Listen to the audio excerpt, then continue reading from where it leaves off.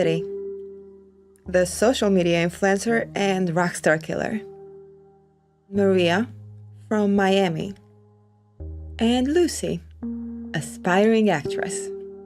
Sydney, hip-hop lover and writer, so I'm told. And my quiet one, Mackenzie. Well, hello ladies. I'm Bella.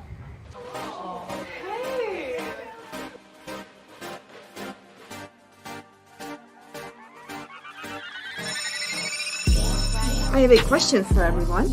Why do you think rich men cheat? Control. I'm going home. Don't go. Attention. You bring the total package to the table. You just need the right friends. Are you my friend? No, but you can be mine. And power. I stuck my neck out for you. Thank you! And I pulled the strings to get you onto this show. Take all three away. And he becomes desperate. So, what's with the apples? Well, it represents knowledge, wisdom, beauty, and power. Here, you will learn how to gain ownership of all. I'm gonna send you the money for the ticket, and I already have your room set up at the Palms. You do that, babe.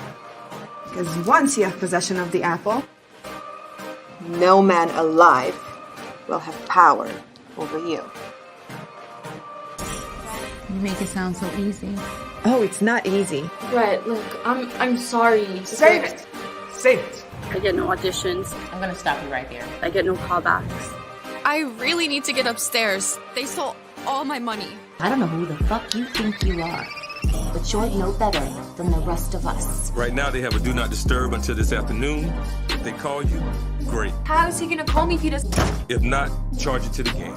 Make no mistake, ladies. In order to succeed in this game, you must be willing to play it out till the very end.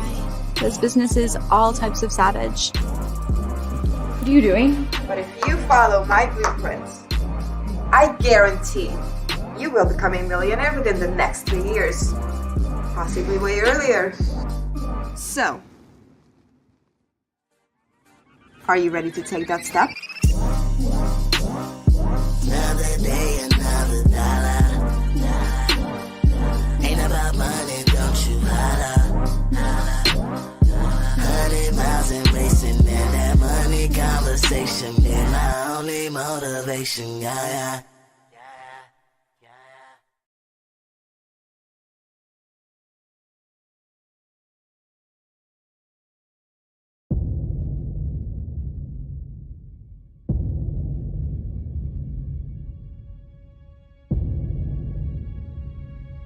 I'm Yoshi Lomax, superstar attorney at law and fugitive. So, you're the famous Yoshi Lomax. Probably more infamous. I'm on the run from the federal government for crimes that I didn't commit. Gentlemen, I'm Deputy U.S. Marshal Sharon Starr. I'll be taking things from here. Not to mention being on the hit list of at least 3 of Miami's major crime bosses. I wanted to apologize in person for leaving so abruptly last night. Welcome back. That's Vladimir Kuznetsov, a Russian crime boss. He's been a suspect in over a dozen missing person cases. I mean, I didn't get here to be this successful for doing things the American way. I need a list of the jury for my case with Honshu. Oh, really? What's that worth to you? Oh my God, you're such a good... Mr. Santana is to be released upon processing. So what do you know about Sheldon Chisholm? What do you want to know about him? I really need to know if you're going to take my case. I don't have time to play, Miss Lomax. Money is not a problem. You know anything about his case? It's being handled by agents in my field office. I've learned that in this game of life, in order to win... Ready to dance? You gotta play dirty. You might look at me and see a beautiful, confident, successful woman. Congratulations, counselor. Yet another win. But underneath, I'm flawed. I'm broken. and I'm scared. So I have no choice but to run until I can find a way to clear my name. Miss Lomax is now considered a fugitive of the United States. Catching fugitives is my business, which makes her my suspect. You and your associates are relieved. Look, she killed one of our own. But I will not give up. All right, people, listen up. Get a picture of Miss Lomax out there so the public knows what she looks like. I will not give in. Okay. People, we got a game plan. Let's break and execute. I will not get caught. Time to go hunt.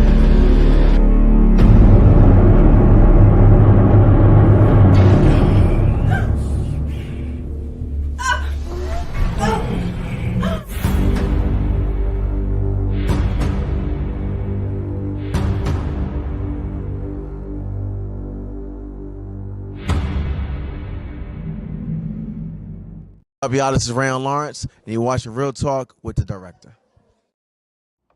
Hey everyone, it's your girl Catherine Nunez, and you're watching Real Talk with the Director and the Council on the IE Network.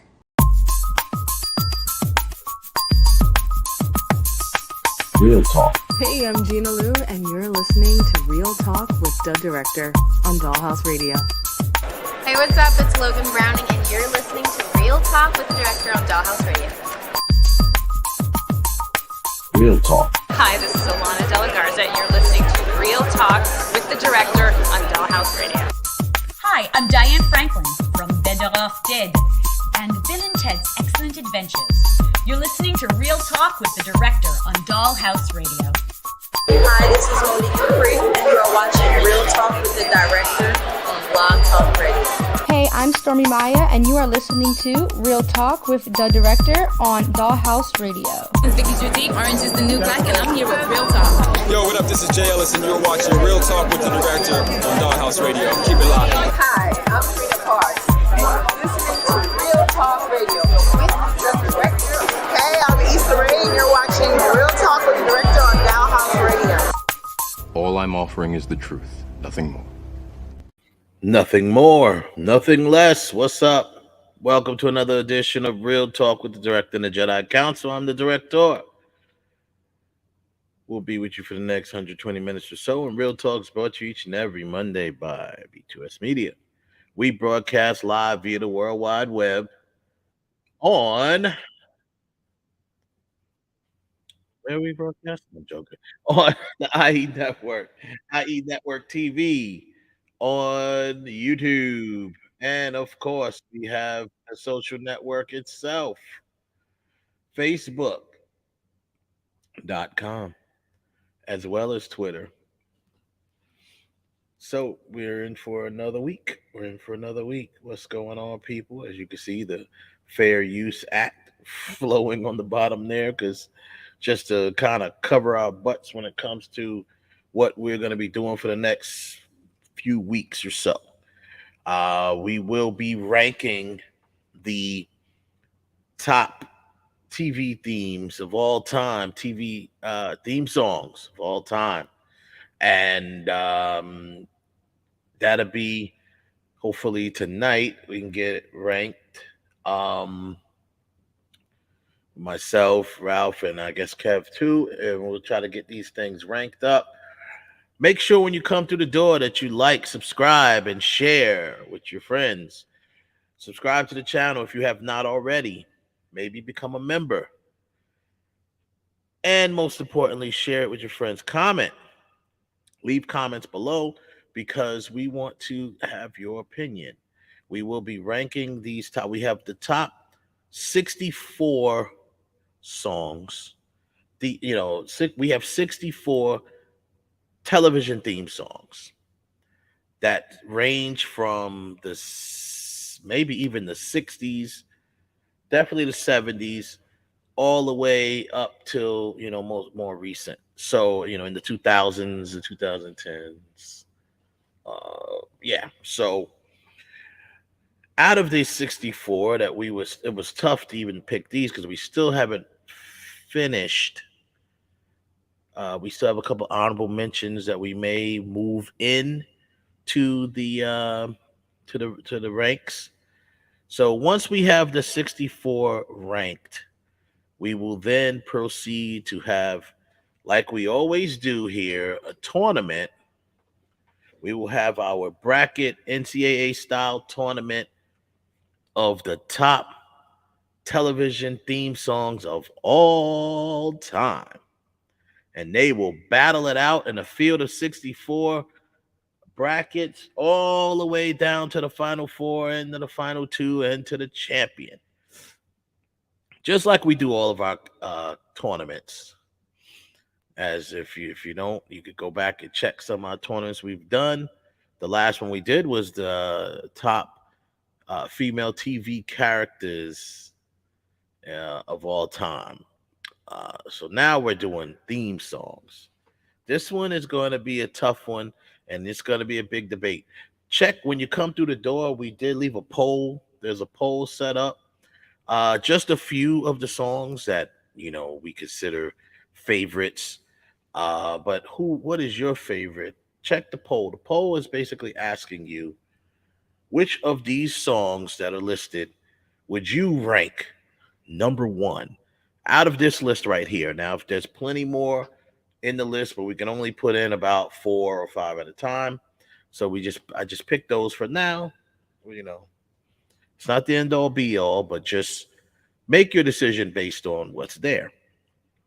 Take the poll. We'll be sending out a poll later in the week on our Facebook page, so you guys can go ahead and start voting of what you think is, and what we like to do is each week, when we do our battles for that week, we will post the results and who's like the next week battle. Probably by the next Wednesday, the Wednesday after, we come on Mondays. That Wednesday after, we'll post the results. We'll post the, the next round, and then you could vote on who do you think is going to win the next round, or vote who you want to win the next round.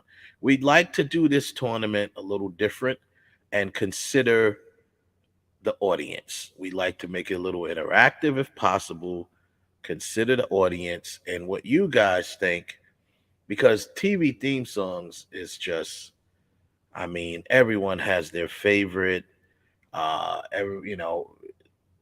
Sometimes it depends on the generation. It depends on a lot of things. So, sometimes TV theme songs are very personal. People, it takes you back to a specific time in your life. So I just definitely want to, we want to really honor people and their theme songs. So we want the audience to be able to interact and give their input and feedback for this one. This is the first time we're doing a tournament like that, where people are voting and we're trying to get, so that way it's just the audience to be that fourth voice that we, have. So that should be good. So our goal today is to get these things ranked between the end of today's show, and even if we have to finish it off air, but that's the goal. Once we get them ranked, we will set up the tournament. And the tournament will, hopefully proceed next week. We can start battling out. All right. So that is the goal. So we'll need y'all's help today. If you're watching live, please chime in to the chat room. If you're watching taped, after live, or you're watching it later, please leave a comment down below of what you think, or which song you think belongs in this tournament. Who do you think is your favorite to win?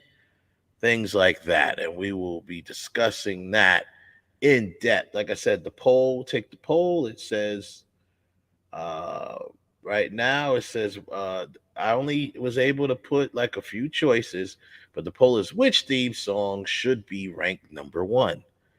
And right now, I only have the Fresh Prince theme song, the Big Bang Theory, the Brady Bunch, and I'll Be There for You, Friends. So that's only the four right now to choose from. So out of those four, which one would you rank number one? Right. So that's that. Make sure you guys take the poll and check it out. So we'll go into a weekend recap brought to you by boxofficemojo.com for the weekend of April 28th to 30th.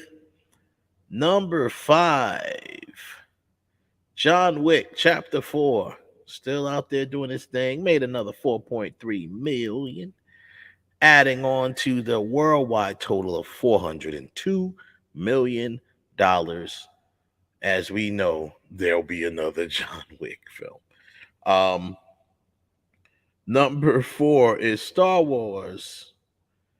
That's Return of the Jedi. Oh wow. Okay. I didn't know they put that back in the theaters. So that would be episode 6, Return of the Jedi. Made 5.1 million over the weekend. So okay. 5 mil. Number 3, Are You There? Are You There, God? It's Me, Margaret. That's the name of the film. 6.7 billion. And that was that was the opening number for it. So it made that. Number 2, Evil Dead Rise. 12.1 million over that weekend. Puts the worldwide total at $88 million for the Evil Dead. And number 1, did you really think anything else? Super Mario Brothers movie made another $40 million. Now putting the total over $1 billion. Never thought that the Super Mario Brothers movie would do $1 billion, but it's animated, so 1 point some odd billion dollars. Jeez. Wow. Super Mario Brothers doing this thing. And that is your weekend recap from boxofficemojo.com. And we'll go into the news as we go into this. But before we do that, I'm going to remind you that you're watching Real Talk with the director and the Jedi Council, and I am the director. That's right. Brought my Jedi Council with me. At least one half is here at the moment. Ralph, you in the book. What's up, everybody? How's everybody doing tonight? Yeah, the goal to try to get the show ranked, like at least the top. We got to get the heavy hitters ranked. I would say, we don't have to go from 1 to 64, but we may need to get at least like the top 20 ranked. And then everyone else will kind of fall into place after that. If it flows and we could do all 64, then we do it. But we have to kind of figure out, what the rank would be. And then that could set us up for the tournament going forward. So that way, if we have rankings, it will never be any question of whatever. But we also have to make sure that everything that we have, we're happy with and we're going to use. So we pretty much have, but there's other songs that there's so many some that we left out. There's a lot we left out too. You know what I was thinking about today? Is the Sanford theme down there? Sanford and Son theme down there? The what? Oh, Sanford and the Son. Sanford Son. I don't know. Let me check now. I don't think it is. And that was very, very popular theme song. Yeah. Very known. Also, what you call it was pretty popular too. What was it? Some people emailed me and was like, "Hey, you forgot about," they put in songs like The Nanny. They put in what else did they say? Say, we have Saved by the Bell on there though, right? Someone said Saved by the Bell, but I think it's I didn't on. put Saved by the Bell because Saved by the Bell really, but Saved by the Bell was never a primetime show. That was an afternoon thing. So Saturday I'm not morning show or right. something So like I that. didn't. That just didn't count at all. Okay, Because got you. it's not in the time. It's not in the time frame. Okay, it's not prime time. Okay, cool. Yeah. Same thing Yeah, with like General Hospital and One Life to Live. right. The soap No, operas, yeah, soap no. operas. Come on, yeah. Got it. Someone said Home Improvement. Yeah, that was interesting. That's a good choice. That's interesting. We talked about Curb Your Enthusiasm, right? We should try to get that in there. And some of the younger bucks were like, "Hey man, what about The Office? That's a very, very popular theme song." And I'm like, "Yeah, it is. I didn't watch the show, but it's exactly. I've never seen The Office, so I'm not familiar with the theme song at all. I know a popular one. That was it Hilford Duffer. I know that means Office. I see people with the T-shirts, but I've never. If I was to hear the theme song, I would not know that was The Office. Yeah. Someone asked about the $6 Million Man. I said, well, I think, yeah, that's definitely one. I said, but we definitely got the Fall Guy in there because they coupled it with. They said the $6 Million Man, but another one that we forgot that someone put up, Charmed.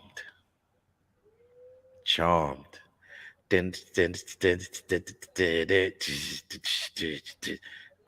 that song was that was a no theme song. Very popular. There are some names. I mean, we could also put Buffy the Vampire Slayer in there also.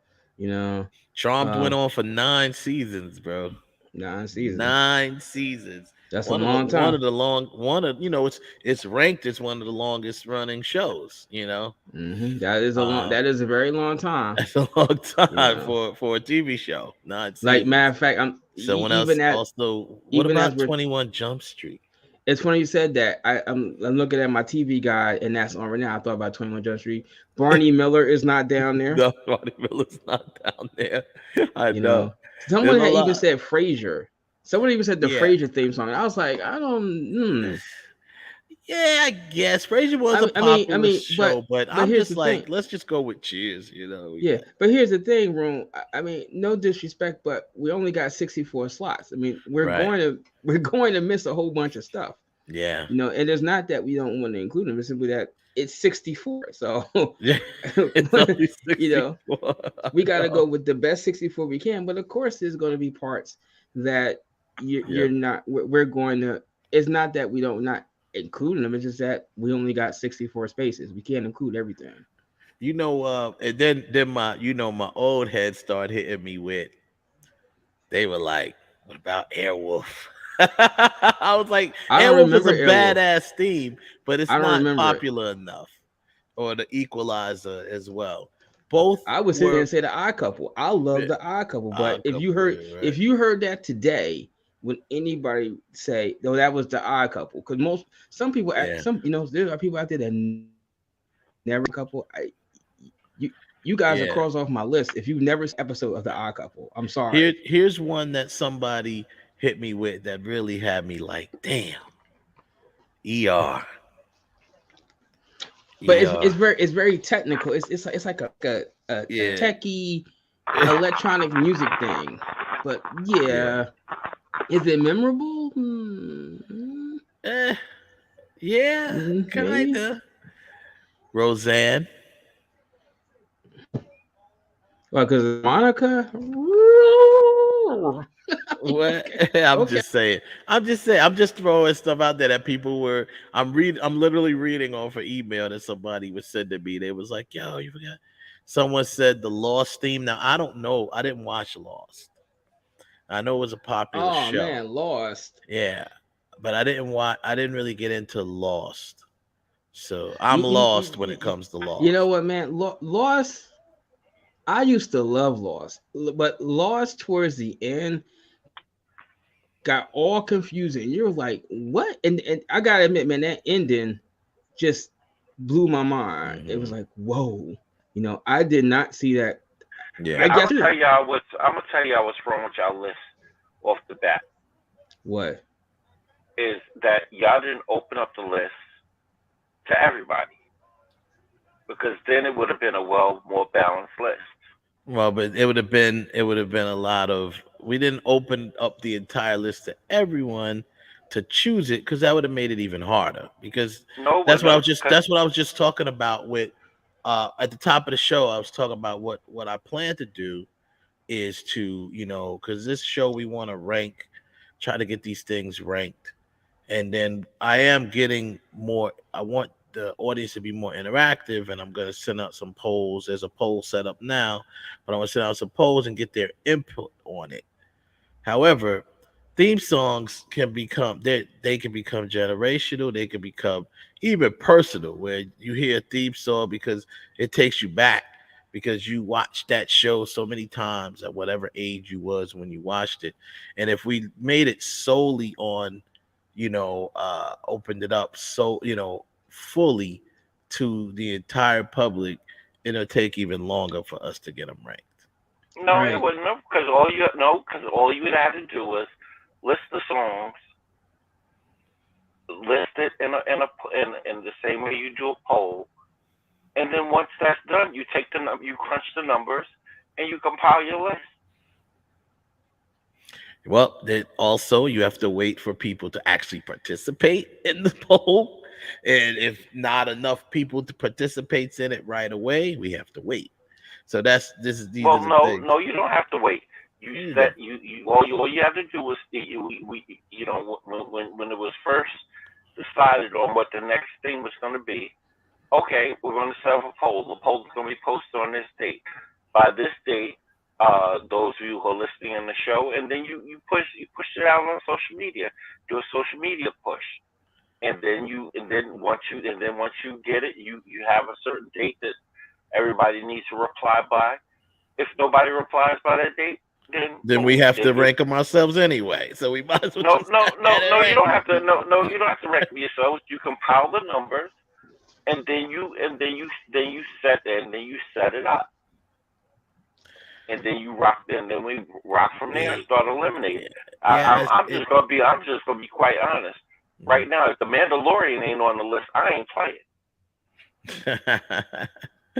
Mandalorian. But you know what? Yeah. No. And if the Mandalorian is not on the list, Kev is not playing, and I'm dead ass. But I'm gonna tell you why. It has not. What? There is a reason. It has not been on enough to be considered a classic thing. That's bullshit. It's been on for 2 years. Nope, I'm not playing. Wait, ain't nothing else to talk about. There's nothing else you can say to me, because to be honest with you, if we talk about how a song hits, the Mandalorian knocks a lot of these songs that's probably on your list off the list.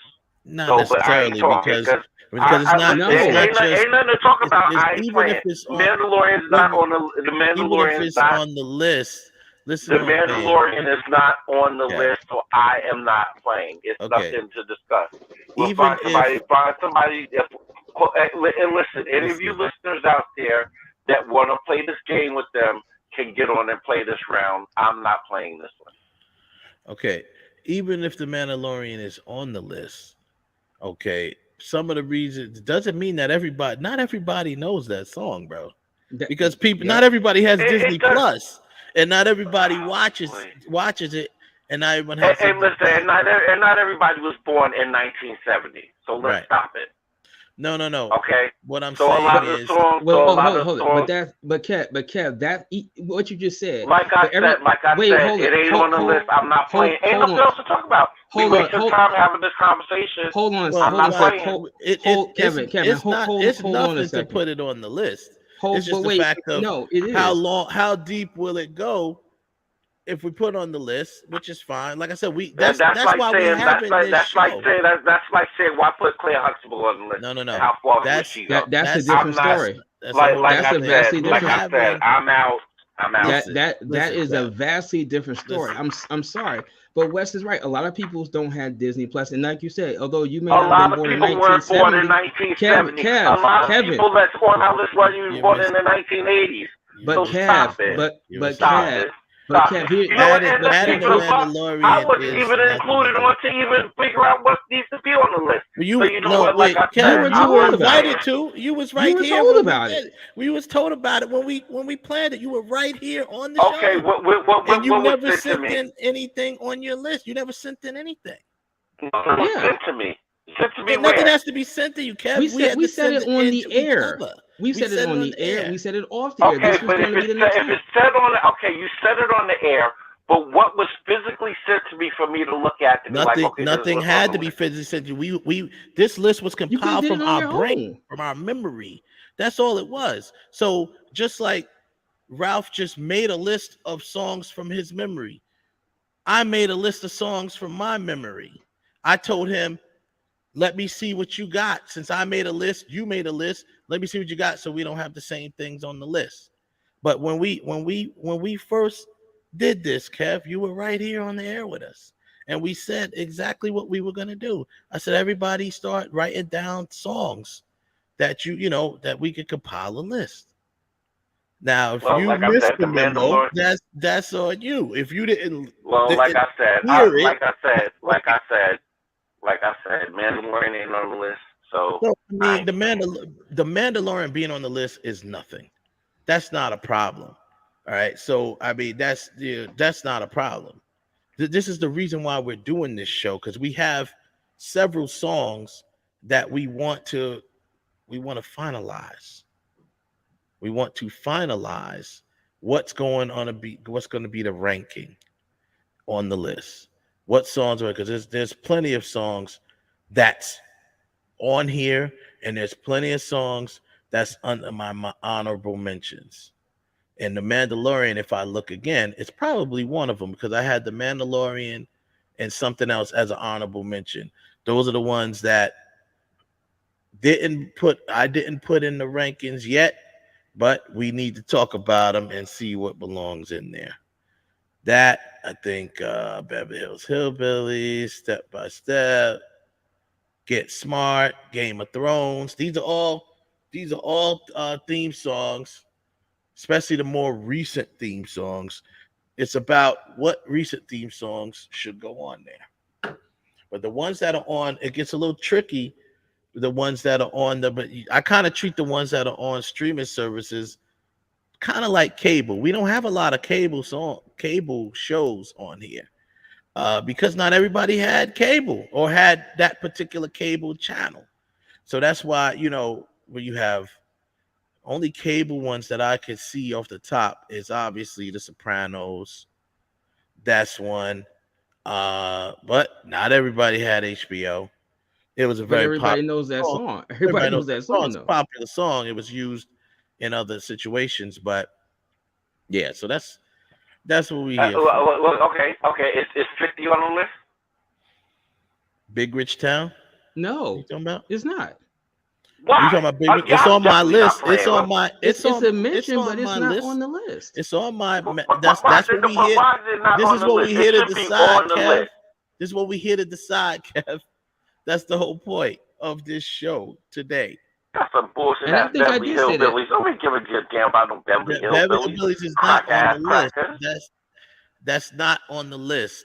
It's on the honorable mentions, just like a lot of other songs that are on the honorable mentions. The bottom line is, we're talking, popular TV theme songs. We're not saying that obviously Power is a public. That's why it's on my list, my entire list right there. But it ain't on your list because I'm gonna leave that alone. I didn't what? I'm gonna leave it alone. Now you might want to say that one again. I didn't what? I said what I said. It ain't on your list because you never wanted to subscribe to streaming services. You ain't started subscribing to streaming services until the last year or so. Man, what the hell? Kev, what the hell are you talking about? I know people that's on the damn show. I've known about Power before you even heard about it. I knew about the song before you even heard about it. So don't hand me that bull crap. Don't. No. There is a reason why a lot of the streaming services like The Mandalorian is not on it. One, in my view, it has been in long enough. But number two, everybody don't have Disney. So if we put The Mandalorian on there, especially if we open it up to the audience, I've never heard of it. If we open this thing up to the audience, like you suggested, The Mandalorian may not do well.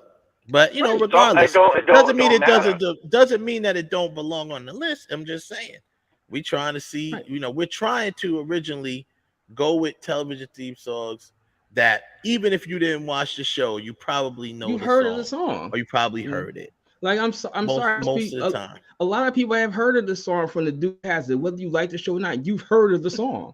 You know, most people have heard of the song from Different Strokes or Facts of Life.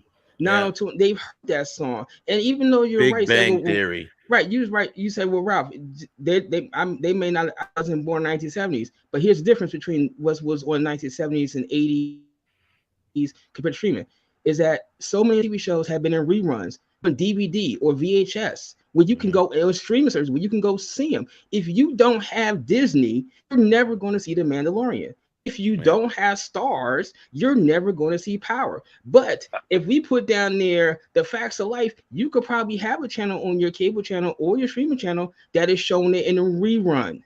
So you got a better opportunity to see it. Yeah.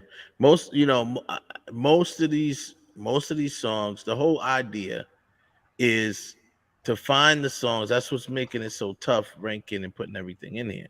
Because we found a whole bunch of songs. But find a song that even if it might have been before your time, you may not even have watched it, but you've heard of the song. If you watch television, you probably heard of the song or heard the song, because like he said, it's most of these songs are on free television, not paid for television. That's right. So that's the idea of it, you know. So, but like I said, Big Rich Town is on my list. Mandalorian's on my my honorable mention as well. What else was up here? Well, we'll go through them and because if that's the case, and I would have added Kenobi. I would have put Kenobi down there. I could have added. Oh, I don't know. I mean, I was trying to. I mean, like I said, I wasn't trying to stay away from cable shows, but in a way, I was. Same thing. Let's just say. I mean, I didn't even know. I didn't even watch the show, The Wire, but I know it was a popular show. I know it was a popular theme or whatever. You know, shoot. I mean, you can go with a lot of joints that was. And there's a bunch of people that have never seen The Wire. Like I had even said, like we were talking about. I said, what about Sex and City? The only reason I would even put Sex and City down is because it was a big theatrical movie called Sex and City that used the theme song in the movie. More people probably saw the movie than saw the TV show. But is it on my top 64 list of all time? No. Is it a mention? Of course. Is it? But when you're talking about all time, the theme to Sex and City against the Gilligan's Island? Hell no. I'd be crazy. Unless I would set it up to already lose off the back, then that's the. But I'm not doing that one. Yeah. So that's pretty much that's the gist of it, and that's why we're here now. Couple other cats emailed me. Like I said, once again, they said, like they mentioned Buffy the Vampire Slayer, right? Like I said, Charmed. That's something to think about. That was a very I've never seen Charmed, so that was a very popular theme song. But I have never seen. I've seen bits and pieces of Charm, but I have never seen it in its entirety. So I didn't even know. Have you ever heard the theme song? Never heard. No, I have never heard the theme song. So I would. Okay. Now that one, Home Improvement. I know that one. That was a good choice. That zipped over my head. Like I just said, Barney Miller. I heard the Barney Miller theme song, but once again, there's only 64 spots, so everybody is not going to be happy. There's just no way.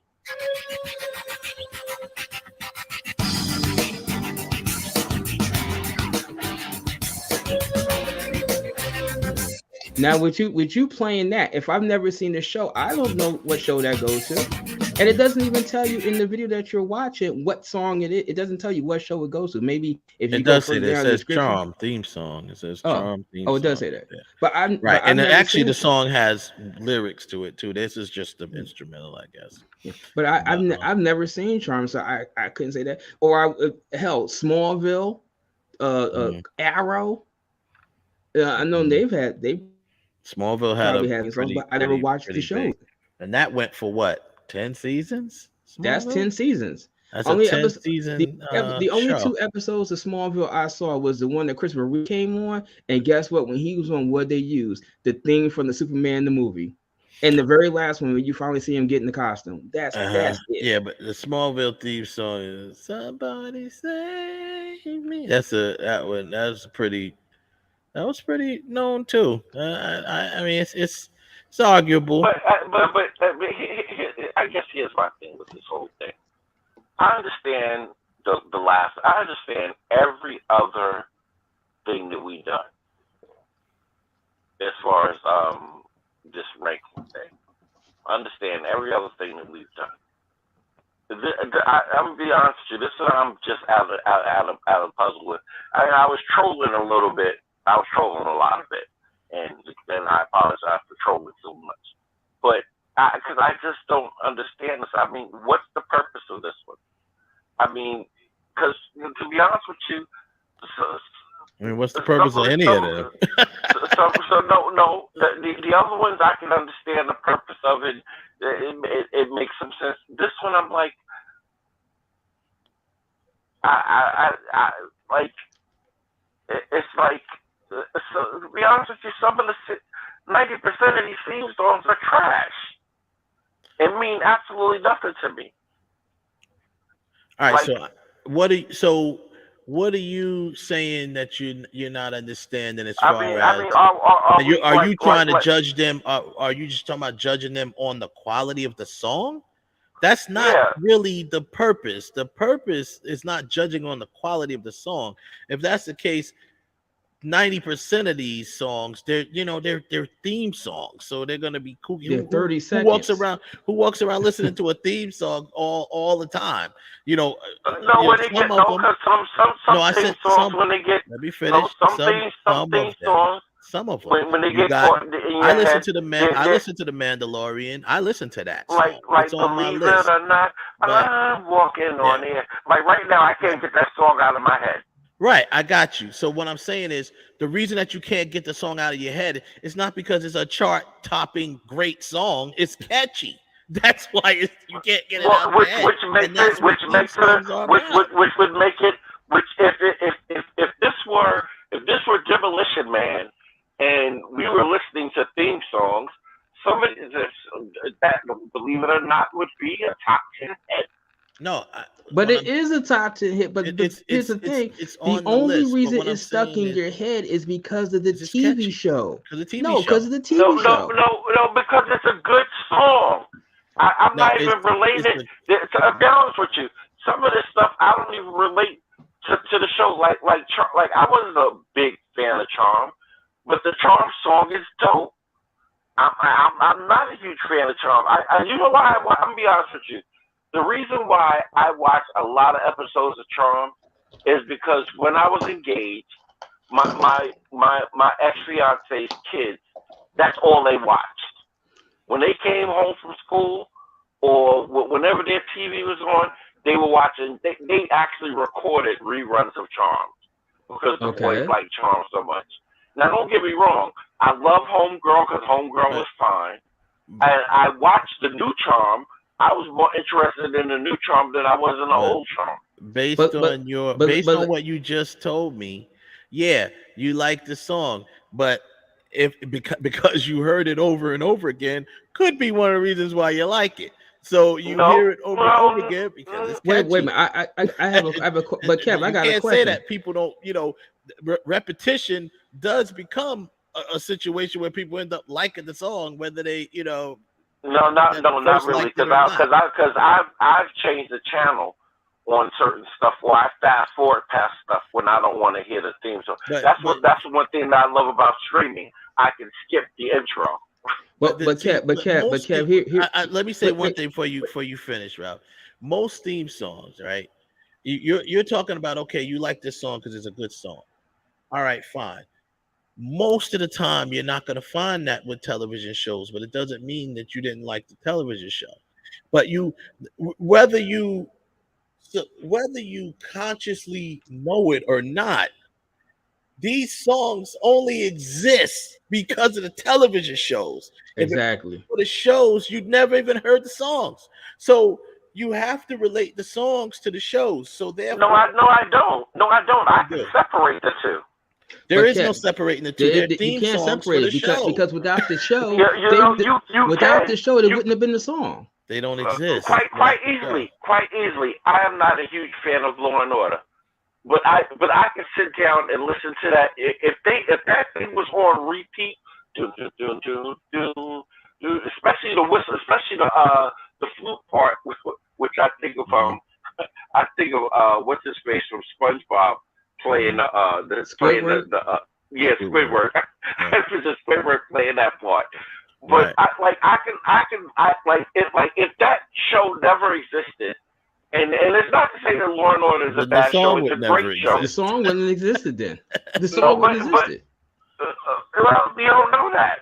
No, yeah, we do know that. The song was made for the show. It would have never existed. If it let me Wes, all right, Wes, you're a musician like I am, and like how many others that have this one thing sitting on the side, and they're like, I wonder. But that doesn't. But we don't know the story behind the creation of it, so we don't know if that was the case.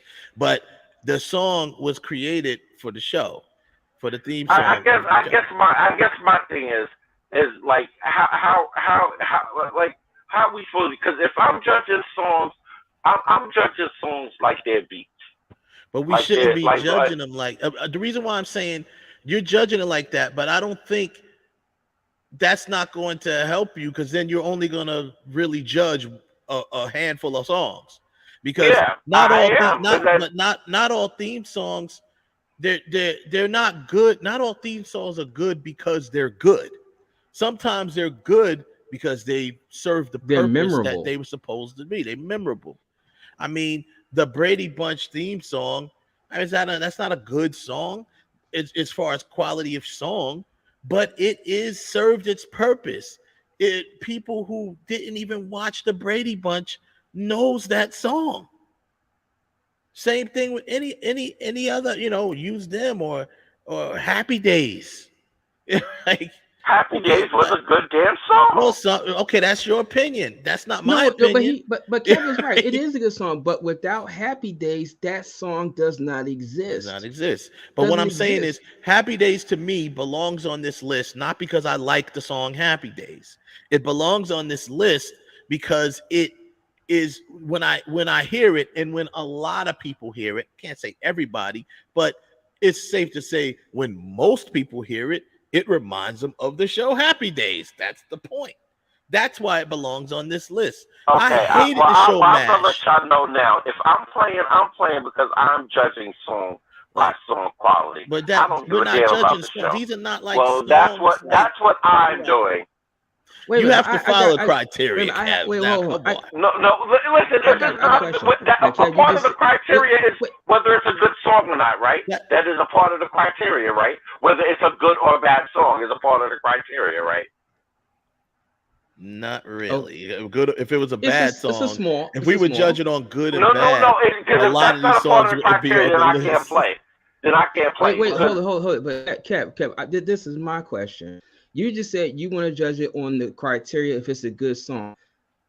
What gives you the thing to sit there and say that it's a good song? It's only about 30 seconds. How, legitimately speaking, how good of a song can be? Because I've listened to, because I can look at my wall right now and the collection of CDs that are on my wall. I can open up my phone right now and the 3 gigs of music that's in my phone right now, that I've listened to enough music, I've made enough music to where I can sit down and say, okay, I can legitimately be like, okay, well, yeah, that sounds pretty good, and I know what I like and what I don't like.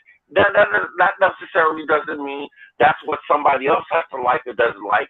I'm talking about for me. Okay, well, if that's what you want to do for you, if that's how you want to make your decision for you on how you vote on a song, then that's your prerogative.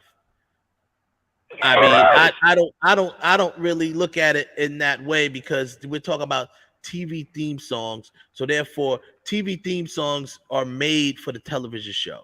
So if this song, is put, most of the songs that's going to be on this list they're not quality great songs. Nothing that I would listen to in my car. Singles. They're not charted singles. Charting singles. There's a couple that are. Some are, but not all. Some of them are, but most of them are not. They're not charting singles. I mean, the Addams Family is not a charting single, but it's catchy and it reminds you of the Addams Family. Same thing. But that's the whole point. But see, that's kind of sort of my thing, because it's the same. Doing this would be the same thing as listening to music. Although, yes, it is a shorter runtime of music. It's a much shorter runtime of music, but it's the same thing as music. It's somebody at a studio was like, God damn, yo, that shit is tight. Excuse my language, YouTube. Beat me out there. That was wow. That was very catchy. That was spot on. It's the same thing that happens with Oops, I Did It Again. It's not the best song on the planet, but it's a catchy song. So yeah, it's catchy. That's fine. But so is the Big Bang Theory song. But that's very catchy. See, as a matter of fact, here's what kind of sort of solidifies my point. It's like when 50 changed. It's a big rich town. When he changed the damn song for the next, for the next thing of Power, which it was a smart thing to do because it's a new thing, new song, new thing. Right. With the way 50's thinking, like most executives are thinking, it's a new show. Let's give it a new title, something new. Something younger, something more catchy. But people was like, what are you doing? Now, this is something that has never been heard of in movie or any kind of other history. Somebody being like, okay, if I go outside, these people are going to kill me if I don't put this song back. Let me put this song back the way it was. Because this is what, and now this solidifies, this at the same time solidifies your point that it became a part of the show. That when you sat down and watched for the show, it didn't came part of the show, right? It's when when you hear that song, for most people, when you hear that song, you're gonna think about Power, the show, because it was not like he released that song before the show came out. He made it for the show. So yeah, and it just happens to be a good song that you could listen to with, just play it in your joint. Yeah, play it by yourself. But I mean, that's just part of the history of theme songs and how they evolved, which is another point that we're trying to make with this whole tournament. Theme songs evolved from back then to now, where there used to be songs that had lyrics that it pretty much explained to you what the show was about.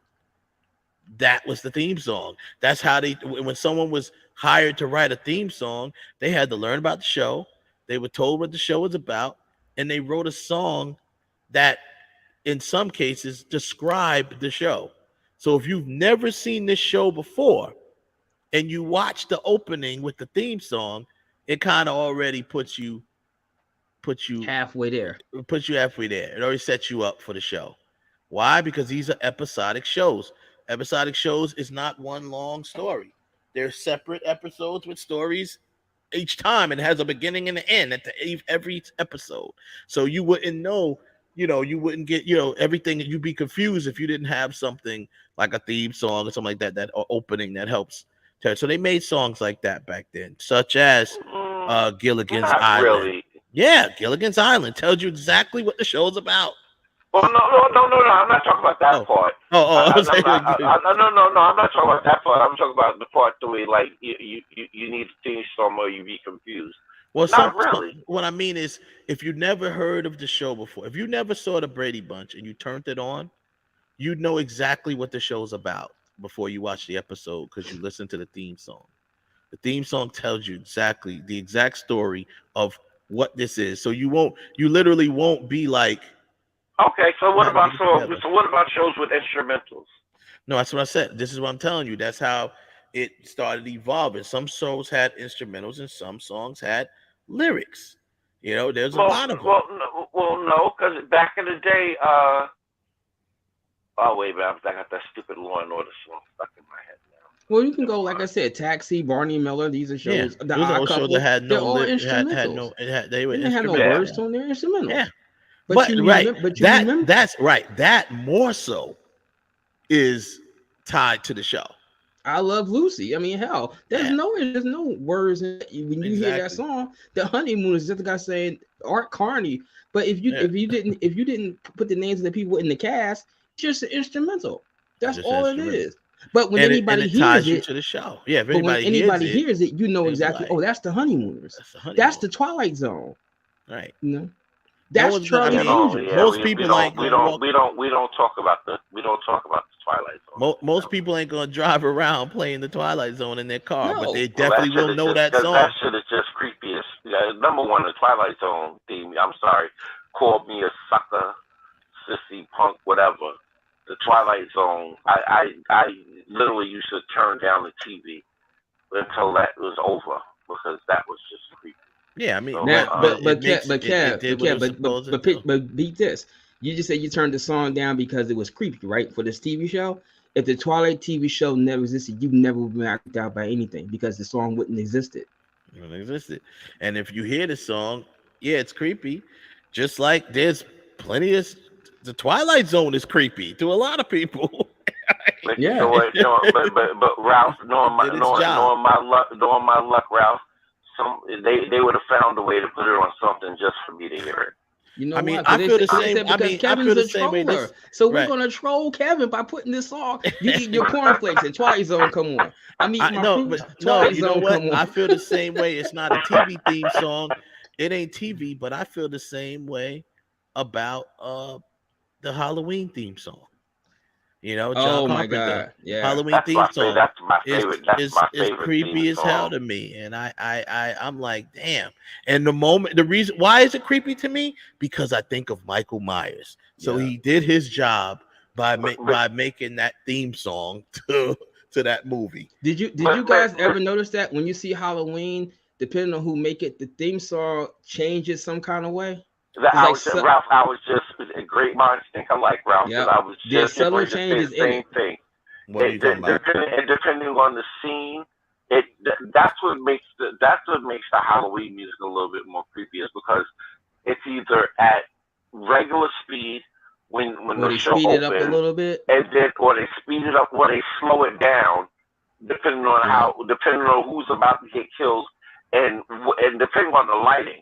Because like during some of the daytime scenes, and that's when they had that boom, boom, boom, boom on top of the do. Ah, man. Yeah, they changed up. Like I tell the story all the time. My ex-girlfriend, right? She never liked horror movies, so we had a surround sound system, Sony, 500 watts. And it's one day she got on my nerve about something really. I don't remember what it was. So she was in the bathroom brushing her teeth. So I kind of went and got the VHS copy of Halloween H2O.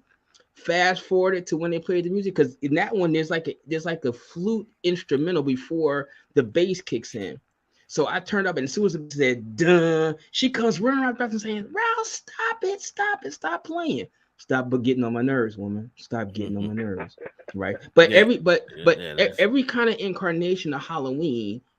But before they went back to Jamie Lee Curtis, they kept changing this. They kept adding little changes to the theme song, like Kev said, slowed it down, speed it up, gave it a more techno vibe to it. Yeah, like the Halloween, the original I mean, yeah, one but the core is always the chords same. for it is always the same.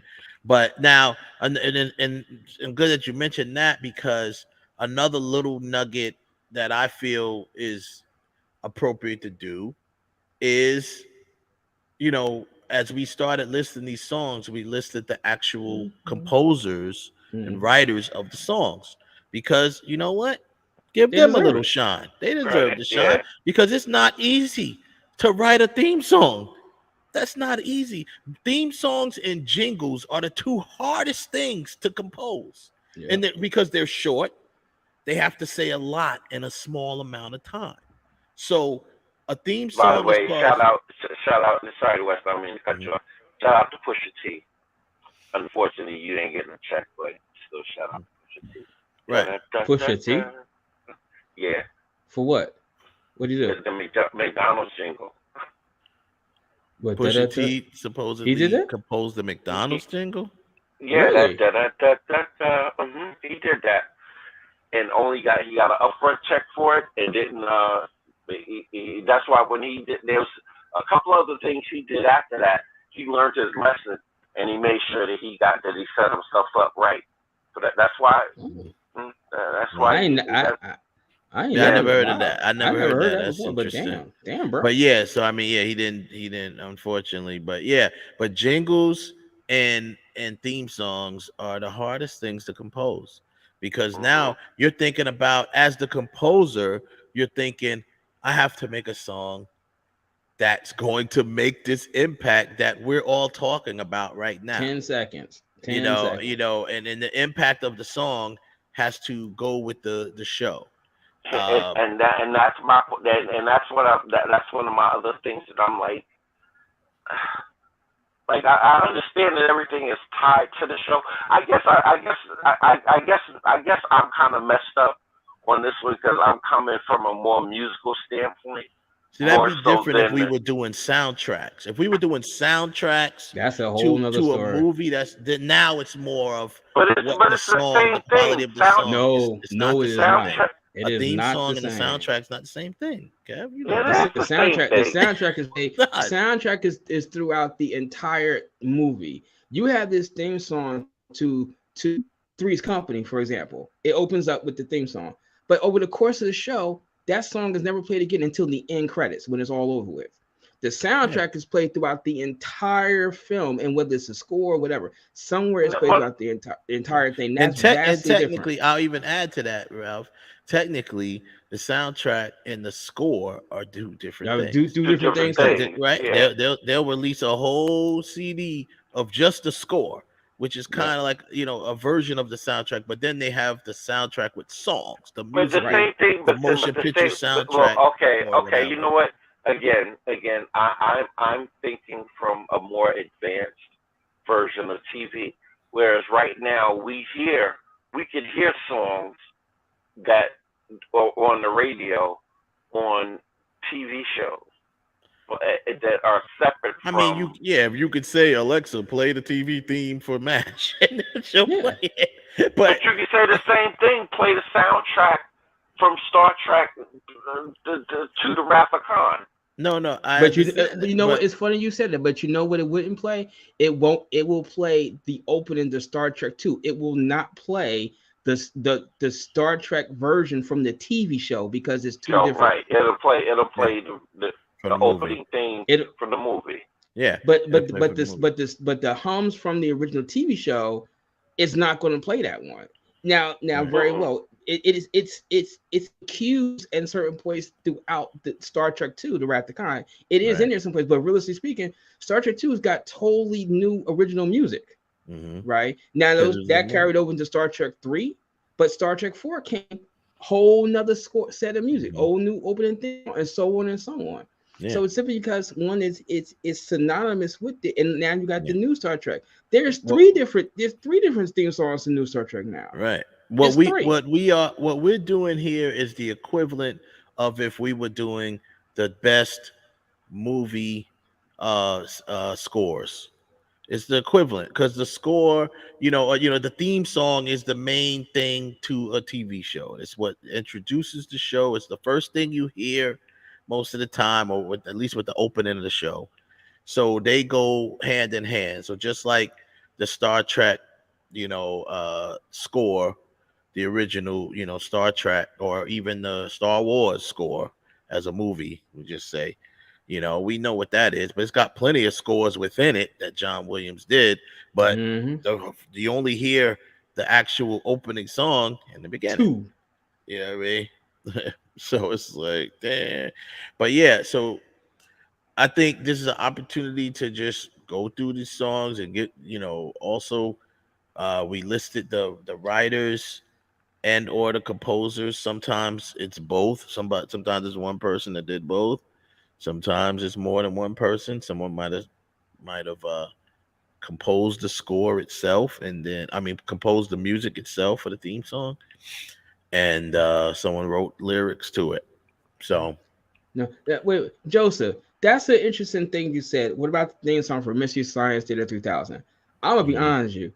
I ain't never seen Mystery Science 3000. I think there's a lot of folks that have the funniest show. I have never seen it. I have never seen Doctor Who. So there's a bunch of TV shows that I have absolutely never seen. He said before. The Love Boat, right? Yeah, we have that on the list. Love Boat is on there. The Love Boat. You know what I'm saying? Once again, same thing. The Love Boat soon will be making. People's had to write the theme song about the song. This is what I'm saying. But see, this is what I'm saying. If this was Demolition Man, and the only songs that we had to listen to were commercial jingles and theme songs, I'd be straight. Because they're like the Love Boat. That's a dope ass. Well, opening. That's your opinion. To me, I think that song is corny. But Kev, here's the question. But it does. Even if it was a dope song, would they release that as a long form 3.5 minute long song? Because they haven't. No, they wouldn't. I think I'm gonna be honest with you. I think if somebody could have came up with a nice, good, solid 2 verses for it. In today's format of short form, no. But back in the day, right now on Sirius, if anybody who has Sirius in their car know that they have a channel called Yacht Rock. The Love Boat would be a part of that's like Sailing Away and Christopher Cross and all of that kind of stuff. The Love Boat would have fit right in there if they would have made that song back in the day. I definitely would have been a person to listen to it. But Kev, and it was around the time of disco too, because it had that disco theme to it. So that's the other way. But Kev, here's the thing: what you just said. Back in the day, it came out in back of the day, and nobody could do it. What makes you think they're going to say, "Oh, let's go back into the show from the 70s in 2023 and make a full length song of the Love Boat, and we're going to have Adele singing and push out." You know what you get? You get Celine Dion's from Titanic. That's what you get. You're not getting the Love Boat. That's the same type of song that it explains the song. Come aboard, we're expecting you. That shit right there. Life's sweeter reward. Let it flow. That's what I'm saying. I don't even like the song, but I remember it because it was just a memorable song. I think the song's corny, but I'm just like, it sound like you should be like, thank you, I'm aboard. It is, but at the same time, you gotta. I guess again, this is the music man in me. I'm listening to the background because that whole thing. Yeah. It was at the end. The Love Boat came out at the end of the disco era when disco was starting to die down. So it still had that, that's why I get what you're saying there, because all of them have a certain. They obviously, you need a certain amount of craft to even compose these songs. That's number one. Okay, any of them for that matter. You have to compose the songs, so it takes a certain amount of craft. And some, if you listen to it for that reason, to just break down the song, the instruments, and how it's going, even if it's short, Yeah, of course. You can do that with every song. You know, I used to play the drums because I loved the drum beat to the Jeffersons.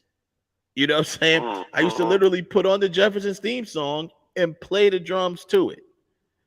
Do do do do do do do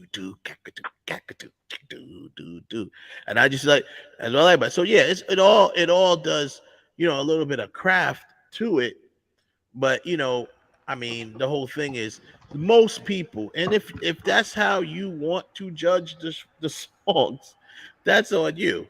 If that's how you want to judge the songs, I'm just, you know, I'm trying to. We should have some sort of unified criteria I mean, on because judging. I guess If that's one of them, that's fine. If you want to judge it on the craft of the song, that could be part of the criteria. It's no big deal. You know what I'm saying? I mean, because that's cool. Craft of the song that's is good. the whole purpose of a song is to move you, to make you want to like the song. Now, whether you like the show or not. Well, yeah, nah, I don't think that's what a theme song purpose is. No. I go with that because the theme song should make you at least intrigued. Remember the show. Yeah, intrigued. I think it. I'll go with that. My opinion is, I think a theme song. Really, if you're hired to do a theme song, it's like, okay, you could, if someone hires you to do a theme song, you can come back with some dope stuff, and they'd be like, yeah, it's nice, but it doesn't fit the show. It doesn't do the job it's supposed to do. No, but that's what I'm saying. But that's what I'm saying. In some instances, it does. Like for instance, like let's go back to your thing with the Jeffersons. Like I see more of, and not to put race on it or anything, but it's a good example with the Jeffersons. The Jefferson theme song, I see a lot more white people. The people at my job, when something great happens, they you know, every once in a blue moon, it ain't all the time. Moving on up. Yeah, right. they moving on up. Exactly. But that also is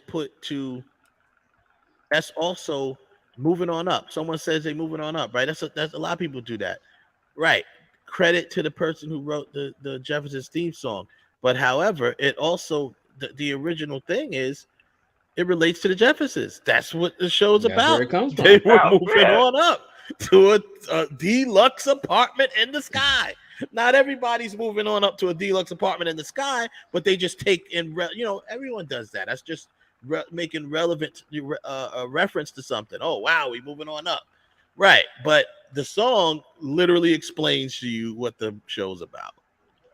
We're moving on up to a deluxe apartment, especially the fact that it's a spinoff, and they were, you know, not poor, but they were not, you know, they were like middle class at first on All in the Family, and then family, yeah. Right, and then now they're moving on up to a deluxe apartment in the sky, you know. Mm-hmm. So I mean, so if I'm looking at it from a perspective of, if I am a musician, if I was hired to do a theme song for a show, okay, I would approach it, you know, how I feel it should be approached. I got plenty of, well, I don't have really no more, but I'm just saying, I would have had plenty of beats and music and instrumentals that I could bring to the table that are great, and people might like them, and people might groove to them.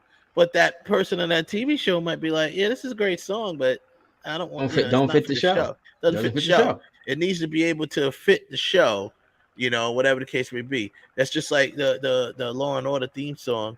You know, it's they you know, whatever they crafted for it, it's not like this crazy beat song that you can write a whole song to. It has the breeze. It has no. I mean, you can't write a dope song to that. I don't think you can write a dope song to that because of the way it goes. You could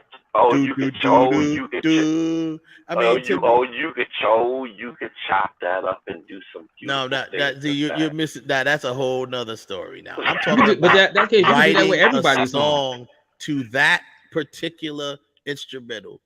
Do. That sounds like a corny song. What do you do?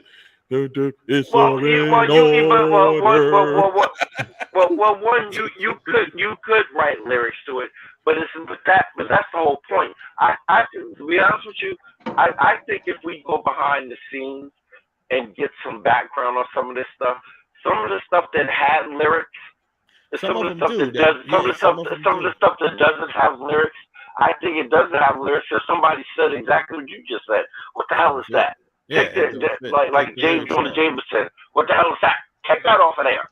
Yeah, take it. No, exactly. Some of these songs on this list, they do have lyrics to them, but they decided not to do them. I think even Barney Miller originally had lyrics to it, and then there's like other songs that were instrumentals that had lyrics to it. But so anywho, it just and it only works. The only reason why that works for Law and Order is because they're doing a montage of New York City and crime scenes and the different 5 boroughs of New York and flashing lights and different. So it's like a montage of stuff that they're flowing through. So that's why that works for that. So yeah. I mean, it's gonna work. It's just like a lot of stuff for that matter. The only one that jumps out at me off of most of these lists that legitimately could have been just a composed song that anybody could listen to or whatever, but they used it for the theme song is Taxi. That's the only one to me that jumps out as, no, this is a straight jazz song. You know what I'm saying? So it's like, that is the one that jumps out at me as far as is it still in the air 101.9? That they will play that on 101.9. They play that, I used to hear it all the time on there. I heard it all the time on there. The theme to Taxi. CD 101.9, for those of you who don't know that reference, that is a late 1990s, early 2000s AM FM radio station. Soft light music. I think it's off now, right? But I mean, but even on Sirius, they got jazz, stations on Sirius. Yeah, they got one that's close to it. And remember, that's composed by a jazz player, Bob James. That is a very, like, if you went to the Jazz Note in New York City, they would probably play that in there, like as they're waiting for music, as like a warm up, like play that song. You're like, let me get that double espresso with the Jack on the side. You mean the Blue Note? You mean the Blue Note, bro? Yeah, I've been to Blue Note before. Yeah. Okay. Yeah, I saw Grover Washington Jr. in the Blue Note one night taking a girl on a date. Damn, didn't want to go. She said, "Let's go." I was like, "All right," and it was a fun night. And Grover Washington Jr. was Grover Washington Jr. Yeah. There you go. No, he was performing that night. Oh, he was performing. He was performing that night. You didn't know that though. I didn't know who he was, but I mean I knew who he was, but I wasn't familiar with his music. But he was awesome. I saw Najee. Yeah, I love Najee. I was just going to say Najee is another one. Sade performed at the Blue Note. All of the best come through there. They've all come through there. That's the best come through there. Even Lauryn Hill played there, but she was 3 hours late. We're not going to talk about that though.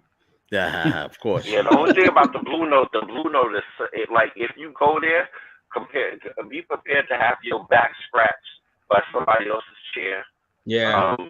They packed in like sardines in there. Yeah. They pack you in. But it was a good show. I mean, it's been a long time. That was back in the 90s when I went there. But I thoroughly enjoyed the times I went there.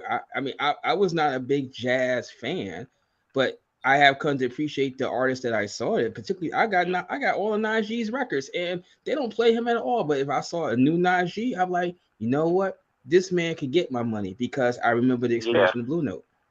But I know we got to move on, and I'm gonna seal a deal with this. And I didn't even do. We spent the whole first hour arguing. I didn't even do the news. I didn't even do the news. I didn't do none of that stuff, and we didn't even go down the list. So I know people probably looking at this show like, "What the hell are they doing?" Yeah. The title of this show was ranking the top 64 TV themes. But Joseph, let me answer those two questions that you put. The thing from Love and Married from Married with Children, I can't count that because that was already done before. That was a song already by Frank Sinatra. Right, and that also was a Frank Sinatra song. And the other song that you wasn't mentioned, made for Married with Children.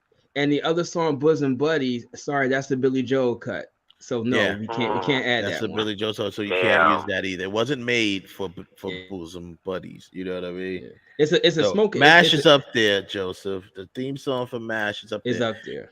Every one of the main criterias for this list to make this list, it had to be made for that show. It had to be made for the show. And all of these, to my knowledge, all of the ones that we have right now on there.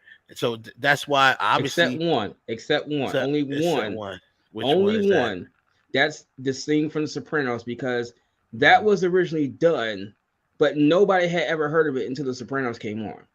Right. The producers found that song and said, you know what, this fits in with the theme of this show. Yeah. Right. But it had already been previously released by I think the group, it was called Alabama 3. Alabama 3 is the name of the group. But nobody had ever heard of this song until that TV show came out. Now everybody knows the song. So kind of was like, it's not exactly in the criteria, but if there were no Sopranos. And I thought that was with I didn't realize, I thought that was the same deal with the Friends one. But I guess they made the song that is for the TV show. That was made for the TV show. Yeah, okay. I thought at first that was a song like that the group made, and I felt the same way about Dawson's Creek, because she released that song as a single. Yes, she did, but she didn't release it as a single until after Dawson's Creek came out. Right. So I kind of like, okay, you got to count Dawson's Creek. I mean, you could probably do the same thing for Willie Nelson's song, Good Old Boys. I mean, hell, I don't even know if he ever released that before. I ain't talking about that. Right. You know. Yeah. But you know that when you hear it, you're like, oh yeah, that's, you hear it, you know what that's the Dukes of Hazzard. Yeah. Well, that's the Dukes of Hazzard. Yeah. I wasn't sure if old girl. I thought she made the song anyway, and they used it for Dawson's Creek.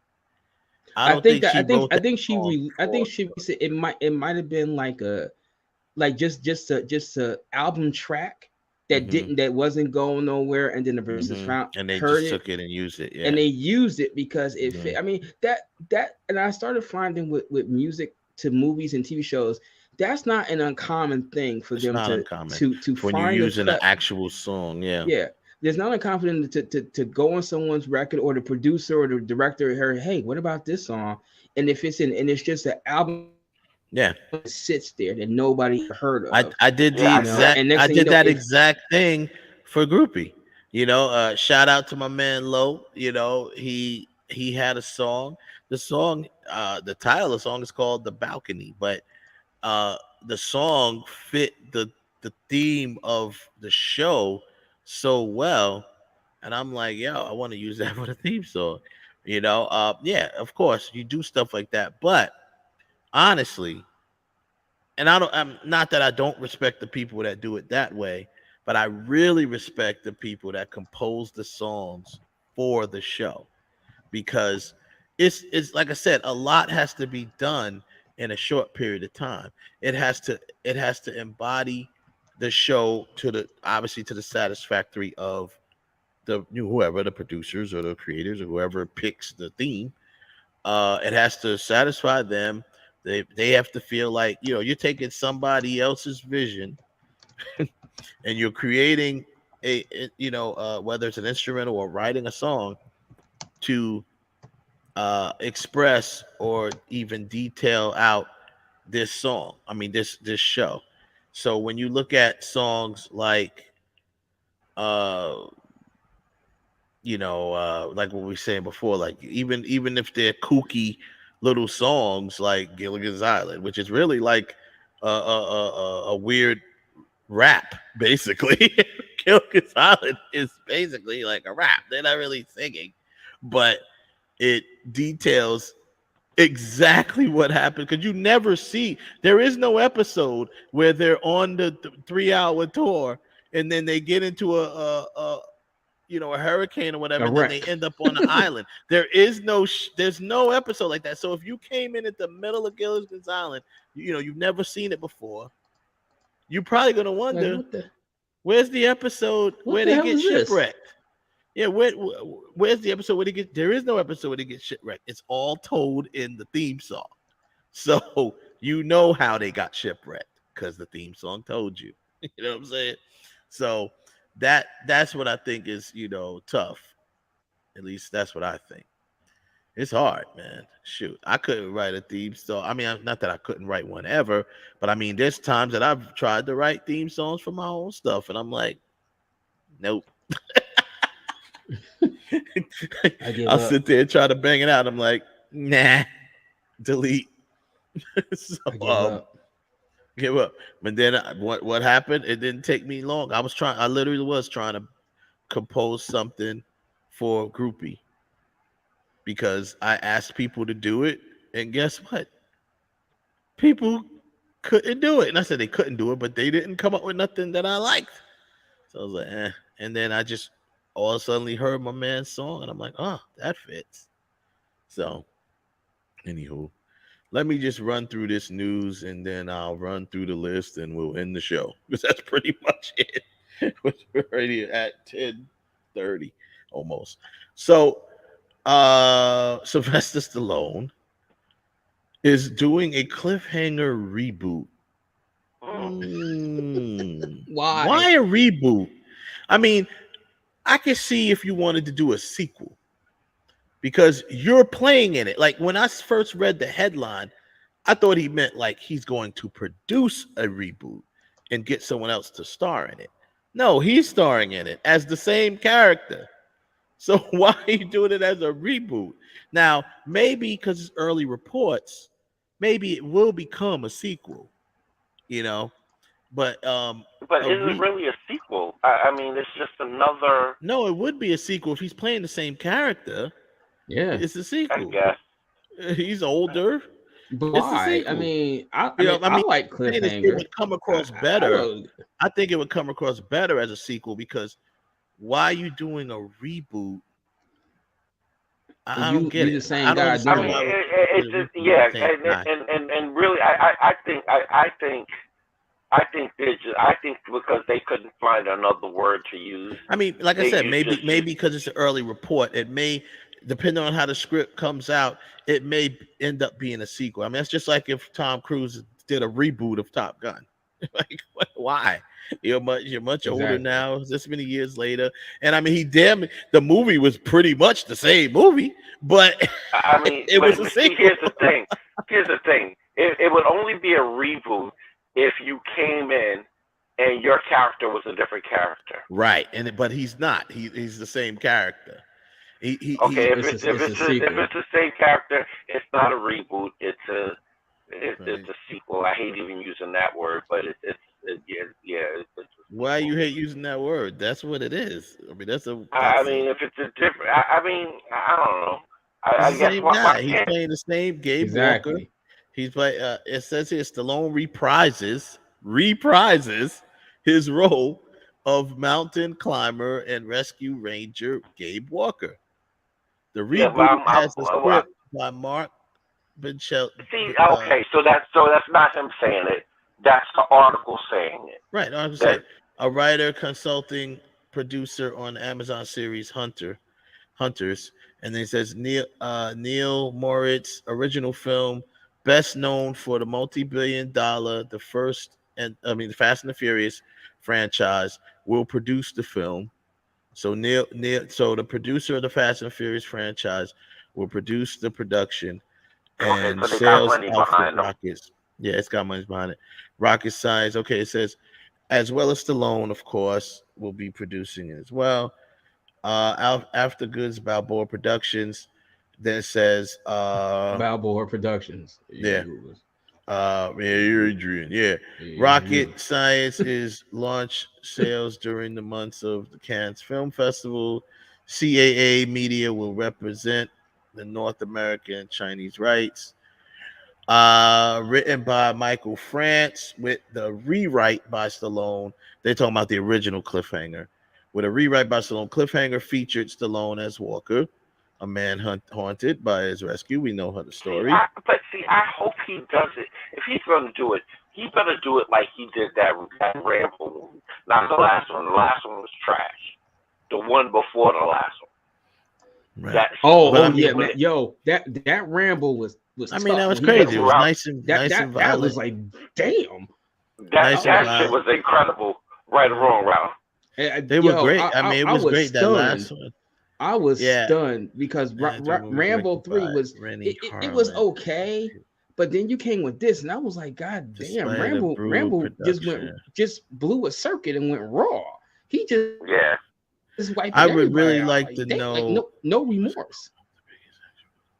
I really would like to hear Stallone speak on this because I really want to know why, if in fact it's a reboot, why would he choose to reboot it? You know why? I think I know why. No. West, we already know why. Because of the BS that he went through with the other guy. Yeah. I mean, hopefully that guy had nothing to do with that particular movie, but maybe he's just doing it like that. He's to make sure he's free and clear of anybody else. That's probably why he's doing it as a reboot. Man, just do a sequel to Cliffhanger because one of my favorites. The only thing I can see you playing in a reboot is the older guy that was flying the helicopter and he kind of died in the movie. He's playing the same guy. He's playing the same guy. But to me, my only thing is, okay, I'm sure I love Stallone, so I'm sure. It'll be action. It'll be a different type of, it'll be a little bit different. But yeah, let me tell you something. Earl Talbot Blake. No, not Earl Talbot Blake. What was it? That was him. The other one. That's Ricochet. Yeah, that's Ricochet. This was what was his name? What was the villain name? I forget his name. I know who it is. John Lithgow.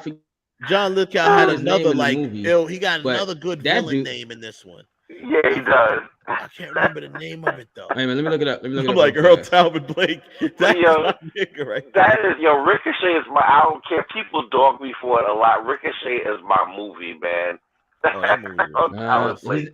was Eric Quaylen. Yeah, Quaylen. Another evil sounding name. Quaylen. You know what I'm saying? Quaylen.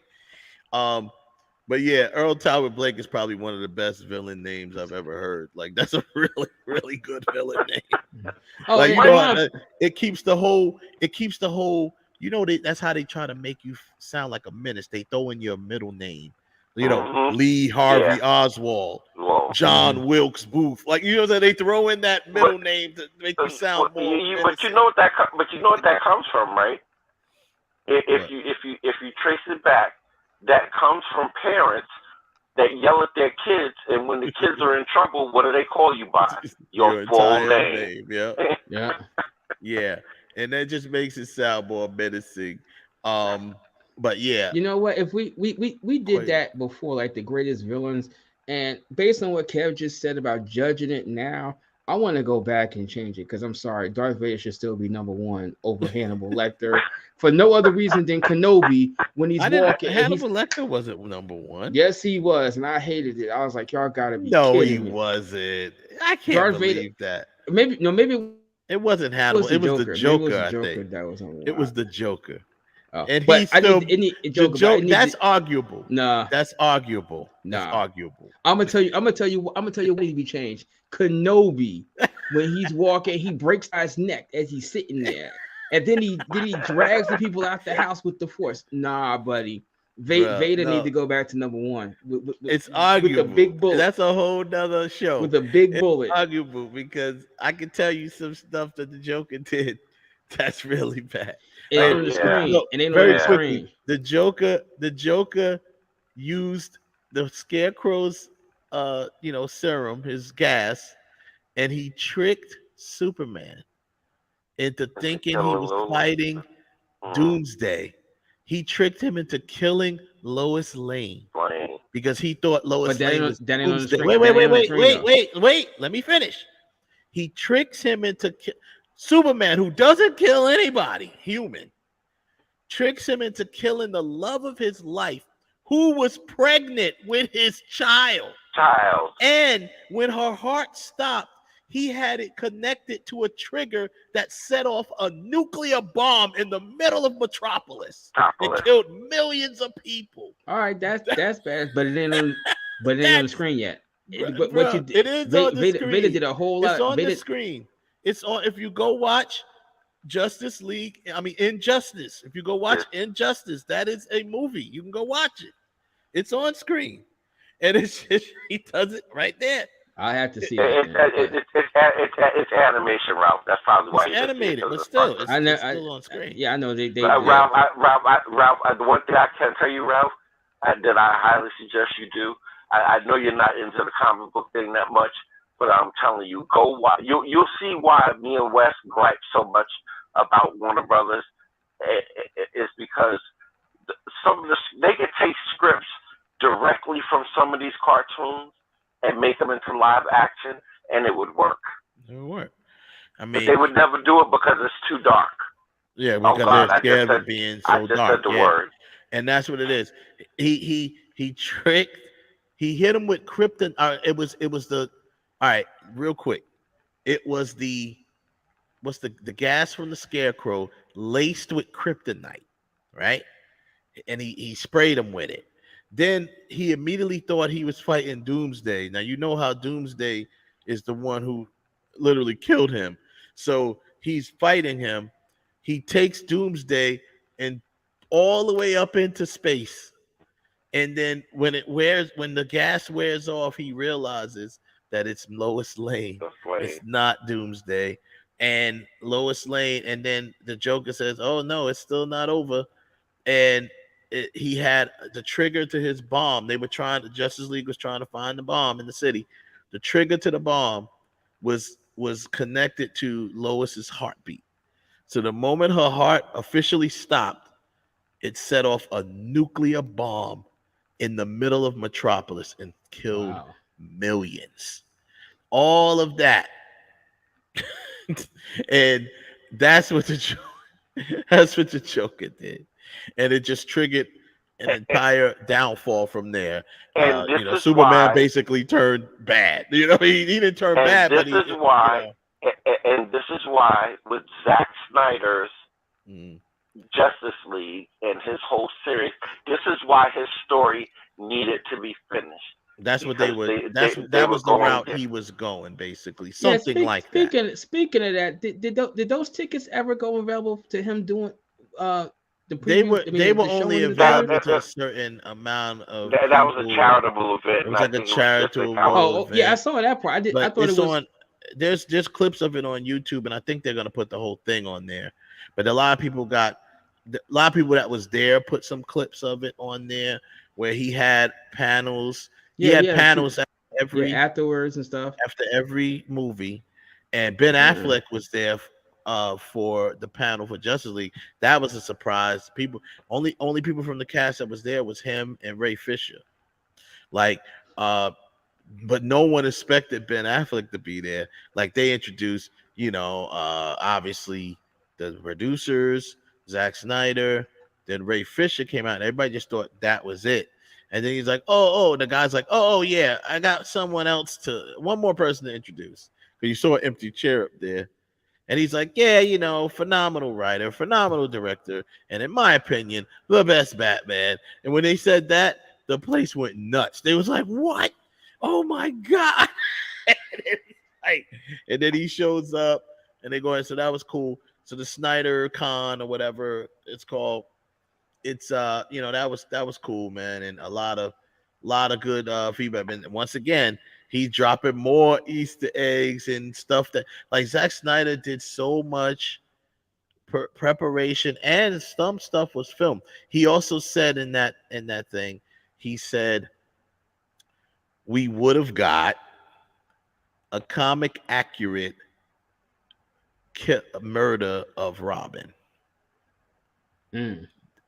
they shot. I don't know if he shot it. It feels like he shot Joker.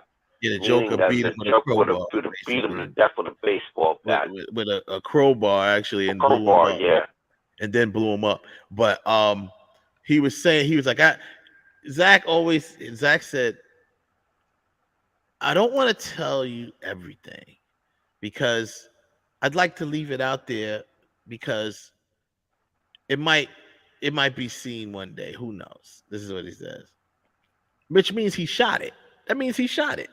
Mm-hmm. He shot the Joker killing Robin. Mm-hmm. You know what I'm saying? It's like, yo, there's so much stuff that he says things. And that's all flash, and that's all you can tell. That's all flashback. Yeah, there's stuff that he shot that he shot so much that still, even with his cuts and his director's cut, still didn't make the film. Just sitting there. He shot so much. I got at the because I didn't know that, but now that you said it, what I think this is gonna happen, and it may happen after the Flash come out. If that's really gonna be the end of the Snyder era of stuff before Warner Bros. Over, I wouldn't be too surprised for Christmas time to see a box set that, even though it's going to have Justice League, it's going to have an expanded edition of that director's cut. That would be great. But I think it's going to start with Batman versus Superman. Yeah. Wonder Woman, Justice League, but an expanded edition, and Aquaman. No, it has to be Justice League Snyder's cut. No. Well, yeah, it would be it's going to be an expanded edition of that Snyder's cut. Yeah. So maybe. Okay. So I'm saying, the Snyder's cut is what it was like 4 hours. 4 hours. Well, I now you might get something that's close to 5.5. Yeah, it might be more. Yeah, because it's 4 discs. So now you get something that might be 5 hours. I watched it. You watched it? You said? Yeah, I just watched it. I just watched it on Sunday twice. Yeah, I watch it all the time. I mean, I watch the Snyder cut. Now I've slowed down, but when it first came out, I probably watched it at least once a month. I watched it twice. Every other week. I watched it twice. Yeah. I loved it. You know what I mean? And now I just kind of go to where the parts that I like. You know, I don't always start it from the beginning, unless I'm doing something and I'm just letting it roll while I might be editing, or I might be, whatever, working on something. And you know what else? I know Snyder fans are gonna like this, but somehow I got some kind of feeling, and it's just a vibe, that if there is an expanded version of Snyder's version of Justice League, he's going to take pieces from the original Justice League, some small pieces, and incorporate it into his overall master film. Like, this is what it should have looked like. Well, here's the deal. Not really, because the original Justice League was his Justice League until Joss Whedon changed it. So Joss Whedon still used some of the shots from Zach's. That's version. What I'm saying. Like but all that stuff was already in there. All that stuff was in there. In the they just added Joss Whedon's reshoots. They just added Joss Whedon's reshoots and deleted a lot of Zack Snyder stuff and re-edited it and changed the tone. So it changed the tone because Zack Snyder's tone is more bluish tones, whereas they changed it to like reddish tones, which looked ridiculous. But anyway, so it's really there's really no, like, I know what you're saying and I understand what you're saying, but the way it's worded, the stuff is kind of already in there, because, like, for instance, the shot from the bank, that's Snyder's version, and all Whedon did was change like the last shots, because in the last, in the Snyder version, she does the thing with the wristbands and basically blows the dude out the wind, out the side of the building. Zack Snyder, Joss Whedon reshot that and changed the ending a little bit. But like the whole part where he's shooting the automatic bullets and she's blocking with the things like that, they kept that in Whedon's cut, but that was Snyder's stuff. That was Snyder's stuff, So he kept what he can. Because they did a lot of reshoots, but they couldn't possibly reshoot the whole movie in his vision. You know what I'm saying? So, But yeah, if y'all get a chance, check out Snydercon or whatever that's on the it's on the internet. And I'll say I like to see it. I would like to see it. Yeah, it was Because interesting. I was kind of intrigued to go see that on the big screen. I would have liked to have seen Yeah, that. I would have loved to have seen. But I think maybe you never know. With Snyder, it's always one thing to another. So like this turned out to be a great like thing. They may be able to go ahead and put it back. That's only going to come out on, unfortunately, and this is just my opinion. It's only going to be released on the big screen probably in the next 3 to 4 years as a Fathom event. And here's why. Because Warner Brothers is not going to release the Snyder Cut onto screens, particularly in IMAX or any other format, and make money for people to go enjoy as it was supposed to be seen, is to say that we were wrong. Is to say I apologize. Yeah. It'll be shown like at Comic Cons. Like they'll give it to a Comic Con. I'm certainly San Diego Comic Con would show it as a special screener, but then or for some sort of charity function, they would probably. Well, they already did the charity function. That's what this thing was. They just did. It was a charity I'm saying function. for some other kind of charity function that okay. Snyder thought was there, or maybe Warner Brothers thought, and they said, no, we like to do this. Maybe they let them do that, but like I can't go to AMC Empire 25 and see this on the big screen. You're right, they're never going to do that because the Snyder movie made Warner Brothers made us some money. Damn, we was wrong. Let's just put Shazam 3 back out in the theater and see what happens. Don't even listen. Don't even say that because I'm not listening. See what happens. I wasn't too mad at the last Shazam, but I am not sitting. I am not sitting. Hopefully, when the next Shazam movie comes out, my grandson will be old enough to go to the movies by himself. Oh damn! You said your grandson. Oh damn. Yeah, yeah. I think. Okay, so I have to say this too because I was, so we're now in May 1st. Oh, I didn't get a chance to do my little. It's gonna be May. I didn't get a chance to do that yesterday. I didn't get a chance to do that yesterday. The little meme. I always put it out every year. Oh, you know what happens tomorrow, right? It's gonna be May. So anyway, that's so funny to me. Being that it's May 1st. I think they only have a couple more days for the writer's strike. Hollywood braces for the fallout of a possible writer's strike. The possible writer's strike looms. It says here, Nick Bakay has a 30-year-old career in television and film writing, including writing on Trademark Network's sitcoms like Young Sheldon and The King of Queens. The industry has shifted in recent years. Now he's working on How to Be a Bookie, an 8-episode series on Max. The show is scheduled to wrap production on April 28th. That's what they said there. Okay. And so it wrapped on April 28th, getting in just in time, before the possible writer's strike at the Writers Guild of America. The game, and then this is a quote from him, quote, "The game has suddenly changed so drastically," Beckay says. "If you're going to go from 22 episodes and residuals to 8 episodes and no residuals, that's a big body blow," he says. End quote. It says here, whether you're a CEO or a set painter, you have a big stake in the outcome of the WGA negotiations taking place at Sherman Oaks Galleria. The WGA said it is seeking to address the existential crisis for the writers, brought on by short episode orders and the transition to streaming. Right, which is what we talked about before when we first mentioned it.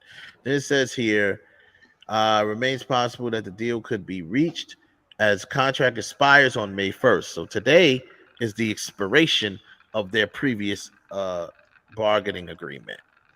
So now, obviously, they haven't, unless by the end of the day, because in California, it's still, it's a little. They got a few more hours left in California. Mm-hmm. So unless they reach another bargaining agreement by the end of today, the contract is expired. So it means possible the deal could reach, and then it says the WGA is expected to have an event this week for writers to make picket signs, part of the usual build-up for a strike deadline. Then it says here, updated, the WGA in fact did hold a sign-making event on Wednesday. Writers are also scrambling to get scripts completed. And it says here, they said they're making sure that we get all of our mini scripts in as much as we can, says the president of one production company. So they're scrambling. So everyone was scrambling to get their scripts in by today, because after today, the contract's over. So which means people are gonna rush it. That shit is gonna suck. So that means don't get mad if your favorite show, it's the last season of your show and it ends like crap. Does that mean perfect segue, Kev? Because I was reading this and I'm almost done with it, but it kind of lines up with what I'm saying here. A little bit different, but 911 was canceled at Fox. What? 911.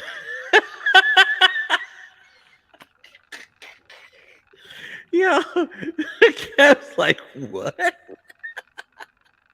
Yeah, exactly what you just said. But, however, it was renewed for season 7 and picked up by ABC, like almost in one motion. It was like, you know what? I have to say this. I have to say this. Thank God for companies like Disney and Amazon who understand good shows and Netflix that understand good shows that are on TV. They got eyeballs, and they as soon as these shows get dropped, but somebody comes swoops in and picks them. Wes, I'm literally over. When you said that what was followed by tears falling down my face. That is, it says here 911 shocker procedural moving from Fox to ABC for just renewed season 7. It says wait a minute. Wait a minute. I just thought about something. ABC, Disney owns Fox. So basically what you did was sit your kid from one room to another room. Pretty much. I mean, that's what it was canceled at Fox. And yeah. So wow.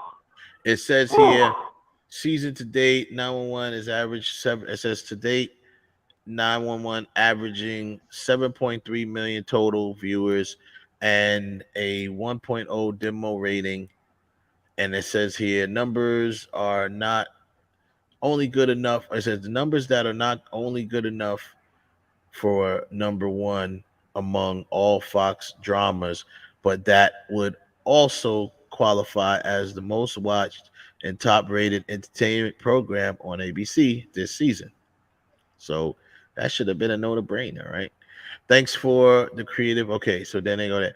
So yeah, that's what I'm saying. But anyway, with this writer's strike looming, I'm wondering how, because bottom line is, okay, season 7 has been renewed. So, okay, it's been renewed for season 7, but they probably haven't started filming it yet. If, I'm saying they haven't started filming season 7 yet. So now, how long are you going to have? How long are the 911 fans going to have to wait for season 7 because of this? Probably have to wait probably depending on the writer's strike, it's probably going to be a year or two because the episodes haven't been written yet. Yeah. So, and now with the writer's strike, that means it's been put on hiatus or pause. So that means when it comes back, hopefully you're able to retain the same writers for the show And if not, you're going to get new writers, but that means those new writers got to be reacclimated with the show. And so it's just gonna suck. It's just gonna suck. Hey, no nonsense. Thanks for joining us. We're doing okay. At least I am. I'm sure everyone else is. I don't mean to speak for everybody, but I'm doing okay. Joseph's there. Tox, what's up, man? Thanks for coming through.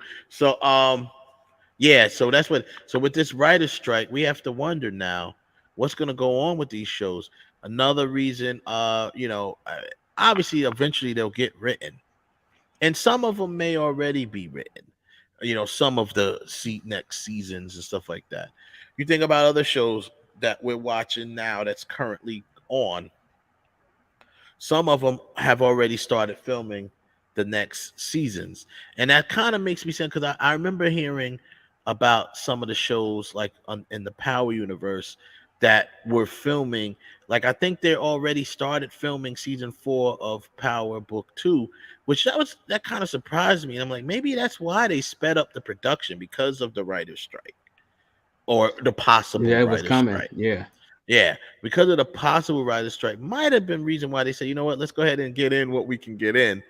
Let's try to shoot this season, because once they start the season, for the most part, they'll probably, unless they have to do rewrites, they'll probably pretty much have all the episodes that they need. But a show in a universe like Power is a little different, because you know what? Even though Courtney Kemp is a writer and she's down in the Writers Guild, but that is also her show. So if she needed to step in and write something, she could. You know what I mean? And they probably got episodes that were written that they said, no, this isn't very good. But now they'll turn around and use those that didn't make the cut in other seasons. They'll say, well, we could use that as a temporary, for a couple of episodes until it has to flow with. But it would have to flow with the story. See, if it's something like 911, where it's different emergencies, but there's an underlying. See, the tricky thing about 911 is what you're saying, Ralph, is that if it's a show like Accused, one that comes on ABC, every episode is different. No episode is the same, and there's nothing that really ties them together.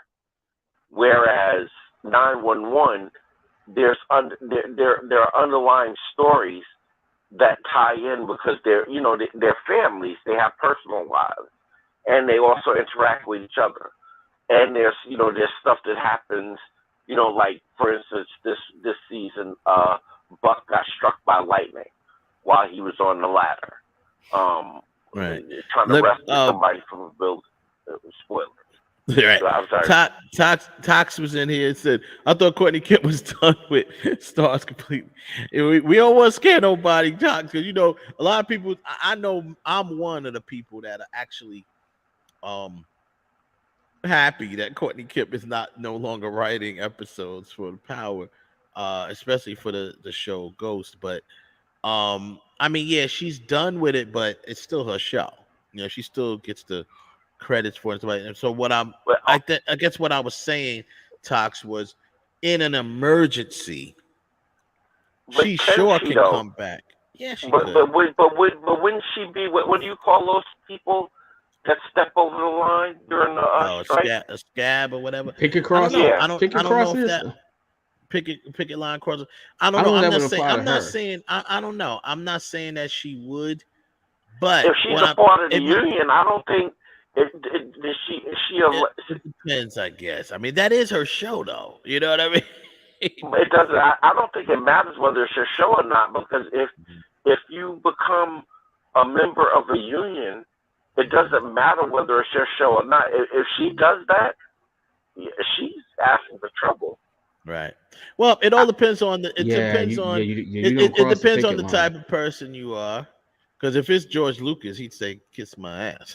Like he don't care. Well, yeah, because he don't give a fuck about the anyway, George Lucas has always been like that. When it came to the writers, I mean, especially when it came into the Directors Guild, he was, I'm gonna do what I want to do. No. Well, you gotta do this. He's like that. Tarantino's like that. Tarantino's buddy, what's his name? He's like that too. Robert Rodriguez. Rodriguez is like that. They're the type that it has issues with you gotta be paid this amount of money. That's what happened with Tarantino directed that one. He directed that one of those things for Robert Rodriguez. I think he directed a scene in Sin City. Mm-hmm. He did in Sin City, and the Writers Guild, the Directors Guild was saying that he's supposed to be paid a certain amount of money to do it. He just went behind. He just said, give me $1. He said he just had to be paid for it. He told Robert Rodriguez, give me $1. Okay, you paid me. Let me just shoot this for you. So, yeah. But yeah, more than likely she would probably just stick with it, regardless. But the bottom line is, just to answer your question, Talks, she is done with the Power Universe as far as she's moved on. But she's not the showrunner anymore. So, but she's still obviously the creator. She's still the executive producer, and she's gonna always get checks from that. But she has no more. You're right. She doesn't really have any more dealings with the show because she's not the showrunner anymore. Thank God. Thank God. Yeah. But anyhow, so with this being said, with this writer's strike looming, and to be honest with you, I'm refreshing my screen because I'm trying to see if anything has broke that did the writers go on strike yet. But once again, it's now 11 o'clock, so it's like it's a 3-hour difference. Like 3-hour difference. So what is it? 8 o'clock over there? Yeah. So I mean, it's still 8 o'clock in California, so they still got time to work this out. But come 3 a.m. Eastern. Yeah, come 3 a.m. Eastern time. It'll probably be something up here. Stated. It says this. So it says here, the Directors Guild of America and SAG-AFTRA are set to begin their contract negotiations over the next couple of months. Those talks are also expected to be difficult. It says here. So all of the unions are starting to renegotiate their contracts. Yeah, which makes this was really. I'm sorry, Wes. I'm going to cut you off short, but this what makes no sense to me. And if you know that May 1st was the looming date for all this to happen, right? Yeah. Why weren't you sitting down and doing negotiations? Because obviously all the writers are not at the negotiations. There are union reps that are doing the leaders. negotiations. Yeah, union leaders, union reps. Yep. Well, I'm sure they have. That's what they've been doing a while. So if that's the case, the writers could have been out here doing their jobs, doing what they're supposed to. You union reps could have been doing what you were supposed to as far as fighting for negotiations instead of waiting until the 1st of November. Because here's my thing, and this is what pisses me off about unions. I'm all for unions. Don't get me wrong. I'm all for unions. I'm all for a fair wage. But here's what I'm not for. You don't wait until May 1st to decide, it's May 1st. Here's our terms. Oh, you don't want to follow our terms? Okay, nobody's not working. Now, you got to expect from these people not to feed their families because, some people are seasoned writers and they got their bread stacked up, so they'll be good for a year or two. But then you got people who just came in the industry who are, they're just starting out. Yeah. They're probably working either per diem or per certain amount of check, paid a certain amount per episode or to turn out a handful of scripts, especially if they're just doing movies. Right, just do yeah. And they say here in the article, it says, however, it's been difficult to hire writers or sell projects for the past several weeks as schedules are so uncertain. It says the executives say that they have drawn up a strike plan, which includes packaging movies with scripts that are already completed and shifting to animation, where the WGA generally does not have jurisdiction. So what they're basically saying here is the studio's plan and executives' plans is to start concentrating on animation, because that doesn't, that's not a big, WGA, for whatever reason, doesn't really have it doesn't have jurisdiction over animated films. So it's I guess in shows. According to blah, blah, blah, production in Los Angeles has slowed sharply over the past 3 months, dropping 24% compared with the first quarter of last year. So then it says, though it is difficult, the effects of the broadened, the looming of what's it called, strike. Says here seems to have delayed. Okay, right here they seem to have had delays in some programming. The opposite of what just ahead of 2007 writers' strike, when studios accelerated productions in the months before, like what you're talking about, Kev. They accelerated productions in the months before the deadline, where you were talking about actually negotiating before. They just accelerated their productions up. Production has slowed down tremendously, they say. The business, yeah, and I'm gonna tell you this because in firsthand I heard it. Shout out to my boy Sam. My boy Sam is he's in the union. He's not a writer, but he's like a teamster, like one of the, like IATSE, local, whatever, he's like one of them because he works in transportation, and he was the transportation director of transportation or something like that, supervisor. Yeah, he's currently out of work. And they he was working on Fear the Walking Dead, which they were filming in Savannah, Georgia. Mm-hmm. And they finished, the season, but that means they haven't come back. Rushed it. I guarantee you that means they rushed it, and that is not a show. That show is like The Walking Dead. You can't rush it. That show has a pace, and you can't. And that means I guarantee you they rushed it and they screwed up there. So thank you. So now that means another one of my dreams are ruined. Yeah, so he told me, I was just over his house the other day. He lives here in Atlanta, and wow. And I was like, he was like, yeah, man, they already told me with this writer's strike, and gear up, because make sure you stack, because it may be a while. He said you better stack, because they may not, from what I'm hearing, not just from him, from another person I know that's a writer in the industry, they may not have nothing negotiated till as long as September. They may go through the whole entire summer without peak shooting season.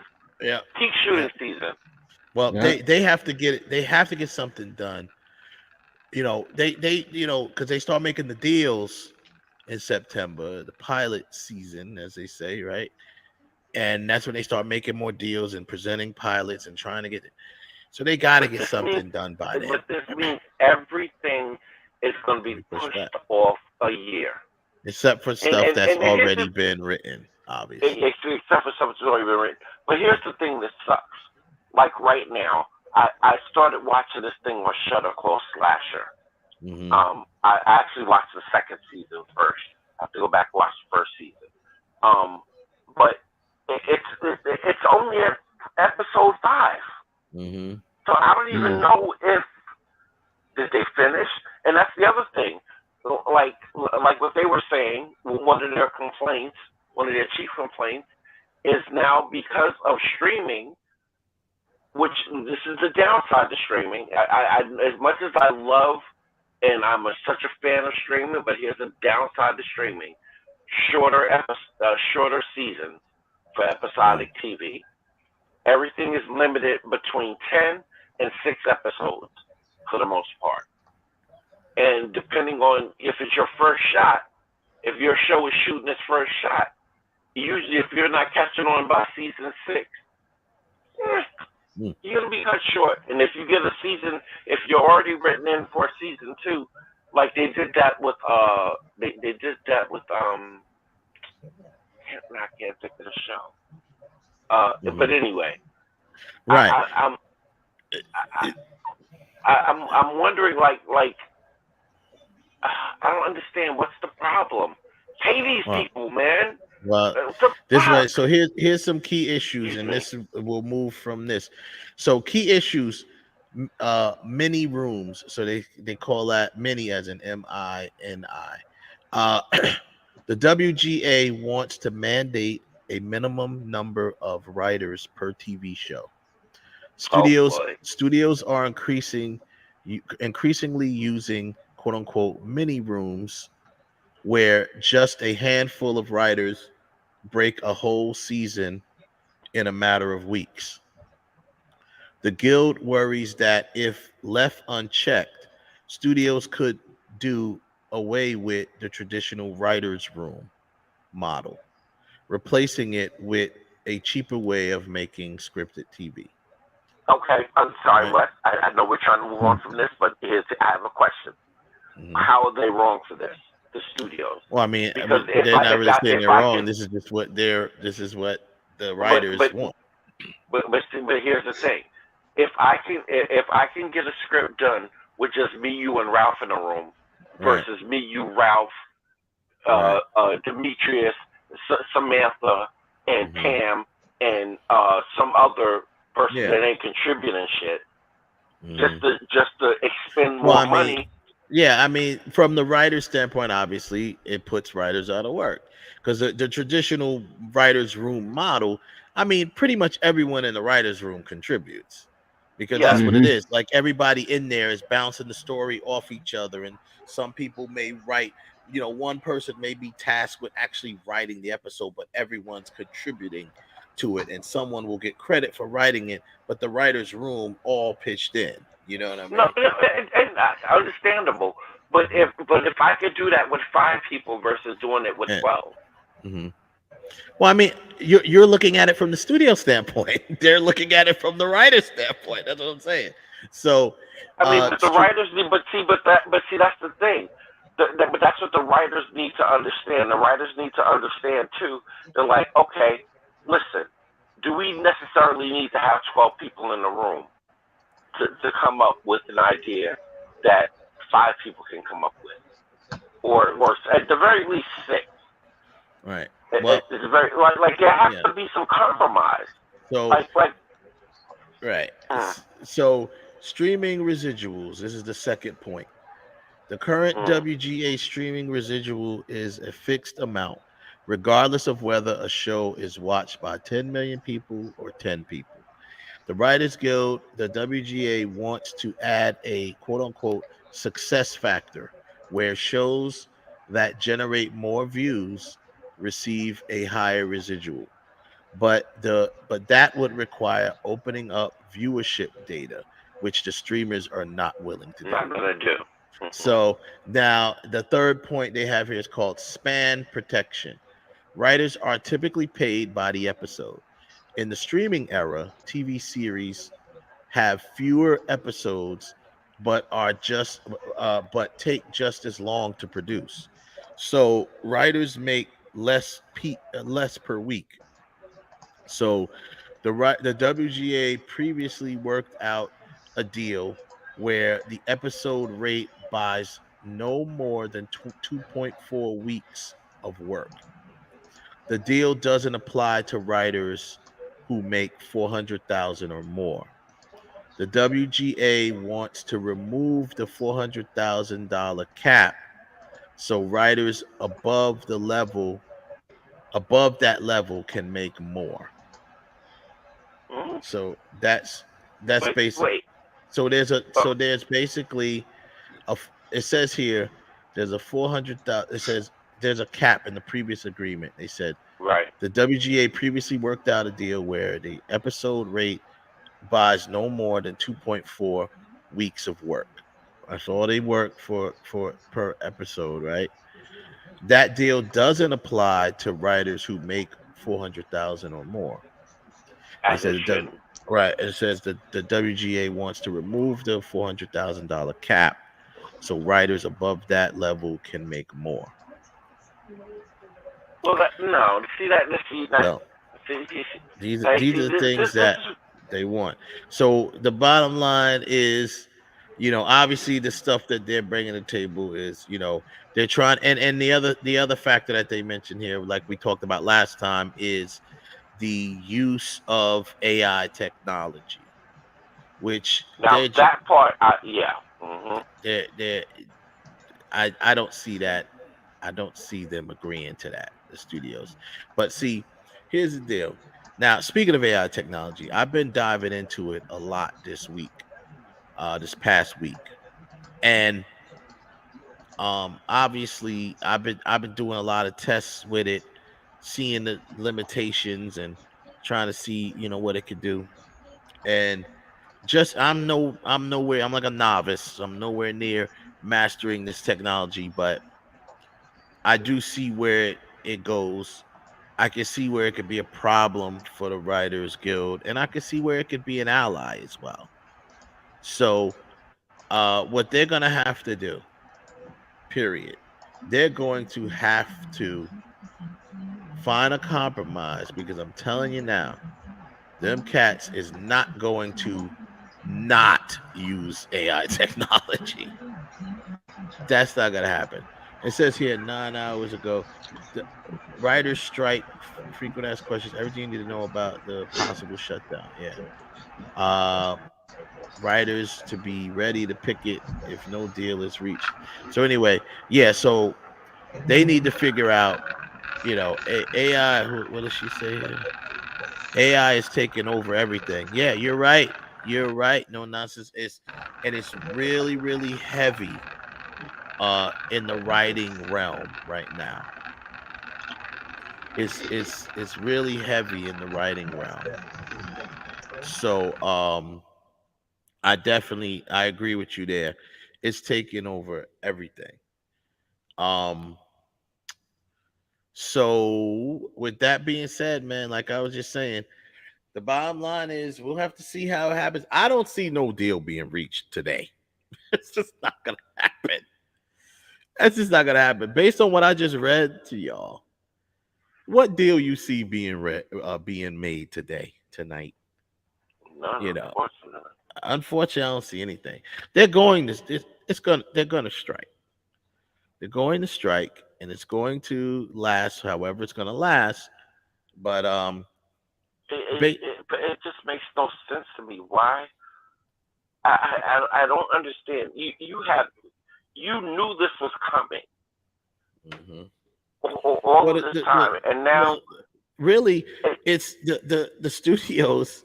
They're like, they're not making no moves. It's on the writers in their minds. It's on the Writers Guild to come to the table and at least say what you want. But this is what I'm saying. I get that, but this is what I'm saying.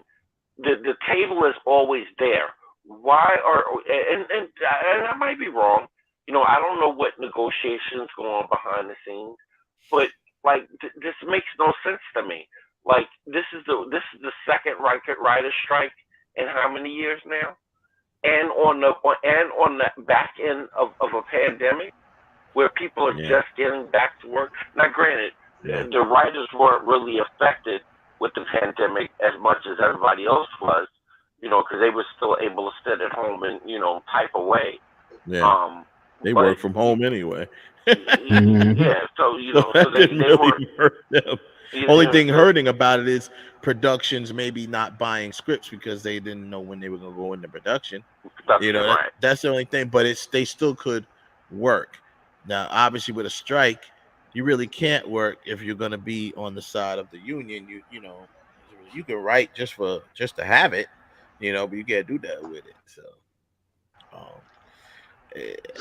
I think they did. I think during the time they had a backlog and stuff, and it's just in probably. There. But this strike deal, I mean, we had talked about this once before, and I said the same thing about residuals of your product that you write. Should someone that's looking for a TV show that going 25, 26 episodes be paid the same?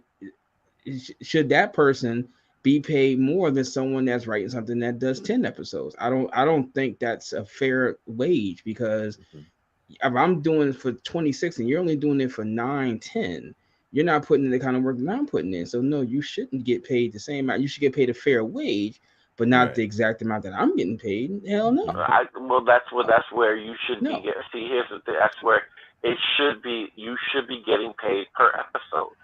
If you're writing per episode, you should be getting paid per episode. That's what they're saying with the streaming. That's where the problem comes in, because normally and I'm just guessing on the studio side, they're probably creating these mini rooms, which is like a mini writer's room, because streaming does not require as many episodes. Nope. So, that's where discrepancy comes in. But isn't episodes?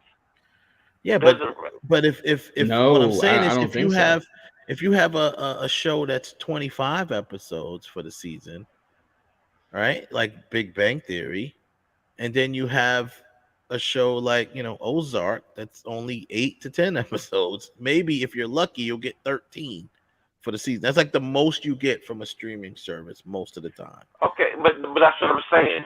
So it doesn't matter whether it's streaming or well, the only reason why it would matter is because of advertising dollars. So that part I can understand kind of sort of matters. It matters. So you automatically get paid a little bit. Residuals, and you don't get residuals for streaming. You don't get residuals for streaming. So what they have to do with streaming, in the past was work out like not a flat rate, but like a rate that kind of, that's why they were taking smaller rooms. So it's like we're gonna that's my point. Even though you're taking a smaller room, all right, it's still an episode. I don't care whether it's streaming or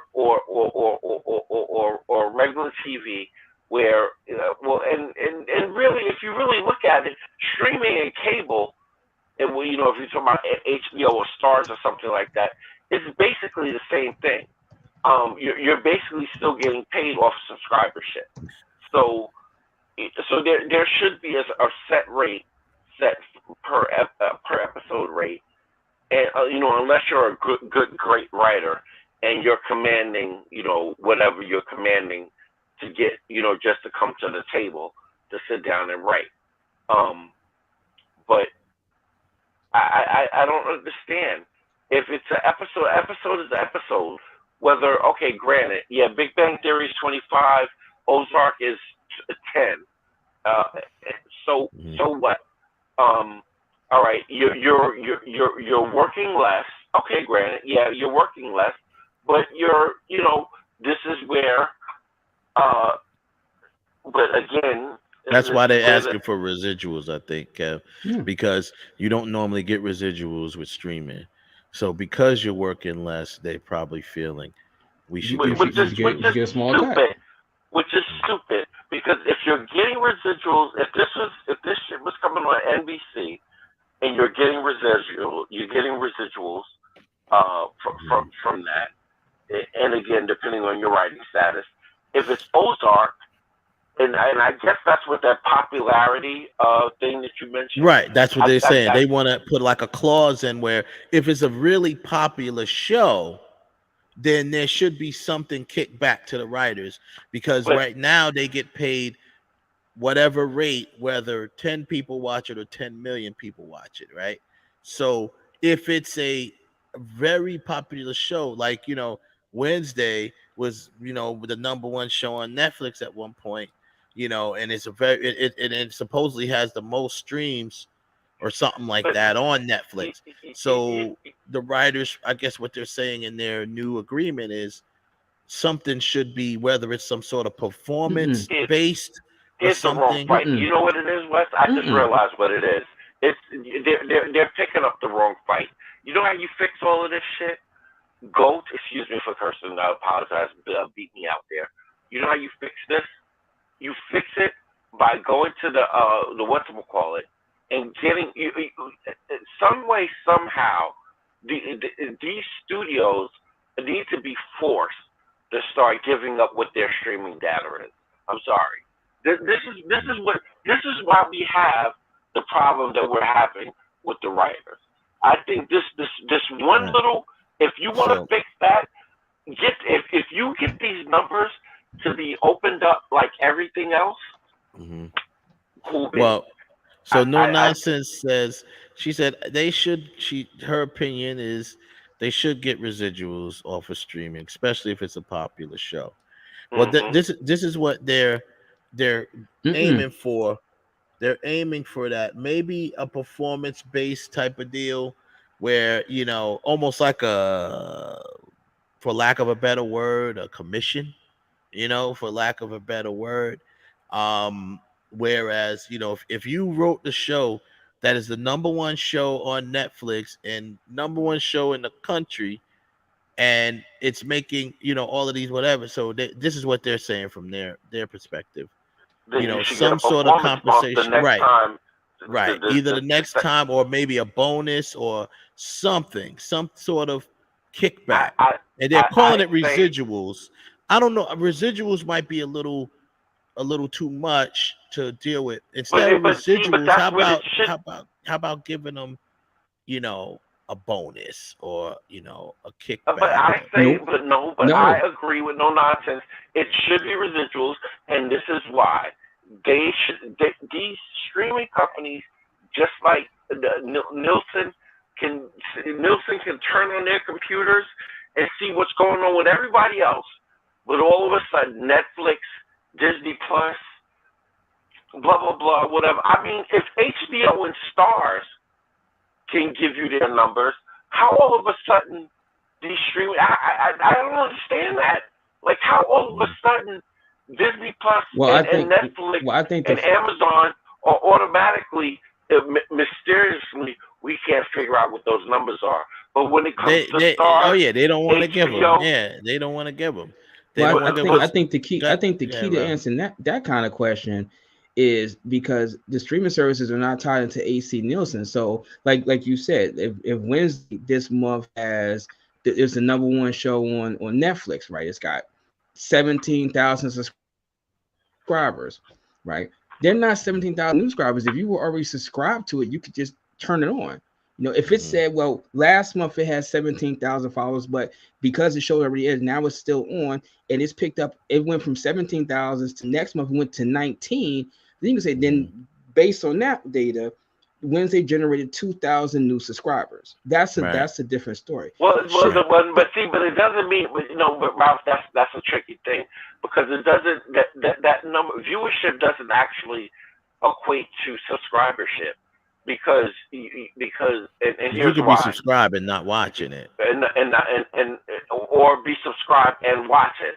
So or tune in. I should say tune into it is the right way. Right, I agree with that. You're absolutely right, but it doesn't equate, because at the same time, while you very well may turn it on, you could simply turn it off. You could cancel your subscription. So now the next month it drops down, and this whole idea that they shouldn't get residuals off the show popular. No, they should not, because you're playing. That's a Pandora's box. You're taking a risk. If this show becomes popular, then we should get something back. Now, what I think would be a fair thing is that if we do this streaming show, and the show becomes popular and it's picked up for a second season, we should get a moderate bump because of the popularity of the show. Right. But don't sit there and say, well, we do this show because we just taking the chance with any TV show, movie, and if it happens to hit, oh, well, we should get more, because fortunately for the public liked it. So because they liked it and it's making so much money, we should get a bump. No, because they don't do that for anybody else. And once you do that, you're in Pandora's box. Because if the writers are asking that, do you not think the actors are going to ask for the exact same thing? Well, unfortunately, the only downside to that is that sometimes, in some instances, some of these shows, when they kick off, some of them already have a second season written into them. I mean, so, most of the time when a show's presented, it's going to have at least the first 3 to 5 seasons laid out. But I mean, but they can fail. They can fail. They can say we won't accept it for next season. So what you're saying is, okay, so you're not disagreeing with them getting some sort of extra money. You just don't think that's the right way to do it, based on the popularity of the show. Right. because you're already going into it saying but based on the popularity of the show, it would affect the next season. Because if the show's popular, it's getting another season. The next season. But here's the thing. But here's my fail on that, because sometimes what happens is where shows, and this is where I think these mini rooms came from, is when they shoot these shows, they could shoot. Let's just say let's just say this is the shooting season right now for our new show, Take a Breath. Mm-hmm. And so let's just say out the gate, the writer's room pumped out 12 episodes. Okay, so here's what we're going to do. We're going to shoot those 12 episodes, but we're going to split it into 2 seasons. So we'll do 6 and 6. So now that's automatically guaranteed. Like, so that means the writer is not going to get any money until the 3rd season. Well, no. That's still no. Even in that scenario, that's still a crapshoot, because we filmed 12 episodes, but we're going to put 6 on. You're still taking the chance that the 6 are going to be that people are going to want to tune in and watch it. If they do, and it goes to season 2, that's a different story. But what if it fails? What if what didn't it just come out not that long ago? If it fails, Disney Plus. You're still gonna. But if it fails, Ralph, you're still gonna shoot your shot with the 2nd season, hoping that it picks up. So you're gonna push the next 6 episodes in hopes that it'll have a turnaround. But once again, that's a crapshoot. You're taking a risk. There's nothing guaranteed that you're doing this show. Like let's be honest. When it came out, there was nothing guaranteeing saying that Wednesday was going to be this popular. Nothing. There was no. I mean, we all had an idea because it was based on a popular thing, but you had no idea that Wednesday itself was popular. So what I'm saying is, you write for Wednesday season 1. It becomes super popular on Netflix, and Netflix say, okay, we're going to do season 2. Yes, I could see giving the writers a bump in pay because of the popularity of season 1. So just a bump in the pay that they get paid for the episode, not a residual. So exactly. So if you're getting paid, let's say $30,000 to write this season 1, it becomes super popular. But now, because Wednesday now you can say it's part of pop culture now. So now season 2 bump you up to $45K, bump you up. Mm-hmm. But you can't get a residual that you're making money from something that was previously done. You don't, unless they release Wednesday onto another medium. There is no residuals for Wednesday. There's gonna be no residual for Wednesday because of that. Right. I got what you're saying. That's why it's gonna be tough. They're probably gonna have to work out some sort of flat rate that they get, and like you said, maybe like a bump if the show does good, or if it does really well. They may have to get a bump to the next. So it's gonna be Disney Plus. Disney just canceled Willow. You would have thought Willow would have took off, and they just canceled that series based on National Treasure. You would have thought that took off. Both of them got canceled in season 1s. But you gotta now. There is no season 2 now. But that can be. There's a possibility that residual model can be used on ad-based streaming services, such as exactly. That's my point. Hulu subscription and ads. Right? But with that one, don't you have the option? Don't you have the option to get the service with ads or not with ads? If you can pay more money to get the service without ads, but the ads brings more money to that brings potential residual money to that network. But that's not that. Once again, not for Netflix. That's not Netflix. Do it. But that's not what residuals are. Residuals are you make money because it's reviewed in some kind of way. You can certainly make money off of advertising. No, Ralph. No. That means residuals is just what it is. It's just residual money. Yes, they base it on television based on viewers and things like that. But where does television get their money from? Ads. That's where their money comes from. So what I'm saying is, if you're now a streamer that has ads that's on your platform, you're getting that extra money in. So therefore, you got money, extra money that you can possibly offer. But it may not be the same model, But you may have to say, okay, listen, since we have ad-based streaming here, we will work some sort of deal out with the writers where you get a percentage of the ad revenue that's watched on You're not giving it up. on your program. You're not ad giving it up. revenue that's watched on your But program. Ralph, that only makes sense for you to do that, because here's why, Ralph. Because now that same program, whereas if it's on a model where, if it's on the side where somebody like me who don't want to watch commercials is going to pay for ads. So now if I go back and watch Endgame 6 times, they ain't making no extra money off of me. They getting whatever they get every month off of me. But if I drop down to one of the lower tiers, and now I'm watching Endgame 6 times a month with commercials, now they're making extra money. They made that ad-based revenue. Well, theoretically, no, because it would be the same thing as regular broadcast television. They have ads when you see a TV show on regular TV. It's the same model. It's not changing nothing new. No. It's not the same model, Ralph. Because me as you're a not consumer, paying for TV. You get no. Listen to what. Before you go, Ralph. I'm sorry. Just check out where I come from, Ralph. Me as the consumer, versus, like, check it out. Like, say if it was TNT, right? If it was TNT, I would have to wait until TNT shows Endgame for me to watch it on TNT with commercials, right? Yeah. Versus with Disney Plus ad base, I'm still making the choice. Oh wow, I still like watching Endgame again. And tomorrow again, I get up and watch Endgame, but I'm watching it with the ad base. So now it's you follow what I'm saying, Ralph? You can watch me it as a 20 consumer, times. Yeah. Right? I'm making the choice to watch it 20 times with commercials. Versus if I was watching it on TNT, I would have to wait for TNT besides the show. To have the show. Program. I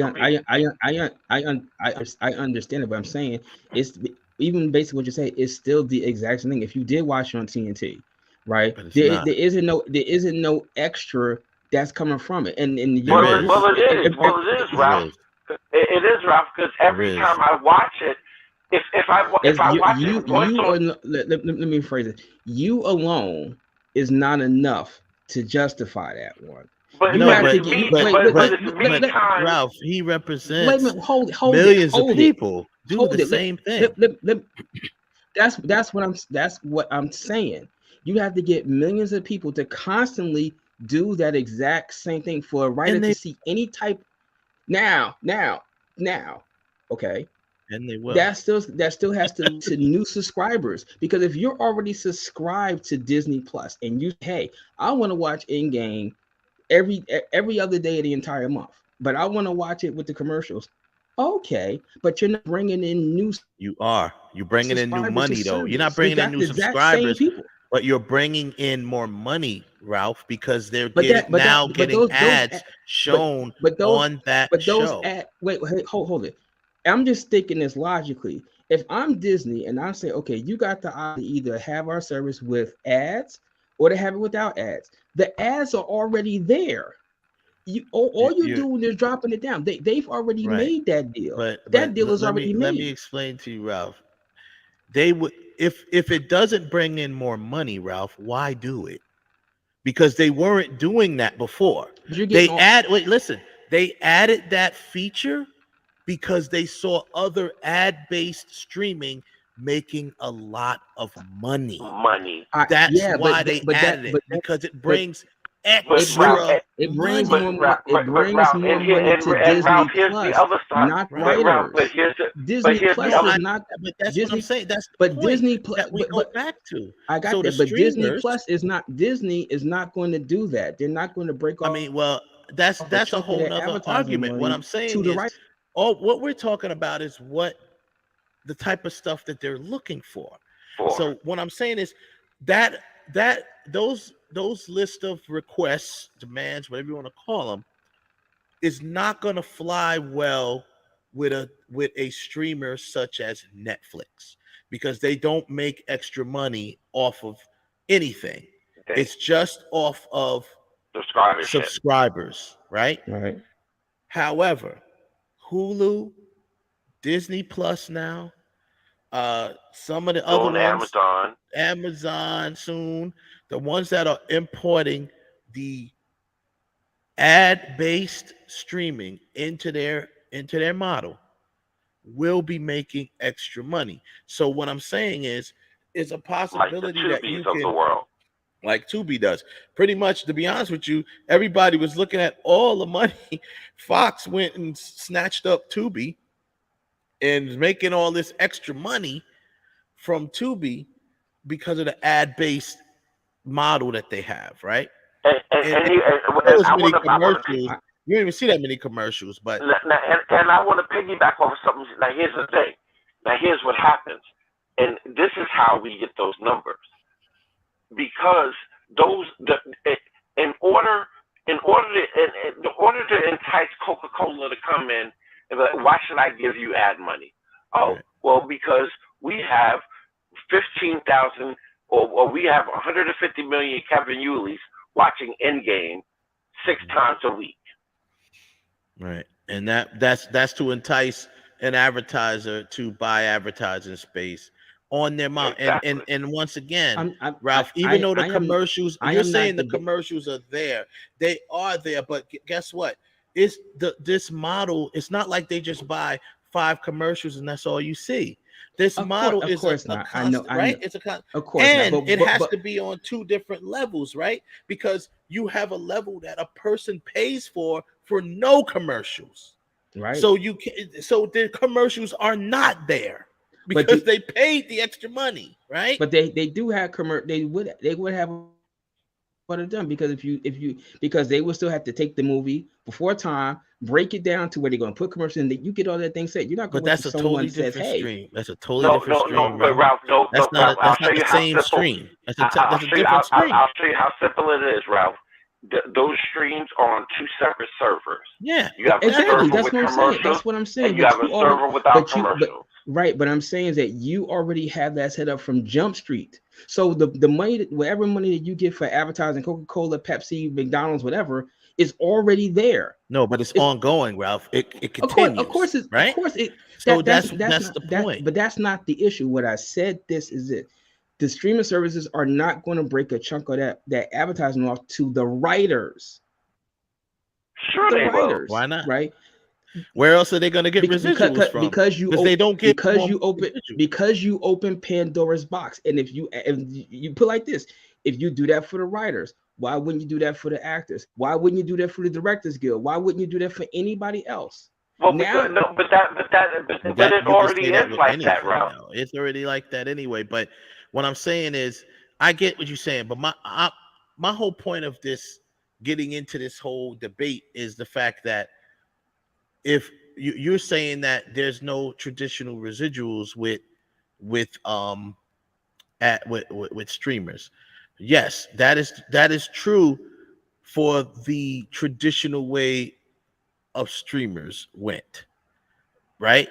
But now they've changed in their models to add ad-based stuff in there where they're getting extra money. So whether you want to call it residuals, whether you want to call it a bump and pay, where you want to call it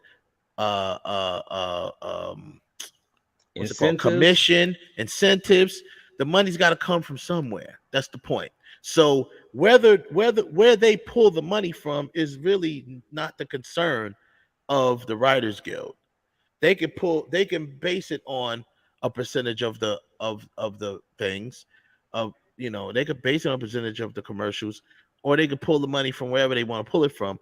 But the bottom line is the writers want some sort of residual from streamers, because it's just they're not making enough money, and obviously in their eyes they're not making enough money, because you're going from, if it was a per episode thing, you're going from writing 22 episodes to 10. So you're never going to make the same amount of money unless they're paying you double per episode. So that's literally double the amount of want. Right. That's right. What writers want. They want well, they didn't specify that in there, but they definitely just want more money. It's like, if I'm used to paying, like we said before, we keep using the Big Bang Theory. If I'm used to writing 22 episodes for a series, that's what I'm used to writing. And now, but once again, there's nothing to, if that series goes on Netflix, I get nothing from it. You know what I'm saying? Because Netflix is licensing it, right? And I don't get any money from it because it's on now, Netflix. Ralph, Ralph, Ralph. Now that's where residual. That's where residual would actually. If that was music, that's where residual would actually kick in, because now it's left from one platform to another, and now it's getting spins. It's getting rotation, and again, this is why they won't. This is the reason why they won't release numbers. But Kev, you are absolutely right. If it was on CBS and now it bumps to HBO Max, yes, that is residual. But stuff from HBO Max is not bumping to CBS, so there is no residuals on it. So right, all those shows that you guys watch on HBO Max, you're talking about an original show off a streamer is not going to get syndicated. Basically, it's not going to get syndicated nowhere else. Nope. I'm gonna get syndicated 9 times out which of 10. Is why. So that's why. This is why I mentioned the ad. Wait. Let me finish. This is why it mentioned the because they're fishing for. They need to find a way, right? So these are all suggestions. When I mentioned the ad stuff, because that's a suggestion, because that's a way of money, extra money that comes in. They're trying to figure out. That's why they're saying. Maybe it should be a performance base. Maybe it should be this. They're trying to figure out how can we get paid residuals for working on an original show that is on a streamer. That's what they want. Didn't Power or one of these shows get switched over to TNT, get syndicated over to TNT? Well, Power's on a network. That's not on a streamer. Stars is a network. It's a cable network, but it's still a network. It's not a streamer. But still, network streamer is still, to me. No, those are different things. That's a different thing. But technically speaking, stars, and Netflix is still the same thing because it's still subscribership. No, they are not. No, they're not. They are. Stars is a premium cable channel. It's a premium cable network, just like HBO. It is. But at the same time, it existed before streamers even existed. No, I right? I understand. It's a network. And it is a network. It is a network, but at the same time, it's a streaming service. Why? No, it isn't. It is not a streaming service. Ralph, it 100% is, because right now I pay $9.99 a month for my Stars, and I have zero cable. Well, that's because they created an app, but the company Stars is a network. Is a network. So there could be a show that's on Stars that could end up on another network, but you'll never see, or you haven't seen yet, a show that originated on Netflix that ends up on a network. You've never seen that, right? Because not yet, at least, because. That's the difference between a streamer and really the difference between a streamer and a network. I'm gonna be honest with you. To keep it a buck, there is no real difference between HBO, Stars, Cinemax, and Showtime, and Netflix. No, there is. There is, because the top four are networks. You actually said the difference between them. Unless you're using their app, which is something that they incorporated later, just to keep up. Wait a minute, just to keep up with Netflix, they made apps. But just like what you said about TNT, because TNT has an app too that you can watch on demand. Well, they do. Just like you said about TNT, you got to wait for Stars to play those movies as opposed to going to Netflix and watching it. So that's the difference. They implemented the app. Yeah. You know what I'm saying? Yeah. WB implemented an app. They all have apps now that's more on-demand stuff. But on that on-demand, you can only see movies that's been on their network. You know what I'm saying? Before. So it's like, okay. So it's definitely a difference. So you can't, and Power can end up on a network. Out of all the but out of all those shows that HBO and Cinemax and all them have ever produced, how many of them actually turned up on the network? Maybe 5, maybe a few of them. I know True Blood. True Blood is about, yeah.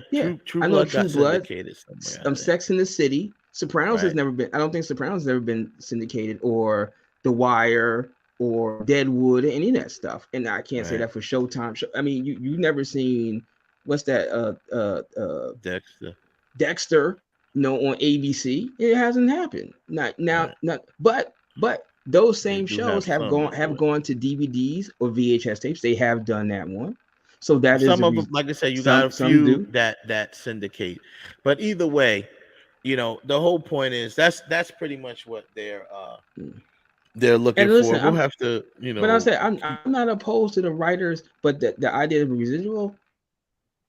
No, because in a pay for a second season, I'm cool. I'm good with that one. Now, if they want to negotiate something in there, and the reason why I say like the whole idea of the ad money is because of this.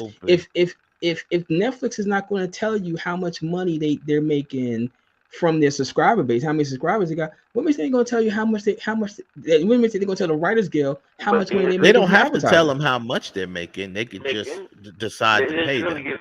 So, but what you're saying, Ralph, also has to come with stipulations, because who's to say you're gonna hire me next season to write? You might hire a different writer. So now I need to have a But is that not a crapshoot? Whether you write for a streaming service, a movie, a TV show, you still got the same problem. What I'm saying, that's why we're about to have a strike. They're trying to avoid that. They're trying to get some sort of guarantee that they're going to make the money that they feel they deserve for writing these shows. These shows that become super popular what I would say in ratings and viewings, whereas in TV, viewings and ratings matter. It goes to, it equates to money, because they get more advertising. They get that, because no matter how you slice it or look at it, Ralph, the way television makes money is from advertising. I'm not saying that you didn't say it, but what I'm saying is you're talking about that the advertising, the whole thing you're talking about, the advertising. What I'm saying is viewership equals advertising, more advertising, right? Okay, so with that being said, if you're on a streamer and it does, like Wednesday, it's got 1 billion views, right? And the writers who wrote Wednesday, right, it got 1 billion views. Because it's on Netflix, no money comes from it, but yet it's got streamed 1 billion times, right? If that was released on a network television, they'd be swimming in money, right? If it had 1 billion views. So that's why they have to come up with something. And to be honest, they're gonna have to come up with something. And only reason why I brought up release the data. Right. They have to release the only reason why I brought up the ad-based stream, because poor old Netflix has no extra way of making money. Whereas and they're actually going to implement did you see that? Did you see what they did? Like it said, I think after next month, Netflix is ending their whole DVD division. Yeah, they did. Yeah, they're wiping it out. They're also going to add a ad base as well. All of them are going to do it because they see how much money it brings in. Yeah, right. It's almost like TV again. It brings the company. Now, what could be an idea is if you are going to write, instead of you writing for Wednesday, you hire to write Wednesday. How about we hire you to write for Netflix? Right, we could because you could take your writing skill over any of our shows. We hire you to a production writing deal, right? Where you will be able, let's say Wednesday, and Playing Dirty or whatever, you're able to write. So if one series gets picked up, we went to a 2-year contract, where you are a production deal for Netflix. You are a writer for Netflix. That's 2 full years, right? Where I mean, they might be able to do that. Whatever. That's a great idea. We don't know how that's going to work, but I mean, before I move on to it, because we got, I got to at least run down this list. Before we move on, so every ad revenue, as you know, is attached to the show, right? So regardless of Netflix isn't the only people that make money off of ad revenue. The show makes money. Dude, they split it with the show, right? So whatever the percentage is, whether it's 50-50, whatever, they split the ad revenue with the show that the ads are on, right? So the show will have extra money to pay people. That's my point. It's not like they're asking Netflix to pay them. They're asking whoever the producer of the show that's on Netflix. Let's just say Netflix added a ad-based system. That show, let's say Ozark, or even Wednesday. Wednesday now, there's a stream or there's a server that has ads on it. You can watch the whole series with ads. The producers of Wednesday will get extra money from that ad revenue. They're entitled to it. That's what part of it. So since you're getting extra money from the ad revenue, maybe you can break off the writers a little extra money. Right there, what you just said, maybe. I'm just saying, maybe you could break off the right. I mean, you got it. The money got to come from somewhere. It's got to come from somewhere. They're not going to pull it out their pockets. Like, okay, so the bottom line is no. What I said was that if people in Netflix get an extra $2 million, and you say maybe it'd be a good idea if you break some extra money off to the writers. You keep saying Netflix. Netflix has nothing to do with it. I'm just using that as I'm just using that as an example. And that's not what I said. What I said was Wednesday is popular on Netflix, and Netflix breaks off a chunk of money to the producers of Wednesday from advertising. So they make an extra $2 million. You just turn around and say, well, maybe we should break some off to the. That's the point of negotiating. That's the point. But Ralph, but here's the thing, Ralph. That's what the negotiating is for. But not only that, Ralph. Once you step, but here's the thing, Ralph, and I want to end it on this. Once you step into the realm of ad dollars, that changes everything. Because every show is not going to perform the same or receive the same kind of ad dollars. So that means there's going to be more, in some cases, more money, and actually in all cases more money. Yeah. Actually in all cases more money. It's all more money, but some is extraordinary more. Exponentially more. Right. Some might just be a little more. And some is minimal. Right. Because that money is now not being coming from the stockholder. Right. In the case of Netflix. Right. Now it's actually coming from. It's not coming from anybody. You're right. None of the stockholders or stakeholders. It's coming from the advertisers. And that's really the only way that they'll be able to get any extra money. Like, where else is the money coming from? Unless you're getting more subscribers. But at some point you're going to hit your peak of subscribers, and there won't be no more subscribers, or it'll slow down, and you may even start losing subscribers. That's why they're all starting to implement the ad base, because people are people are Netflix, they're sharing passwords. Netflix is now penalizing you for sharing passwords, but a lot of people have been doing that for years, and they've been losing a shit ton of money. You know what I'm saying? So now they're like, okay, let's bring in this ad base, so we do it. Let's run down this West, real fast. Joseph, no, the idea of a TV show based on Fatal Attraction is an abysmal idea. I've already seen some of the previous work, and it sucks. There's already a show. Pause. There's already a show right now on Prime Video called Fatal Attraction. That's a TV show, and it sucks. It's on Prime. Is that? I thought it was on. It's on like Paramount Plus or something like that. Paramount Plus. It's just from the interview I saw. Have you seen the show though? Just from the interview I saw with you said the interview. Host. Have you seen the show? Right? No, because and I saw an article where it tells the premise of the show, which is completely different from the premise of the movie. It's completely different. So no, but it's still fatal. No, but I started watching it. And it's completely different from the premise of the movie. So what what do you mean by it's completely different for the premise of the movie? Well, Is it about an affair that goes left? Where he goes to jail and then comes out 10 years later? Is it about an affair that goes left? I will say absolutely yes. The girl shows up at his Then house. it is about the same premise. It ain't no. It's the same premise. The premise of Fatal Attraction is an affair that goes wrong. It wasn't about an affair. It was about an affair that went wrong. Toxic, and then the girl gets pregnant. She becomes a stalker. The guy says it in the commercial. I thought it was basically, and I'm paraphrasing what he said. I thought this was a one and done. I wasn't expecting her to show up at my house. Right. Yeah, that's in the movie. She shows up at the house, but it's completely different than what the movie is.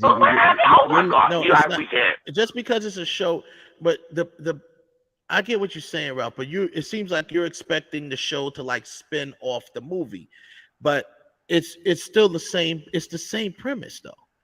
It's a Fatal Attraction. It's the same premise. So they can literally have a series.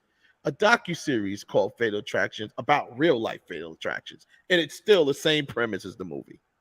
It's the same premise. There was a little more to the movie than just the affair thing. But that's how you make it different, because you got the movie and you got all these other little nuances to it. But at its core, it's about an affair that becomes fatal. It's in the title. It's a bad idea. It was a bad idea. Here's the bottom line, Ralph. If you marry and the other woman shows up at your house and you come home and this chick is sitting on your couch drinking coffee with your wife, guess what you got? Fatal Attraction. All right. The beginning of a Fatal Attraction. They should have left it to the movie. You didn't need to make a TV series about it. You really did. Left it to the movie. But I mean, Ralph, that could be said about damn near everything. Everything. And they're doing it, and it may or may. I mean, it didn't need. The Bates Motel was a series based on the same premise as Psycho. Wait a minute. It was more like a prequel. Wasn't the Bates Motel, realistically speaking, isn't it a prequel? It's a prequel. It's a prequel. If you wanted to make a prequel, now wait a minute. Now, if you wanted to make a prequel to Fatal Attraction, let's say that was possible. Okay. A prequel because we saw what happened. But now you have to base it on the exact same characters. Now they're doing. They are the exact same characters. There's more to it than it could be more to it if you're making a series, right? There could be more to it than just that. So I mean, I haven't watched it, so I'm not gonna judge it, and you shouldn't judge it if you haven't watched it, Ralph. Come on. You can't say it sucked. You said it sucked. How can you say it sucked when you haven't watched it? I read the synopsis of it, and the synopsis in the first 5 lines, I was like, that's not Fatal Attraction. It's not. What? He never went to jail. Ralph, he never went to jail. It's not what you think Fatal Attraction should be. It's not to necessarily say that this is not a Fatal Attraction. Hold on a second. What do you mean it's not what I think Fatal Attraction be when there was a movie called Fatal Attraction? I'm basing on what I saw in the movie. But nothing you else. Expected to see the same thing in even the if you expanded it. No. Even if it's a limited series, even if you expand the movie where you still got the same thing, where there was an attraction and she dies at the end of the series, okay. But you changed the whole premise. He never went to jail. You never saw the movie where he's 10 years later he's coming out and reminiscing. Have you watched the show to see what happened to the two? It's in the synopsis. That's how the damn show opens. He's coming out of jail. Okay. Did Michael Douglas' character in Fatal Attraction go to jail for killing Alex? We don't know. It ended when she died. We don't know if he went to jail. He didn't go to jail. Who killed Alex? We don't know it went to jail. We do know who he went to jail because the movie ended when she died, when she killed her. Who killed Alex in the movie? Killed her, but does that mean he doesn't take the blame for it? Does that mean he don't take the rap for it and go to jail for her? Wait a minute. The police decided to arrest him after this woman broke into the house, tried to kill his wife, and they're gonna lock him up. How did Fatal Attraction end? It ended with the police leaving his house and the two of them going up to their bedroom, and it ended with a close up of the picture of them on the counter on the thing. Exactly. How did dictate everything that was said to police in that sequence. How do you know if he does not decide to take the rap for his wife and go to jail? Come on. For killing. Come on, I'm not. What do you mean? Come on. Come on. It's been done. It can be done, and it's been done. Come on. I'm not. Look, OJ went to jail for his kids, so don't tell me it can't be done. Like OJ I said, went to jail for his kids. Like I said, the bottom line is what you're talking about is, oh, he didn't go to jail. We didn't see him go to jail, but we didn't see anybody go to jail. Because nobody was supposed to go to jail. But bro, that's not true. They killed an That's intruder. not true. Somebody tell you, Ralph, doesn't mean there is a dead body in the house. If the prosecution decides, bro, then hey, did you? Well, now wait. Don't even get me started, Ralph. Did you not see the black woman that went to jail for killing a man who fell through her roof, who was an intruder, and she killed him? No, and he went to jail. She went to jail for that. No, people go to jail for even killing intruders. So maybe they don't because they white, but it's there you go. There you go. But anyway, you're this is the thing, and I know how you feel because I feel that way about a lot of things too. But you're not even willing to give it a chance because you just think it's stupid. But you're saying it sucks and you've never seen it. So that's not right. I saw the trailer for this thing. I saw Kenzie when she was being interviewed. I saw 2 interviews with her when he played Sam's movie, and she was telling the premise of the TV show. And I was like, yeah, 10 years later. 10 years later. And he's reflecting on what happened to him 10 years earlier. That ain't Fatal Attraction. That's not. Now, like I said, if you want to expand the affair that began when they were at that book event, and you expand the affair to a whole bunch okay. So how is it not Fatal Attraction if he's reflecting on what happened? Right. If he's they might be actually expanding his affair by his reflections, but you don't know, Ralph, because you didn't watch the show first. The first thing when you said that he's coming out of jail, that's what right there. Nope.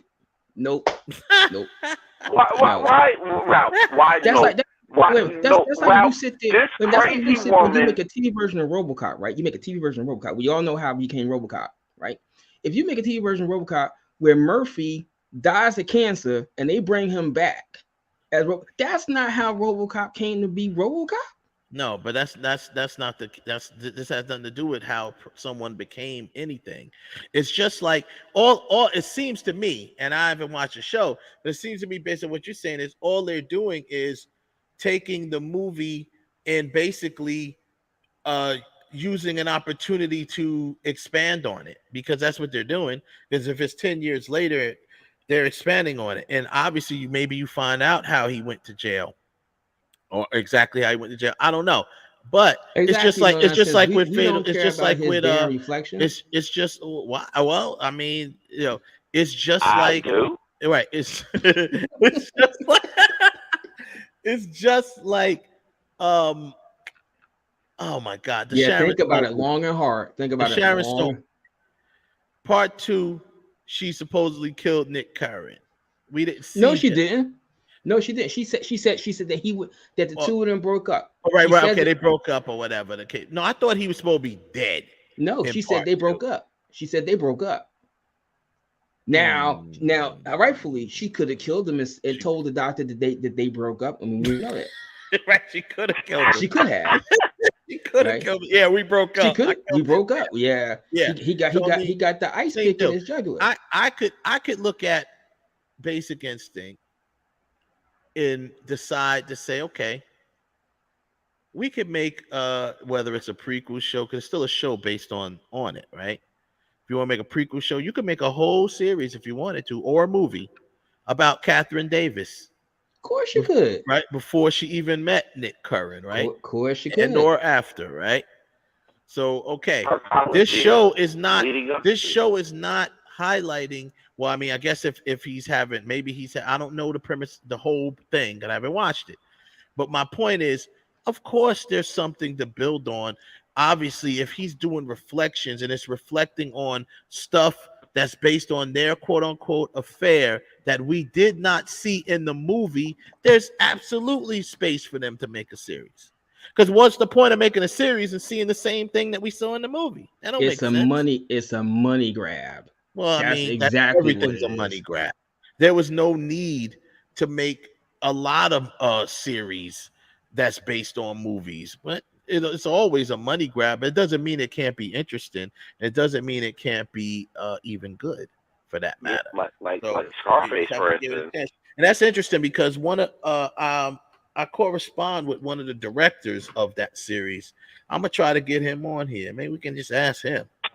You know, maybe we can just ask him because I want Pete Chapman is he's directed maybe some episodes on there. I've seen, I'm Facebook friends with him. Shout out to Pete Chapman, and he works on a lot of stuff, but I'm just saying this happens to be one of the shows that he recently was working on.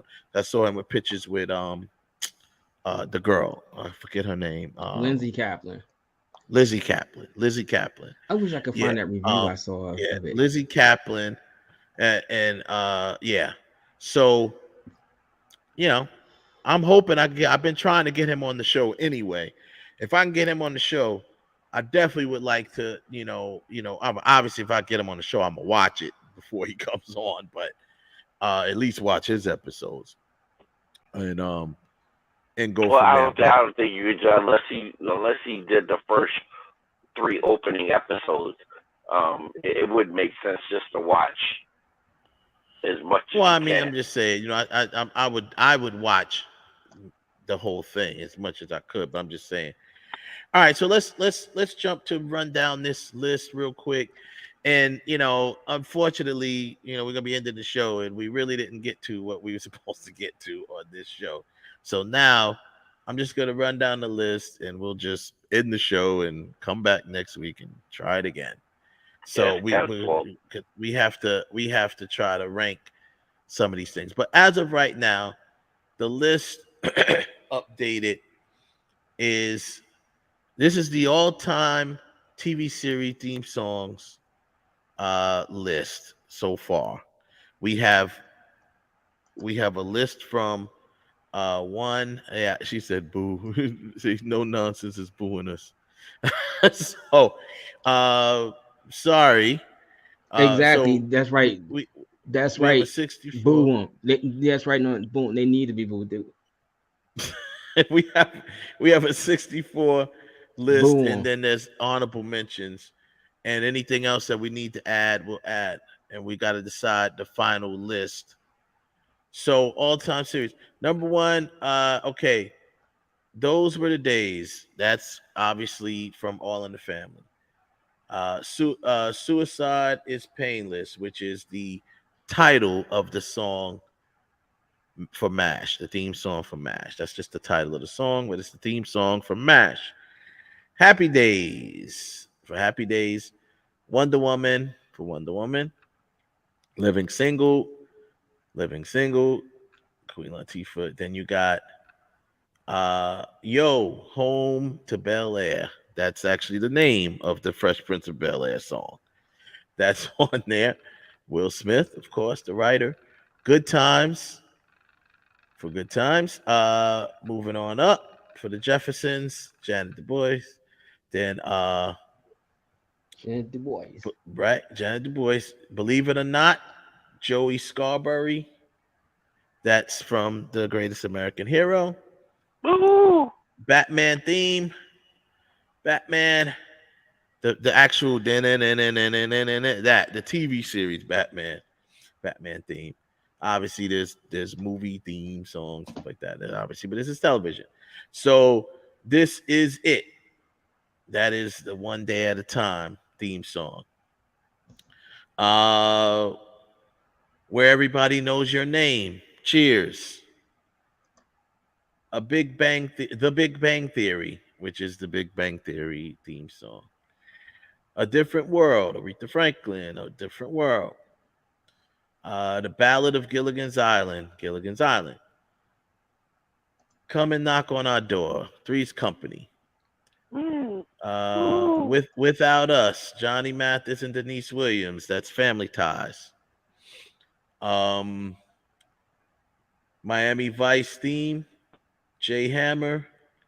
That's the actual theme song with no lyrics. And then you got You Belong to the City, which was Glenn Fry, which was also a song for Miami Vice, which had lyrics, obviously. Angela, Bob James. That's the name of the Taxi song, Angela. I couldn't remember the name of it, but I knew it had a name. That's called Angela, Bob James. Woke Up This Morning, Alabama 3. That's Sopranos. The Brady Bunch, Peppermint Trolley Company. that's who made it. The Brady Bunch. We have Come On Get Happy.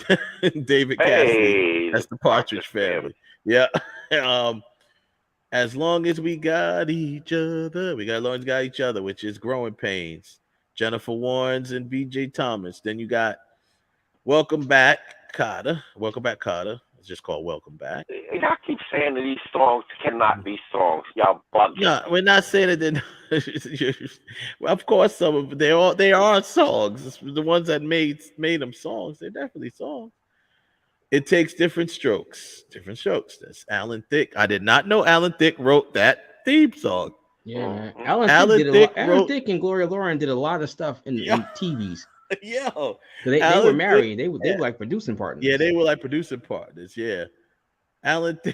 I did not know that. And then you got Gloria Loring did The Facts of Life. Yeah, The Facts of Life, Gloria. I don't want to wait. That's Paula Cole. That's Dawson's Creek. I don't want to wait. Then Moonlighting, Al Jarreau. Moonlighting. Good old boys. That's Waylon Jennings, The Dukes of Hazzard. Unknown Stuntman, Lee Majors. Fall Guy. The Knight Rider theme, Stu Phillips, Knight Rider. Danny Elfman did the theme for The Simpsons. Then you have Danny Elfman. I'll Be There for You, The Replacements. That's for Friends. Then you have the Twilight Zone theme, Bernard Herrmann and Marius Constant, The Twilight Zone. Addams Family theme, Vic Mizzy, The Addams Family. In Living Color, Heavy D, In Living Color. Then you got Everywhere You Look, Jesse Frederick, Full House. Everywhere You Look. So you no nonsense. You feeling these or what? You she said what? What she say? From Good Times themes. Yep. Yes, she did. Walona from Good Times. Walona from Good Times. Yep. That is Janet Du Bois. Yep. She's singing on it and wrote it. Yep. Then you got The Love Boat, Jack Jones. That sounds like a person. Jack Jones. It sounds like Tom Jones would sing it. The Love Boat. Listen, no, you cannot talk. You can't say nothing about Tom Jones. I'm not saying nothing about him. I said it just sounds like a song Tom Jones would sing. That means it sounds dope. Ironside theme, Quincy Jones, Ironside. Oh wow, I didn't know that. Then you got Green Acres is the Green Acres, Eddie Albert and Ava Gabor. Green Acres. That's a funny ass theme song, yo. That's one of the funniest to me because they just go. It's like a debate song, but the man wins over, especially back then. The man is over, the husband's gonna win. That he settled the argument by saying, "You are my wife." And you'll do as I say. The store. No, he said something. And she's like, the stores. Fresh air. Times Square. You are my wife. Goodbye, city life. Sure. That settles the argument. That's Green Acres. Then you got Thank You for Being a Friend. Cindy Fee. Golden Girls. Theme from Mission Impossible. What's that? Lalo Schifrin, Mission Impossible. Theme song from Star Trek, Alexander Courage, Star Trek. Making our dreams come true. Do do do do do do do. Cindy Greco, Laverne and Shirley. Then you have the big one, Alan 2. That's the People's Court. I know that's not prime time. I know that's not prime time. However, right.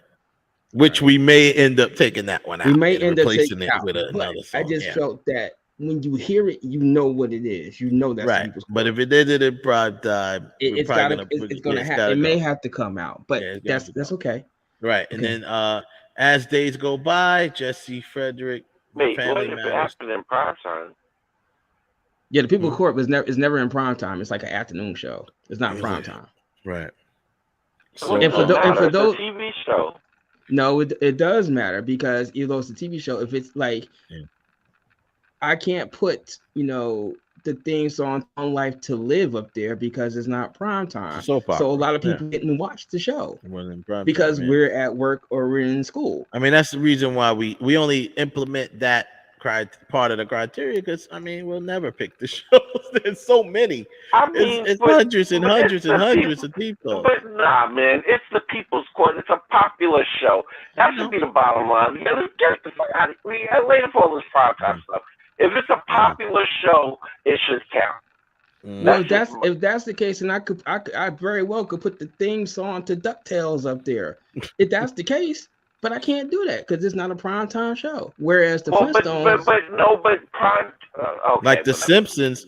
The Simpsons is the only animated show that made it because it is a prime time show. Prime time show, right? It's a prime show. All right, so let me finish the list. So then, we'll decide later if that's what. As days go by, that's Jesse, Frederick, Family Matters. I'm Always Here, Jim Jameson. Baywatch, You're the Greatest, Sammy Spears, and Jackie Gleason, which is the Honeymooners. Obviously, the name of that song is You're the Greatest. The theme song of Law and Order, Mike Post, Law and Order. Then you got theme song from the X-Files, Mark Snow, X-Files. Kiss Me, Stuart Gardner, The Cosby Show. That's the name of the song that the Cosby Show theme is. It's called Kiss Me. Theme from Night Court, Jack Elliott, Night Court. 90210 theme song, John E. Davis, Beverly Hills 90210. Theme song for Dallas, Gerald Emo, Dallas. Theme song for Magnum P.I., Mike Post again. And then, Magnum P.I. If you take any of these cop shows, chances are Mike Post did the music for them. Because I think he did the music for New York Undercover too. I think. Mm-hmm. I think he did the music for that. Then you got Fame, Irie Cara, Fame. You have The Fishing Hole, which is the Andy Griffith show. If that ain't an earworm, nothing is. Because that annoying ass whistle is that whistle is not annoying. That listen. The only town on TV with no black people but got the dopest whistle to the song. I know. And if you didn't watch it, you just kind of know the song. Yeah. I'm like, that's oh my true. God, you know that tune. You know that tune. Okay. My Opinion Nation. That's Blossom. Then you have theme song. Oh, that's Dr. John. That's the name of the guy. Dr. John. Theme song from the Munsters, Jack Marshall, the Munsters. Hawaii 5-0. I'm surprised that's not Mike Post, but Hawaii 5-0. Morton Stevens, Hawaii 5-0. Moving on. That's the name of the song from Moesha, Brandy. Then we have number 63 is Together, which is Silver Spoons. And then you have 64, the theme from Charlie's Angels, Alan Ferguson and Jack Elliott, Charlie's Angels. And then we have the honorable mentions, as we mentioned before. Wait a minute. Ludwig. Hold up. no WKRP in Cincinnati? Yeah, you know what? That's an honorable mention as well. Yeah, that's on the honorable mention list. That was a good one too. WKRP. That was a really good one. Very good. I mean, hell, I got that on there. I got Martin on there. That was a very popular song. Martin. Martin. These are the ones that we got to decide if they get bumped into the list, and then we bump something out. WKRP is in there. Ludwig, who does The Mandalorian, I did have that on my honorable mentions. Beverly Hillbillies, Perfect Strangers. That's what we was talking about. Well, we talking about Bosom Buddies with the other. Perfect Strangers, Step by Step, Meet the Flintstones. We talked about the Flintstones because it was a primetime show. It was animated. Meet the Flintstones, theme from Dynasty, Get Smart. I Want to Do Bad Things to You, which was True Blood. Coming to You, which is King of Queens. Battlestar Galactica, Sex in the City. Let me rephrase that. Sex and the City, not in and. That's a common mistake, which is what they call the Mandela effect. A common mistake that people call it Sex in the City, but it's actually Sex and the City. But what are we saying here? No Nonsense says Tiny Toons theme song goes harder than Duck Dodgers goes harder than both of them. Yeah, she said Tiny Toons go harder than DuckTales. I don't know. We might have to see when we do our animated. That's gonna be fun when we do the animated. I'm sorry. I'm taking Duck Dodgers. That's Tom Jones. I'm going with DuckTales. I'm taking Duck Dodgers. Well, then again, Animaniacs was dope too. Yeah. Animaniacs had Pinky and the Brain. Pinky and the Brain was dope, but DuckTales, but man. Some of this stuff was, but some like. We could do a whole separate animated one. I know. Like a hurricane. Transformers. He's got phasers, aeroplanes. It's a duck blur. Come on, son. DuckTales was that joint. DuckTales. Woo. No, I'm still taking Duck Dodgers. In the 24th and a half century. I have to agree. I have to agree with No Nonsense. Tiny Toons. She like Tiny Toons. We're tiny. We're duty. We're all a little loony. That was dope, though. That was in Hack University. We earned our 2 degree. Yeah, that was my joint, though. I got you. That was dope. I love DuckTales, man. Don't even get me on the animated, bro. That animated it's gonna be so fun. We gotta do that one. That's my joint. But I tell you, one of my favorites I don't think it was a very popular show, but it was one of my favorite theme songs for a cartoon, and that was for Mask, Mobile Armor Strike Command. Mask. Yeah.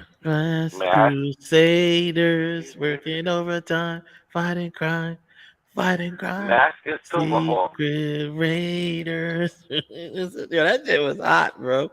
My mask. That shit was my joint. That was dope. And of course, Bionic 6, that was my joint too. Oh yeah. Yeah. Bionic 6. Yeah, man. Yep. We are a family. I fight for them. And they fight that and Silverhawk got cut short way too quick, man. And of course, Thundercats. Thundercats. That was just badass. That's all. But so what we'll do very early next show is, and even throughout the week we can get together and try to final rank these shows theme songs. And what she say here? She said, "What? We're Tiny Toons." Rescue Rangers. Rescue Rangers. Nonsense. I had said the thing with Conjunction Junction and it's I'm Just a Bill. Yeah, you talking about Schoolhouse Rock? Yeah, Schoolhouse Rock. But I was like, nope. But that wasn't prime time either. That was an after school show. That was no, that wasn't after school. That was actually Saturday morning. Saturday mornings, yeah. Prime cartoon. But I'm just a Bill. Yeah.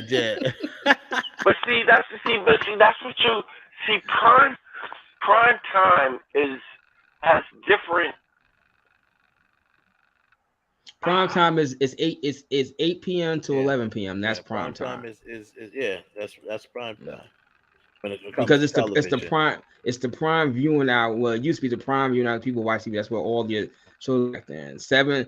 Everything else was syndication or something else. But prime time was always 8 to 11, and it probably is still probably considered. But this is why I say. Now I understand separating some of the animation. That makes sense. But this is why I'm saying you can do a whole different animation one. Yeah, because and here's why I say that it should be the popularity of the show, because the People's Court, that anybody who either stayed home from school sick, stayed home from work sick, hell, played hooky home from work sick, Jerry Springer, the People's Court. And actually, the People's Court was primetime afternoon. That's not primetime. That's not primetime. There's only one primetime. So that's like saying Oprah Winfrey's is primetime afternoon. No, it's just all afternoon. All of the talk shows and the soap operas. But that's what I'm saying. But see, that's what I was saying. The primetime viewership thing, it kind of changes with the popularity of shows. Because depending on the popularity, that's why they get switched. That's why they get switched. You notice how shows get when they get less popular, they get switched out of that primetime spot. Happened all the time with TGIF. TGIF was all primetime shows, but they were the shows that were the most popular. When the show lost its popularity, got in the 9-hour. Right. When the show lost its popularity, it moved it to a earlier time or a different day or a weekend.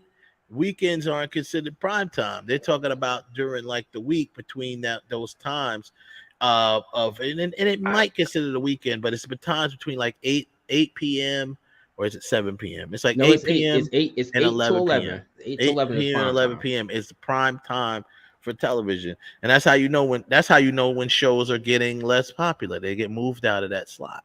They get moved out of those slots, and the closer you get, Saturday, right? If you get moved to Saturday or another whatever. So that's you have that right there. You got that's what it is.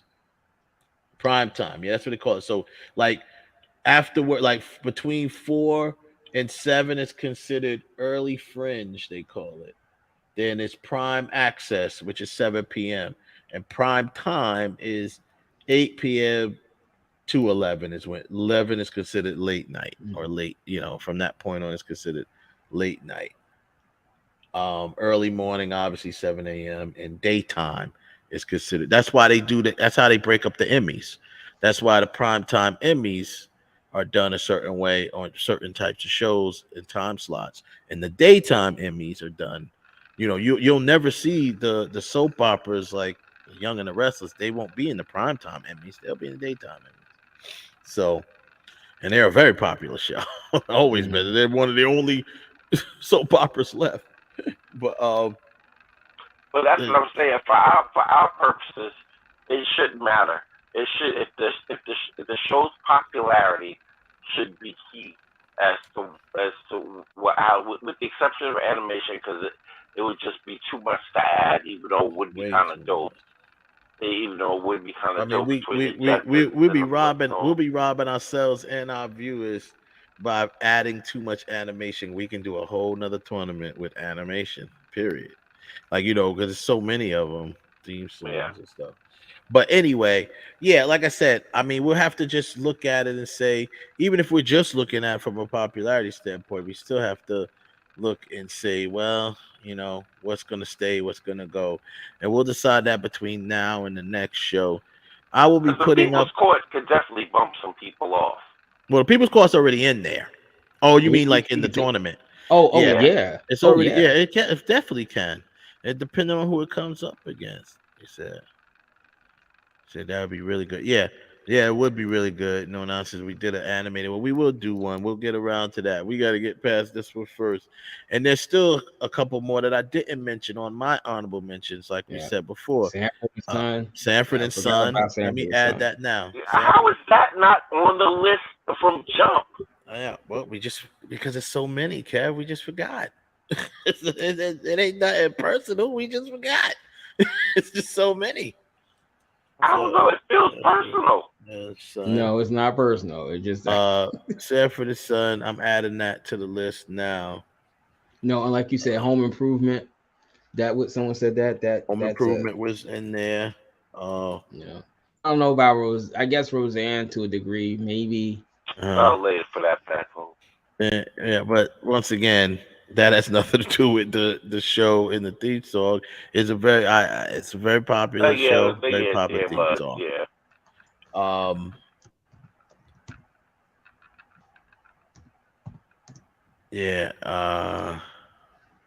And then nonsense said because we bugging. That's why we forgot the Sanford and Son. No nonsense. It have nothing to do with me. The same friend. No, and I forgot the one that I did say that I don't know if it's give me a break. I did have give me a break on my give me a break on my about that one. mentions. But I would say Curb Your Enthusiasm because it's like in so many different themes, with that theme song. But Westbrook would say, but if you never saw the show and you heard it, would you know what that went to? No, I mean most people because I the reason why I say that because someone literally asked me, what is that? Like they've heard it before, but they couldn't relate it to the show. Someone literally asked me because I was showing them because people use that stuff when they make like funny memes and stuff like that because it's a funny sounding theme song.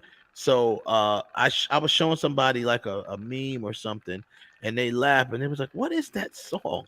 And I'm just like, "It's the song." I had to tell them it's the theme song from, Curb Your Enthusiasm. So it may be one of those things where people may have heard it because of the internet, but they don't know what it's connected to. So, you got any more out there? We said, give me a break. Maybe it'd be a good idea. That's a good idea. Maybe we should post this on our Facebook page, the actual list, so you guys can see it. Yeah, post the whole thing and the honorable mentions. Post them all. Who's the boss? I don't know a lot of that's another one. Who's the boss? Somebody just put that up. Who's the boss? Yeah, I see a lot of stuff is about to get switched out. I know another one. I didn't think of this one. I don't know if people will know it though if they heard it, but it was a popular show, Third Rock from the Sun. Oh, that was a popular show. I don't know if people will know the theme song if they heard it though. I would. Yeah, I would. I remember the show, but I wouldn't. I probably yeah. I don't know if that. I would would tell you no. I don't think that one would go on. I already had Dynasty on there. NYPD Blue. SWAT. Oh yeah, SWAT. Yeah, SWAT. NYPD. I mean, listen. See, this is what I'm talking about. Even Starsky and Hutch. Starsky and Hutch. Yeah, that's another one. Yeah, but here's the reason why I mentioned SWAT is because the strings on SWAT, even in the new SWAT show, they nail those strings. Even though they sped it up, the song is sped up a little bit faster. Oh my God! But they nail those strings. So somebody texted me. I don't remember, but I know they were singing Alice. Remember the show Alice? Yeah, I remember it. Yeah, I remember that. Yeah. So I'm putting that in the honorable mention. There's a lot to do. A lot of stuff is about to get bumped. I'm just sitting there like, oh my God. Okay. Someone said the $6 Million Man. Oh yeah, and the Bionic Woman. Yeah, both Bionic of those. Woman, both of them. Yeah, when you think about it, is what? Now that I'm really looking at this, what about Hill Street Blues? Yeah. Jesus Christ. You know what? Folks, it's going to take about another 3 months before we present you with a list of 64. Sorry in advance. Oh my God. Because the longer we sit here and keep thinking. Yeah, that's right. The long, like I just said, Soap. Yeah, that's another one. 21 Jump Street. Let's put someone text me that. That was what you call it sung that too. Fun fact. The first version of it was sung by Holly Robinson. Yeah. Oh. Now that I'm thinking about this, because I said primetime, do we put down the theme to the Muppet Show? Primetime show? Oh Lord! Listen, yeah. Yo, see, let me tell you something. If the Muppet Show goes on, we gotta cut the list. Yo, my God! Let me tell you the something. The Muppet Show was primetime, and it's not animation. Yeah. It was a comedic. It was a comedian. It was a sketch show. It was like a variety show. Sketch show, exactly. It was a variety show. Yeah. I think we do have to add the Muppet Show, because it's just you have to add the Muppet Show. You most absolutely do. You most absolutely do have to add the Muppet Show. It goes up there along with Andy Griffin and that whistle. It's got to be a part of the list. You know why I'm saying that now? Because even when they came back and redid the Muppet Show, but when they did the movie, if they would have did that Muppet movie and didn't have the Muppet Show theme song in it, the movie would have sucked. Yeah. Oh my God, I can't, bro. Inspirational. Yeah. And listen, and you know what else I forgot to do? She said the list just goes on and on. Yeah, that's why because I'm about to throw another monkey wrench in there. Oh, Green Acres is on there. Here it is. What is it? When it's Monday, what's the first thing everybody doing on Monday nights in the fall time?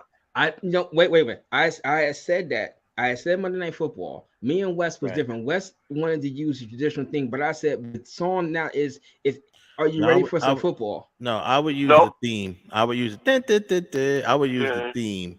There's two things you can actually use.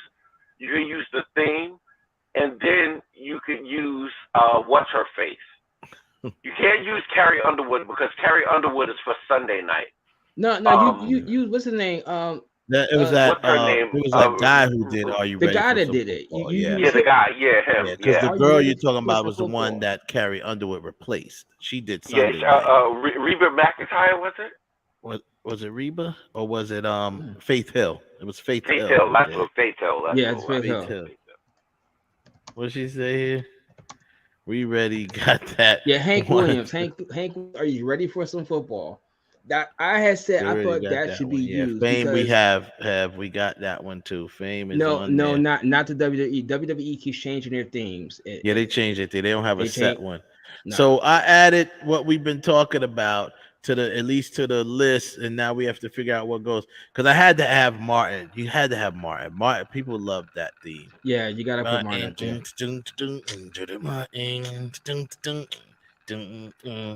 How you feeling, Martin?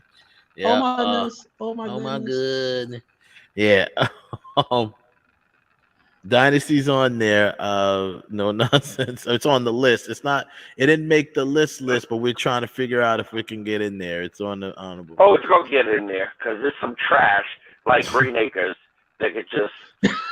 Green Acres is we'll see. Every time you say Green Acres, I think about going shopping. I do not think about the TV show. Yeah, wow. I think about going to the Valley Stream and going to the mall. When you hear that song, though, I wouldn't even know it. If you played it for me, I wouldn't even know it. You'd know it you've heard it. If you heard it, because I can tell you it's probably. I can tell you it's probably almost impossible because if you was a TV watcher, even if you didn't watch it, you ran past it.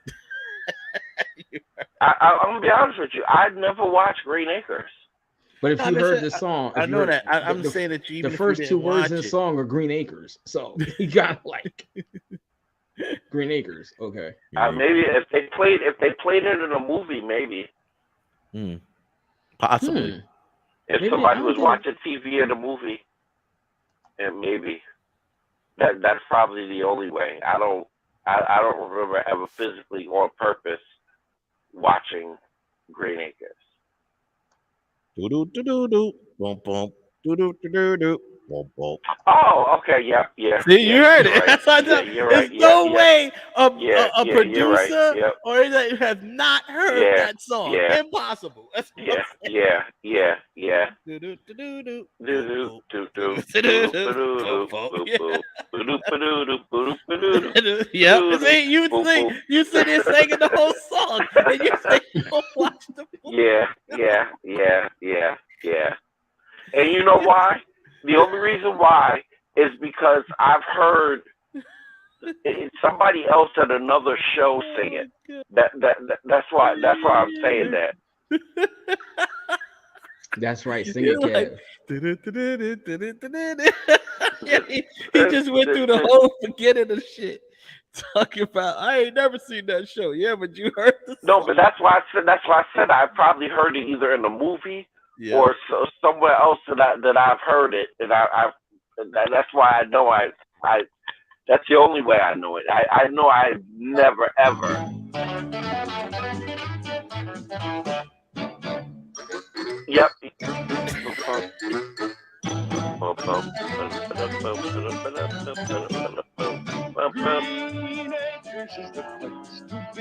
See that I don't remember that part. That's the point. Land spreading out so far and wide. Keep Manhattan, just give me that countryside. See, that's how I know. See, that's how I know. That's how I know it's a part of that. That's why I know Green Acres for shopping. Right. Because of that line right there. Keep Manhattan, give me the green countryside. Okay. You know what? I apologize to our audience. You are my Wes was 100% absolutely right. Green Acres, we are there. Wow. You know what? I 100% have to reverse what I just said, because that line, take away the chores, or give me the chores, whatever it's called. Yeah. And the other line about keep Manhattan, give me the country green. Yeah. So I take that back. And Wes is 100% absolutely right. I've heard that shit before. So I guess our next task is to try to figure out. We will post these songs, people, on our Facebook. We're gonna post the list, and then we're gonna post the honorable mentions as well, and then we're gonna figure out from there. Damn, I hate the fact that I know that damn Green Acres song. Yeah, man. It's so you used to watch it, didn't you? You used to watch it, didn't you? Ralph, I can't even. I'm not even gonna argue that point anymore, because I honestly believe I probably did sit down either with one of my grandmothers or somebody. I must have watched that damn show.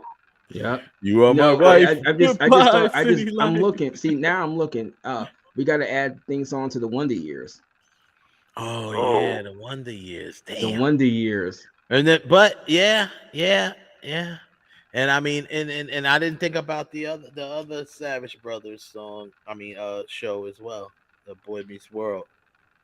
Boy Meets World was very cool. Well, that's in there. Family Matters is in there. Oh, Family Matters. Yep. See, that's what I'm saying. I mean, we only got 64 spots, but right now in the last minutes we just came up with 15 more songs that we can put that up in there too. We could slide it in somewhere. Yeah. Some stuff is gonna have to get pumped, because some stuff is just more. That's what I'm saying. Some stuff. I mean, some stuff will get bumped, and I'm just saying. I'm not saying that it will. We're gonna have to figure out what does, but I'm thinking possibly it depends.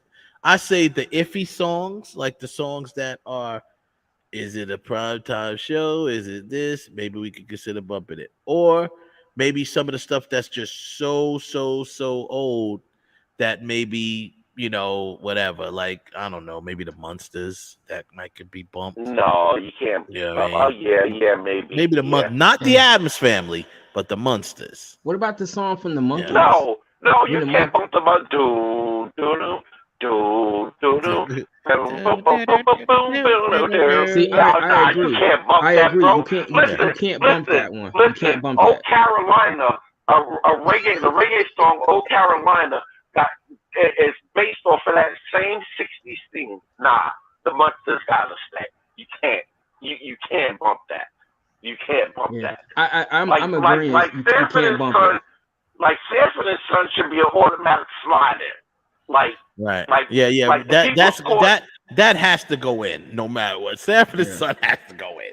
I know that for sure. We just got to figure out where we can bump something out.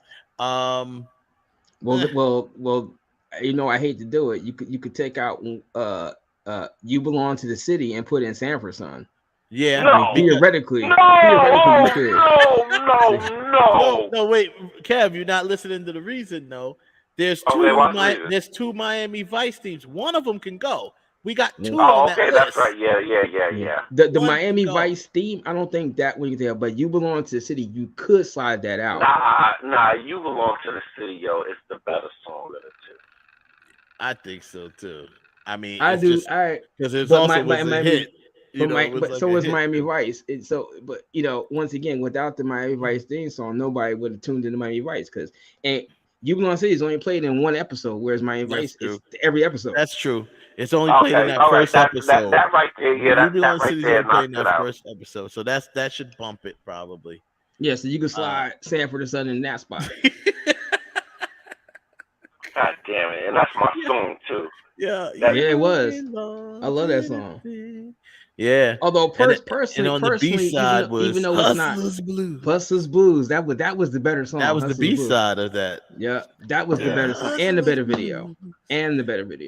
Yeah, that was a dope video too.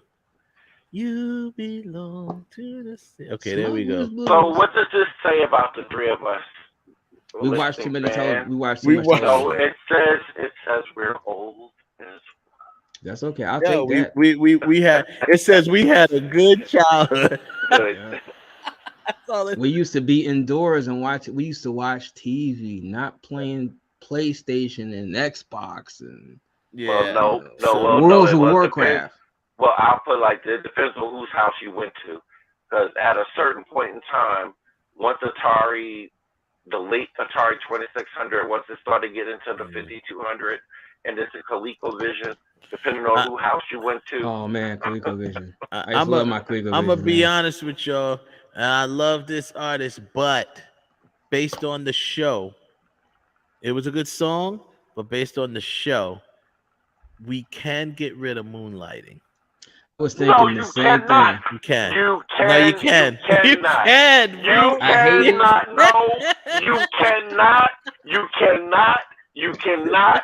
You cannot. You cannot. For so many reasons. Oh my God! One, because it's Al Jarreau. That's just first and foremost. That's first and foremost. And second of all, because that is the spring. Even though I loved Homegirl, that was the springboard. Without Moonlighting, we would not have gotten a Die Hard. And no. Joseph said Fraggle Rock. I love that. Oh, yeah. Oh, that's Hey, you he said if you put the Muppets, you can put Fraggle Rock. Fraggle Rock. You can bump. Listen, Fraggle Rock got some bump to it. Can't you get away? I know it ain't the Muppet theme song though. I'm sorry, the Muppet theme song is just iconic. I don't know if Fraggle Rock is iconic. Have said also WKRP in Cincinnati. I put that. He said Chips. I forgot about Chips. And you know, Chips is another one. But here's the other reason why you have to put WKRP in Cincinnati on the list is because on Sirius XM's Yacht Rock Radio, that is one of the songs that is in regular rotation at least 5 times a week. That song comes on, and sometimes twice a day. Yeah, it's just it's so crazy, man. But I see what I'm saying. We've been talking about this now like but 15 minutes, there was and no we done put argument up about 30 other songs. We done put about 20 more songs.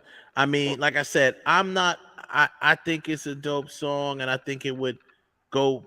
I'm not opposed to take it. I mean, I don't want to, but there's certain songs in here that I think I'm looking at. Now you have to start decide, because not only if it reminds you of the show, it also if it's just so recognizable. Like just like look at Green. That's why we couldn't take out Green Acres. Look at what Green Acres did with Kev. He insisted he never heard the show and never heard of it. I mean, he'd heard of it, but never saw the show. Never. But as soon as we played it, it's like, it clicked right there. It really clicked. Jesus Christ. Welcome Back, Carter's on there. That's on there, Hev. Yeah, so we'll see. We'll have to see. I mean, you know what? I'm not opposed to taking off Baywatch. I'm not opposed to taking off Baywatch. Me either. Baywatch can go. Baywatch could go. Baywatch could go. Hey, finally, something we all agree on about Baywatch. Baywatch could go. Yeah, Baywatch could go. That because that's the show was very popular, but I don't think anyone cared about the theme song. They was all looking at Pamela Anderson's chest, boobs bounce, and watch the boobs bounce. Watch the boobs bounce. Yeah, Baywatch could go. We could also get rid of Law and Order. You could just yank that out. Yeah, all right. Hey, Heaven Hollywood, where's the latest members only, man? You got me hooked on this gossip stuff, man. Where's the latest? Where's the latest? Members only. Yeah, where's the latest members only? I woke up this morning and didn't see it. Maybe I'm missing something. I don't know. Oh Lord! So I took out Baywatch. Let's see. I'm still debating on the people's court. So slide.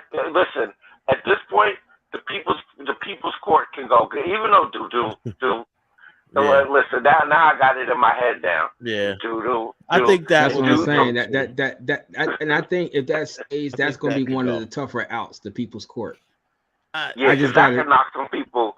That can knock some people out of the spot. I do think the people's court can definitely knock some people out. Like, damn, I got knocked out by Judge Wapner. Maybe. No, he not. Maybe. He hasn't been in the show in years. You still people's court is just Wapner. Thank you for being for okay. Green Acres is there.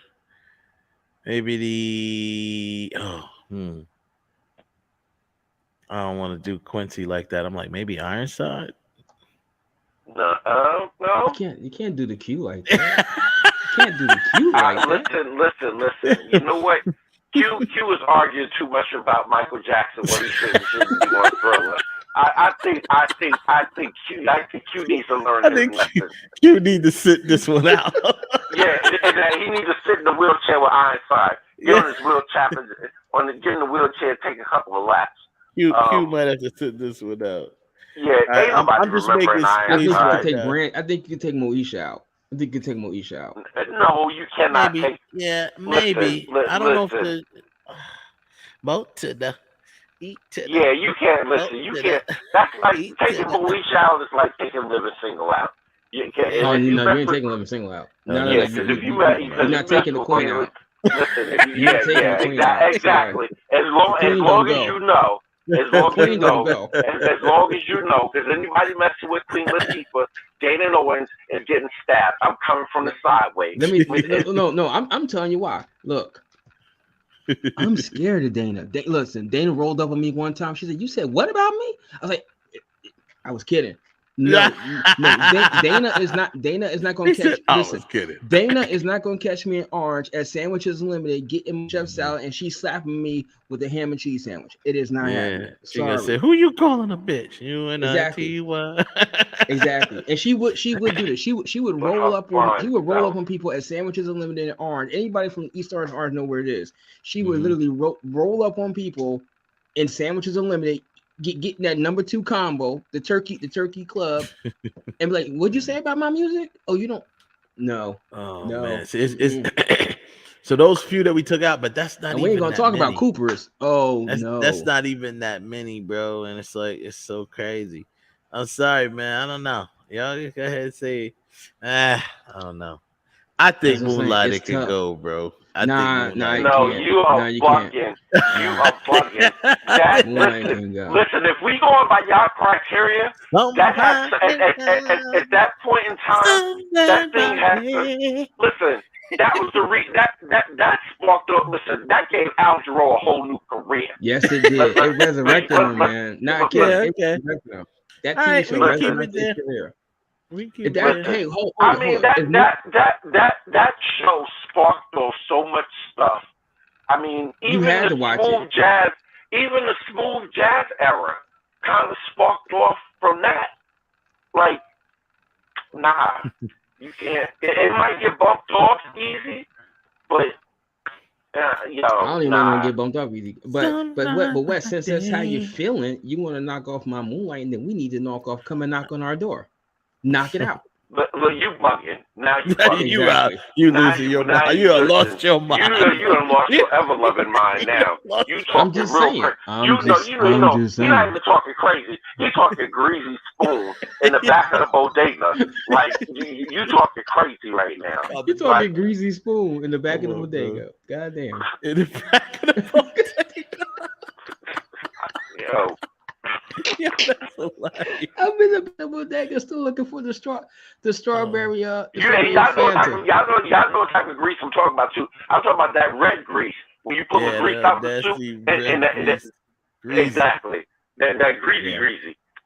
Oh, you know what? This one I'm gonna take out. I'm taking out Together. I'm taking that one out. Silver Spoons. I'm taking that out. Even though that was a good show, that could go. That could go. That could go. There was more popular shows than that could go in there that we have on the other list. You know what I mean? So I'll take out Silver Spoons. I took that out. But that almost goes hand in hand with Different Strokes. It does, because it was right after Different. A lot of times they did it. It was like that, Facts of Life, Silver Spoons. It was all around the same time. Webster. Yeah. What about Webster? Oh shit! Damn. She didn't make it an honorable mention. I don't remember how Webster went. And what about Benson? Hold up, y'all. Benson. Oh Lord have mercy. Jesus Christ. Yet another song. Another theme song. Yeah, Benson. And we gotta during the week, one of us or all of us have to research and get the composers of these songs, because we want to make sure the composers of each song that makes the list get their credit, get their flowers, you know. Oh, shoot me the list. I guess once we find out the list, I can do it. Yeah. So make an honorable mention, yeah. And then she says, I don't need it. Yeah. Taxi's in there. That's definitely in there. And that ain't going nowhere. Nah, Taxi. That's a favorite. I'm telling you right now, for me, my favorites, or whatever you want to call it, I got 2 or 3 favorites. Taxi's one of them. The Fresh Prince. That's a very popular theme song, and I believe it's very possible that one can go deep. I'm gonna say probably there's a lot of them actually. Good Times. I think me. Oh, and the Jeffersons. Jeffersons is a very popular song. I know a lot of white people that know that song. That's what I'm saying. That's what I said earlier. Yeah. Like people, I'm moving on up. Like I'm going. I think. Believe it or not. Oh yes. Yo, look oh my God. Yo, look at yeah, that's gonna go deep. Believe it or not. Certainly. Joseph is protesting, y'all. Hashtag he want Baywatch back in. Bring Baywatch theme back on the list. Yo, my bad, Joseph. Yeah, we gotta make this. We just speculating right now, Yeah, Joseph. we gotta make this. You know, we gotta Actually, Joseph. No, this is where all of us watching. Come in, tell us what you think. We're gonna post a list. Tell us what you think, and maybe there's something that the three of us totally forgot about. But remember, it has to be something that was in primetime television. That's the really only thing. It's got to be something that was in primetime TV. Yeah. If anybody and for anyone who's watching the show after the fact, post your list. I mean, we're gonna post a list on our Facebook page. Therefore, you'll be able to see the list and understand what's on it, so you're not posting the same thing. But let us know, and there's going to be some people that, because we know there's a lot of more recent shows that are left off. That's kind of left off. So a lot of more recent shows people are going to mention, like such as, Power's on here too. Big Rich Town. That is on there as far as. I don't like that. It's on my honorable mentions. But you know what? Out of the two, I'm taking the second joint from what's that book 2? Book 3. You talking about? I'm a hustler, baby. I like baby. That. I like that. I love that song. Yeah. I'm a hustler, baby. I don't understand why both of them. I don't understand why for some reason. They're too new. They're very new. They're too new. But out of that's the like two, a generational thing. But still popular nonetheless. It's popular, but if you're gonna go by popular, Big Rich Town is way more popular than that. Popular, yeah. I don't know. No, it is, bro. It's definitely more popular than the other one. You may like the other one better, but Big Rich Town is the other one is the better. When you think about Power, if you think about the show Power, you think about Big Rich Town. Big Rich Town is the more popular song. I'm a hustler, baby. Is the better song. Is the better song. The better song, yeah. Especially the remix. The remix is like, man. With that. Oh my goodness. Yeah. With the Dougie Fresh in the background. The rooftop joint. The rooftop. Yeah. Oh man, listen. Yeah, I mean. And do we throw the theme song, as I know mentioned, the theme song, the New York Undercover up there? No, because we gonna put as an honorable mention, just as an honorable mention, New York Undercover. I mean, because listen, Fox, Martin, Living Single, the New York Undercover, that was your Thursday night. That you had to watch it. Have the Partridge Family is on there. Come on, get happy. It's already on there. Yeah. He's like, Big Rich Town is the bigger song. Yeah, it is. It is the bigger one of the two. Even if you like the other one better, Big Rich Town. The moment you hit Big Rich Town is so synonymous with Power to me. I can't even watch this. I don't even watch the opening of Ghost, because even though they switched it to that and they used it for that, it don't hit the same for me. It do hit the same. It don't hit the same for me because I'm gonna tell you why it doesn't hit the same. Because the star of Ghost, which is Tariq, that nigga ain't come from no poorest parts. He came from the richest parts. Come on, man. I just come from the poorest. No nonsense. You're right. You're absolutely right. Here we go. But do we say that about Rick Ross? He was a correctional guard, but he's still synonymous with pushing them keys across from Colombia back to the U.S. No, that has nothing to do with it. What I'm saying is, the song to me, like I said, I listen to certain theme songs because they bring me back to the show. That theme song reminds me of the original Power. That's what I'm gonna think of. It's a Big Rich Town, but I just come from the poorest part. But technically speaking, Effie came from the poorest part. She ain't the star. Oh, here you go. Here you go. Effie might be the only one that came from the poorest parts. But no, I agree with you. That 1 week when the Trey Songz version come, people was like, I ain't watching this shit. This is like, nah. And they tried like you said, like Kev said, it actually was they didn't intend on using this song for a Ghost. They wanted to change it. They had a whole other song. They had what's his face. And even the dude they got to sing the other song was like, yo, you sure you know what you're doing? Yeah, Trey Songz. Yep. Trey Songz was like, you sure you know what you're doing? He said, Yeah. you sure you want to do this? He's like, yeah, new song. It needs to be done. Boy, we was on his neck. Like, yo. And that's the first, I think that's the first time in television history where the audience actually was like it's gonna be a problem if this song. I'm never watching this crap again. I'm never watching this again if you keep that song. They was like, nah, we ain't going with it. They like, nah, keep that. That was like, that nigga switched that back quicker than New Coke.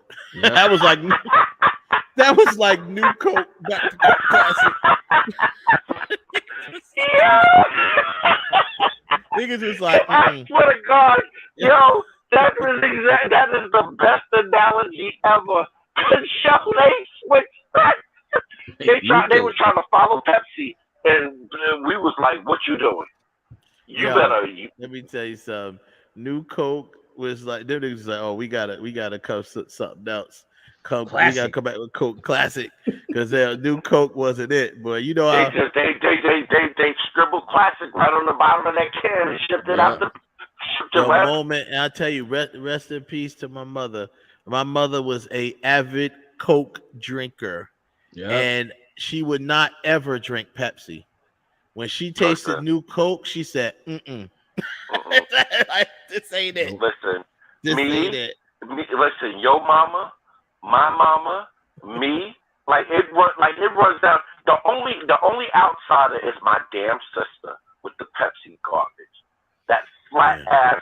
You can't even. Mess around and leave a cup. I can leave Coca-Cola in a cup in my car overnight and go back and get in my car in the morning and pull on it with a straw. It's just like it was yesterday. Fresh from wherever it came from. Now, see, I gave all that stuff. I gave Coca-Cola up. No, I mean, I don't really drink soda at all no more. But I was never a big Coke fan either. I was never a big cola fan. But anyway, that's a whole nother story. Please, so when I worked for the post office, I was drinking 9 bottles of Coca-Cola a day, all day long. Coke. And when they came with cherry Coke, I was like, oh. And then they came with vanilla Coke. I was like, oh. Yeah, Drew. It's time for Drew to either get his water shut off or, take a break, Drew. Because Drew ain't doing. I don't know, man.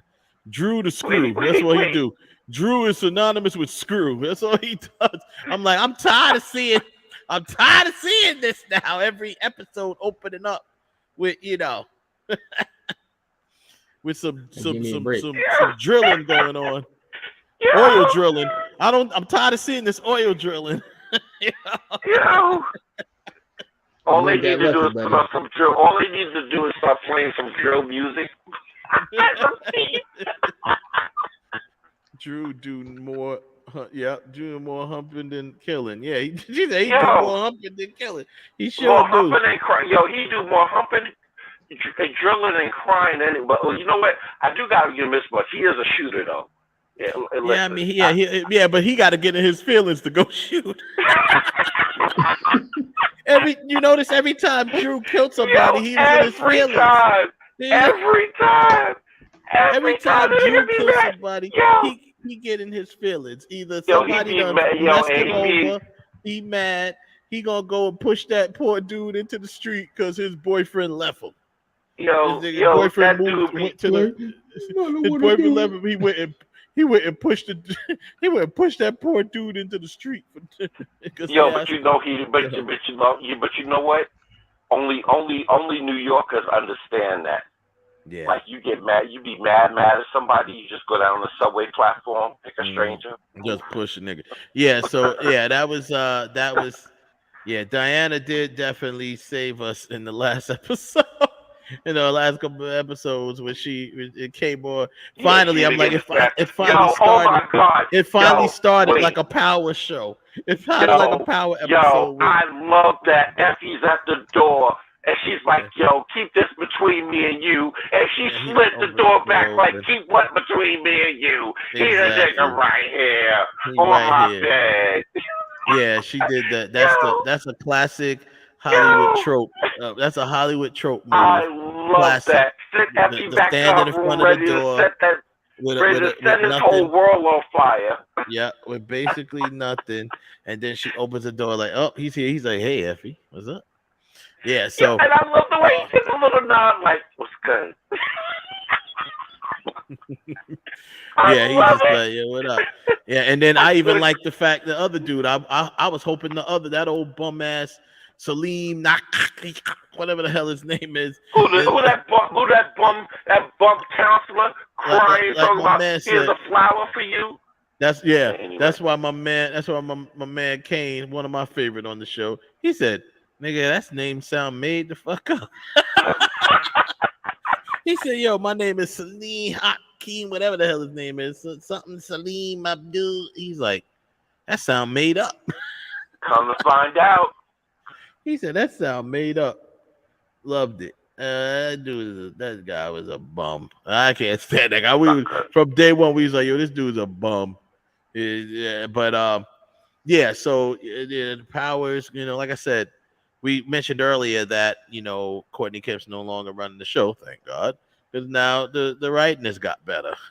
So, writing has got better because I didn't like the show really that much because I just didn't like the writing on it, a lot of it. But I like this season. I have to say, I said that on one of our me and Heb's one of our breakdowns. I said, yo, I really am enjoying this season so far. I'm enjoying the show. Yeah, the seasons are getting progressively better. The show's getting better. Kane is one of my favorite characters on the show because he's just funny, man. He got all of the one-liners. He don't call Braden every white boy name in the book. Listen, I am telling you, Braden is going to be his demise. Mark my words. Braden's going to be I agree with that demise. too. I believe Braden. I said it would actually, if I was writing on this show, I would make Kane Braden's first kill. That's what I would make because that's exactly what's going to happen. So here's what's going to happen. He's going to keep being on that bully-ish, and he's going to keep pushing buttons. And you know what's going to happen? It's not going to be like a stab in the chest. He's just going to be sitting there with the tool in his hand. Kane gonna say some sideways stuff, and it's gonna be just like a bong right to the side of the head, and he's just gonna walk off and fade to black to the next scene, like Kane never existed.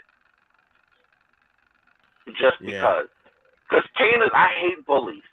Kane is a bully, and he's only picking on him is because Braden feels like I'm the white boy in the situation.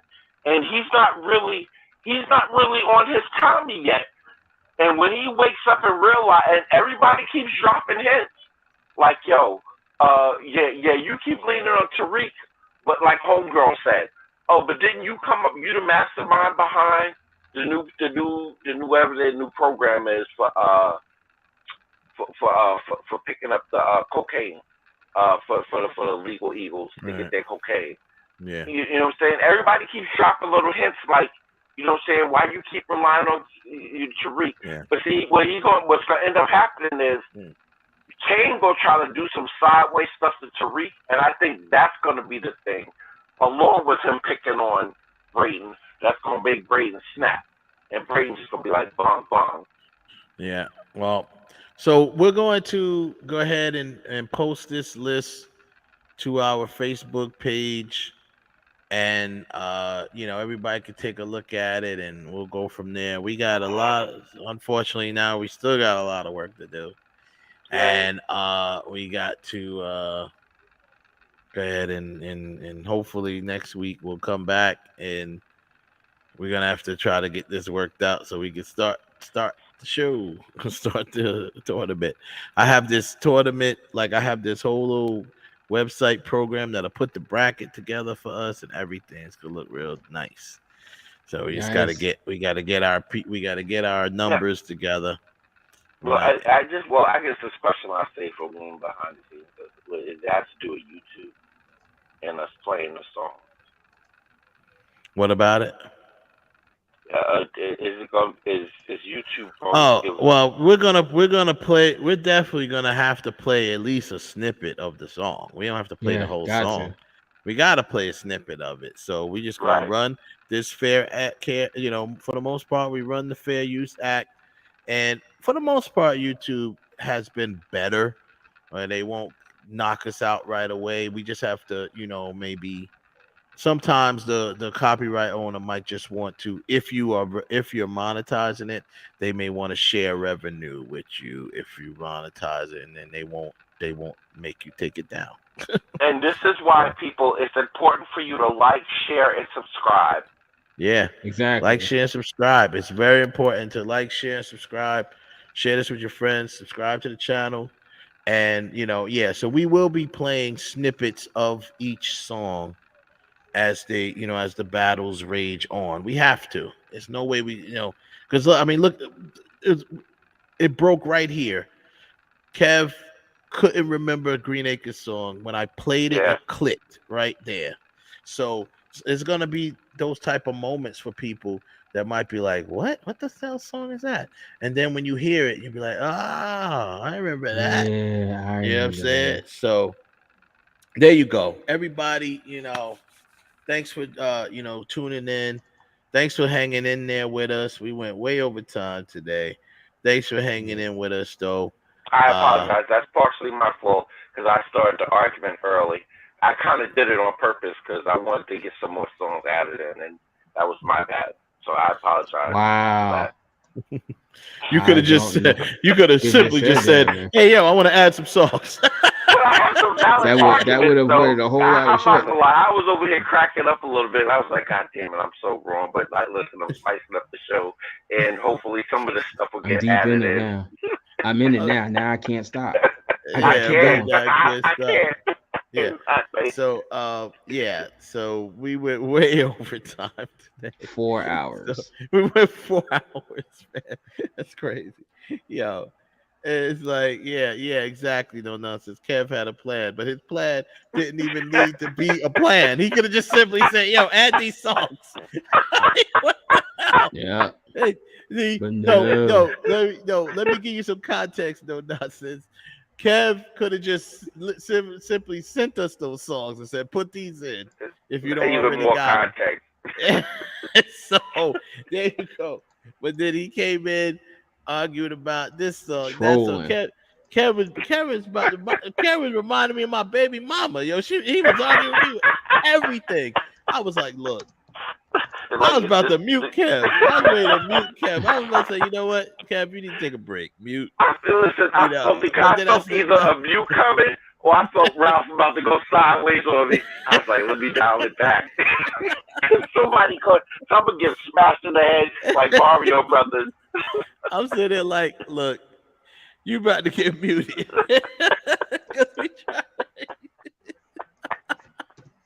Oh man, thanks, no nonsense. Thank you, Joseph.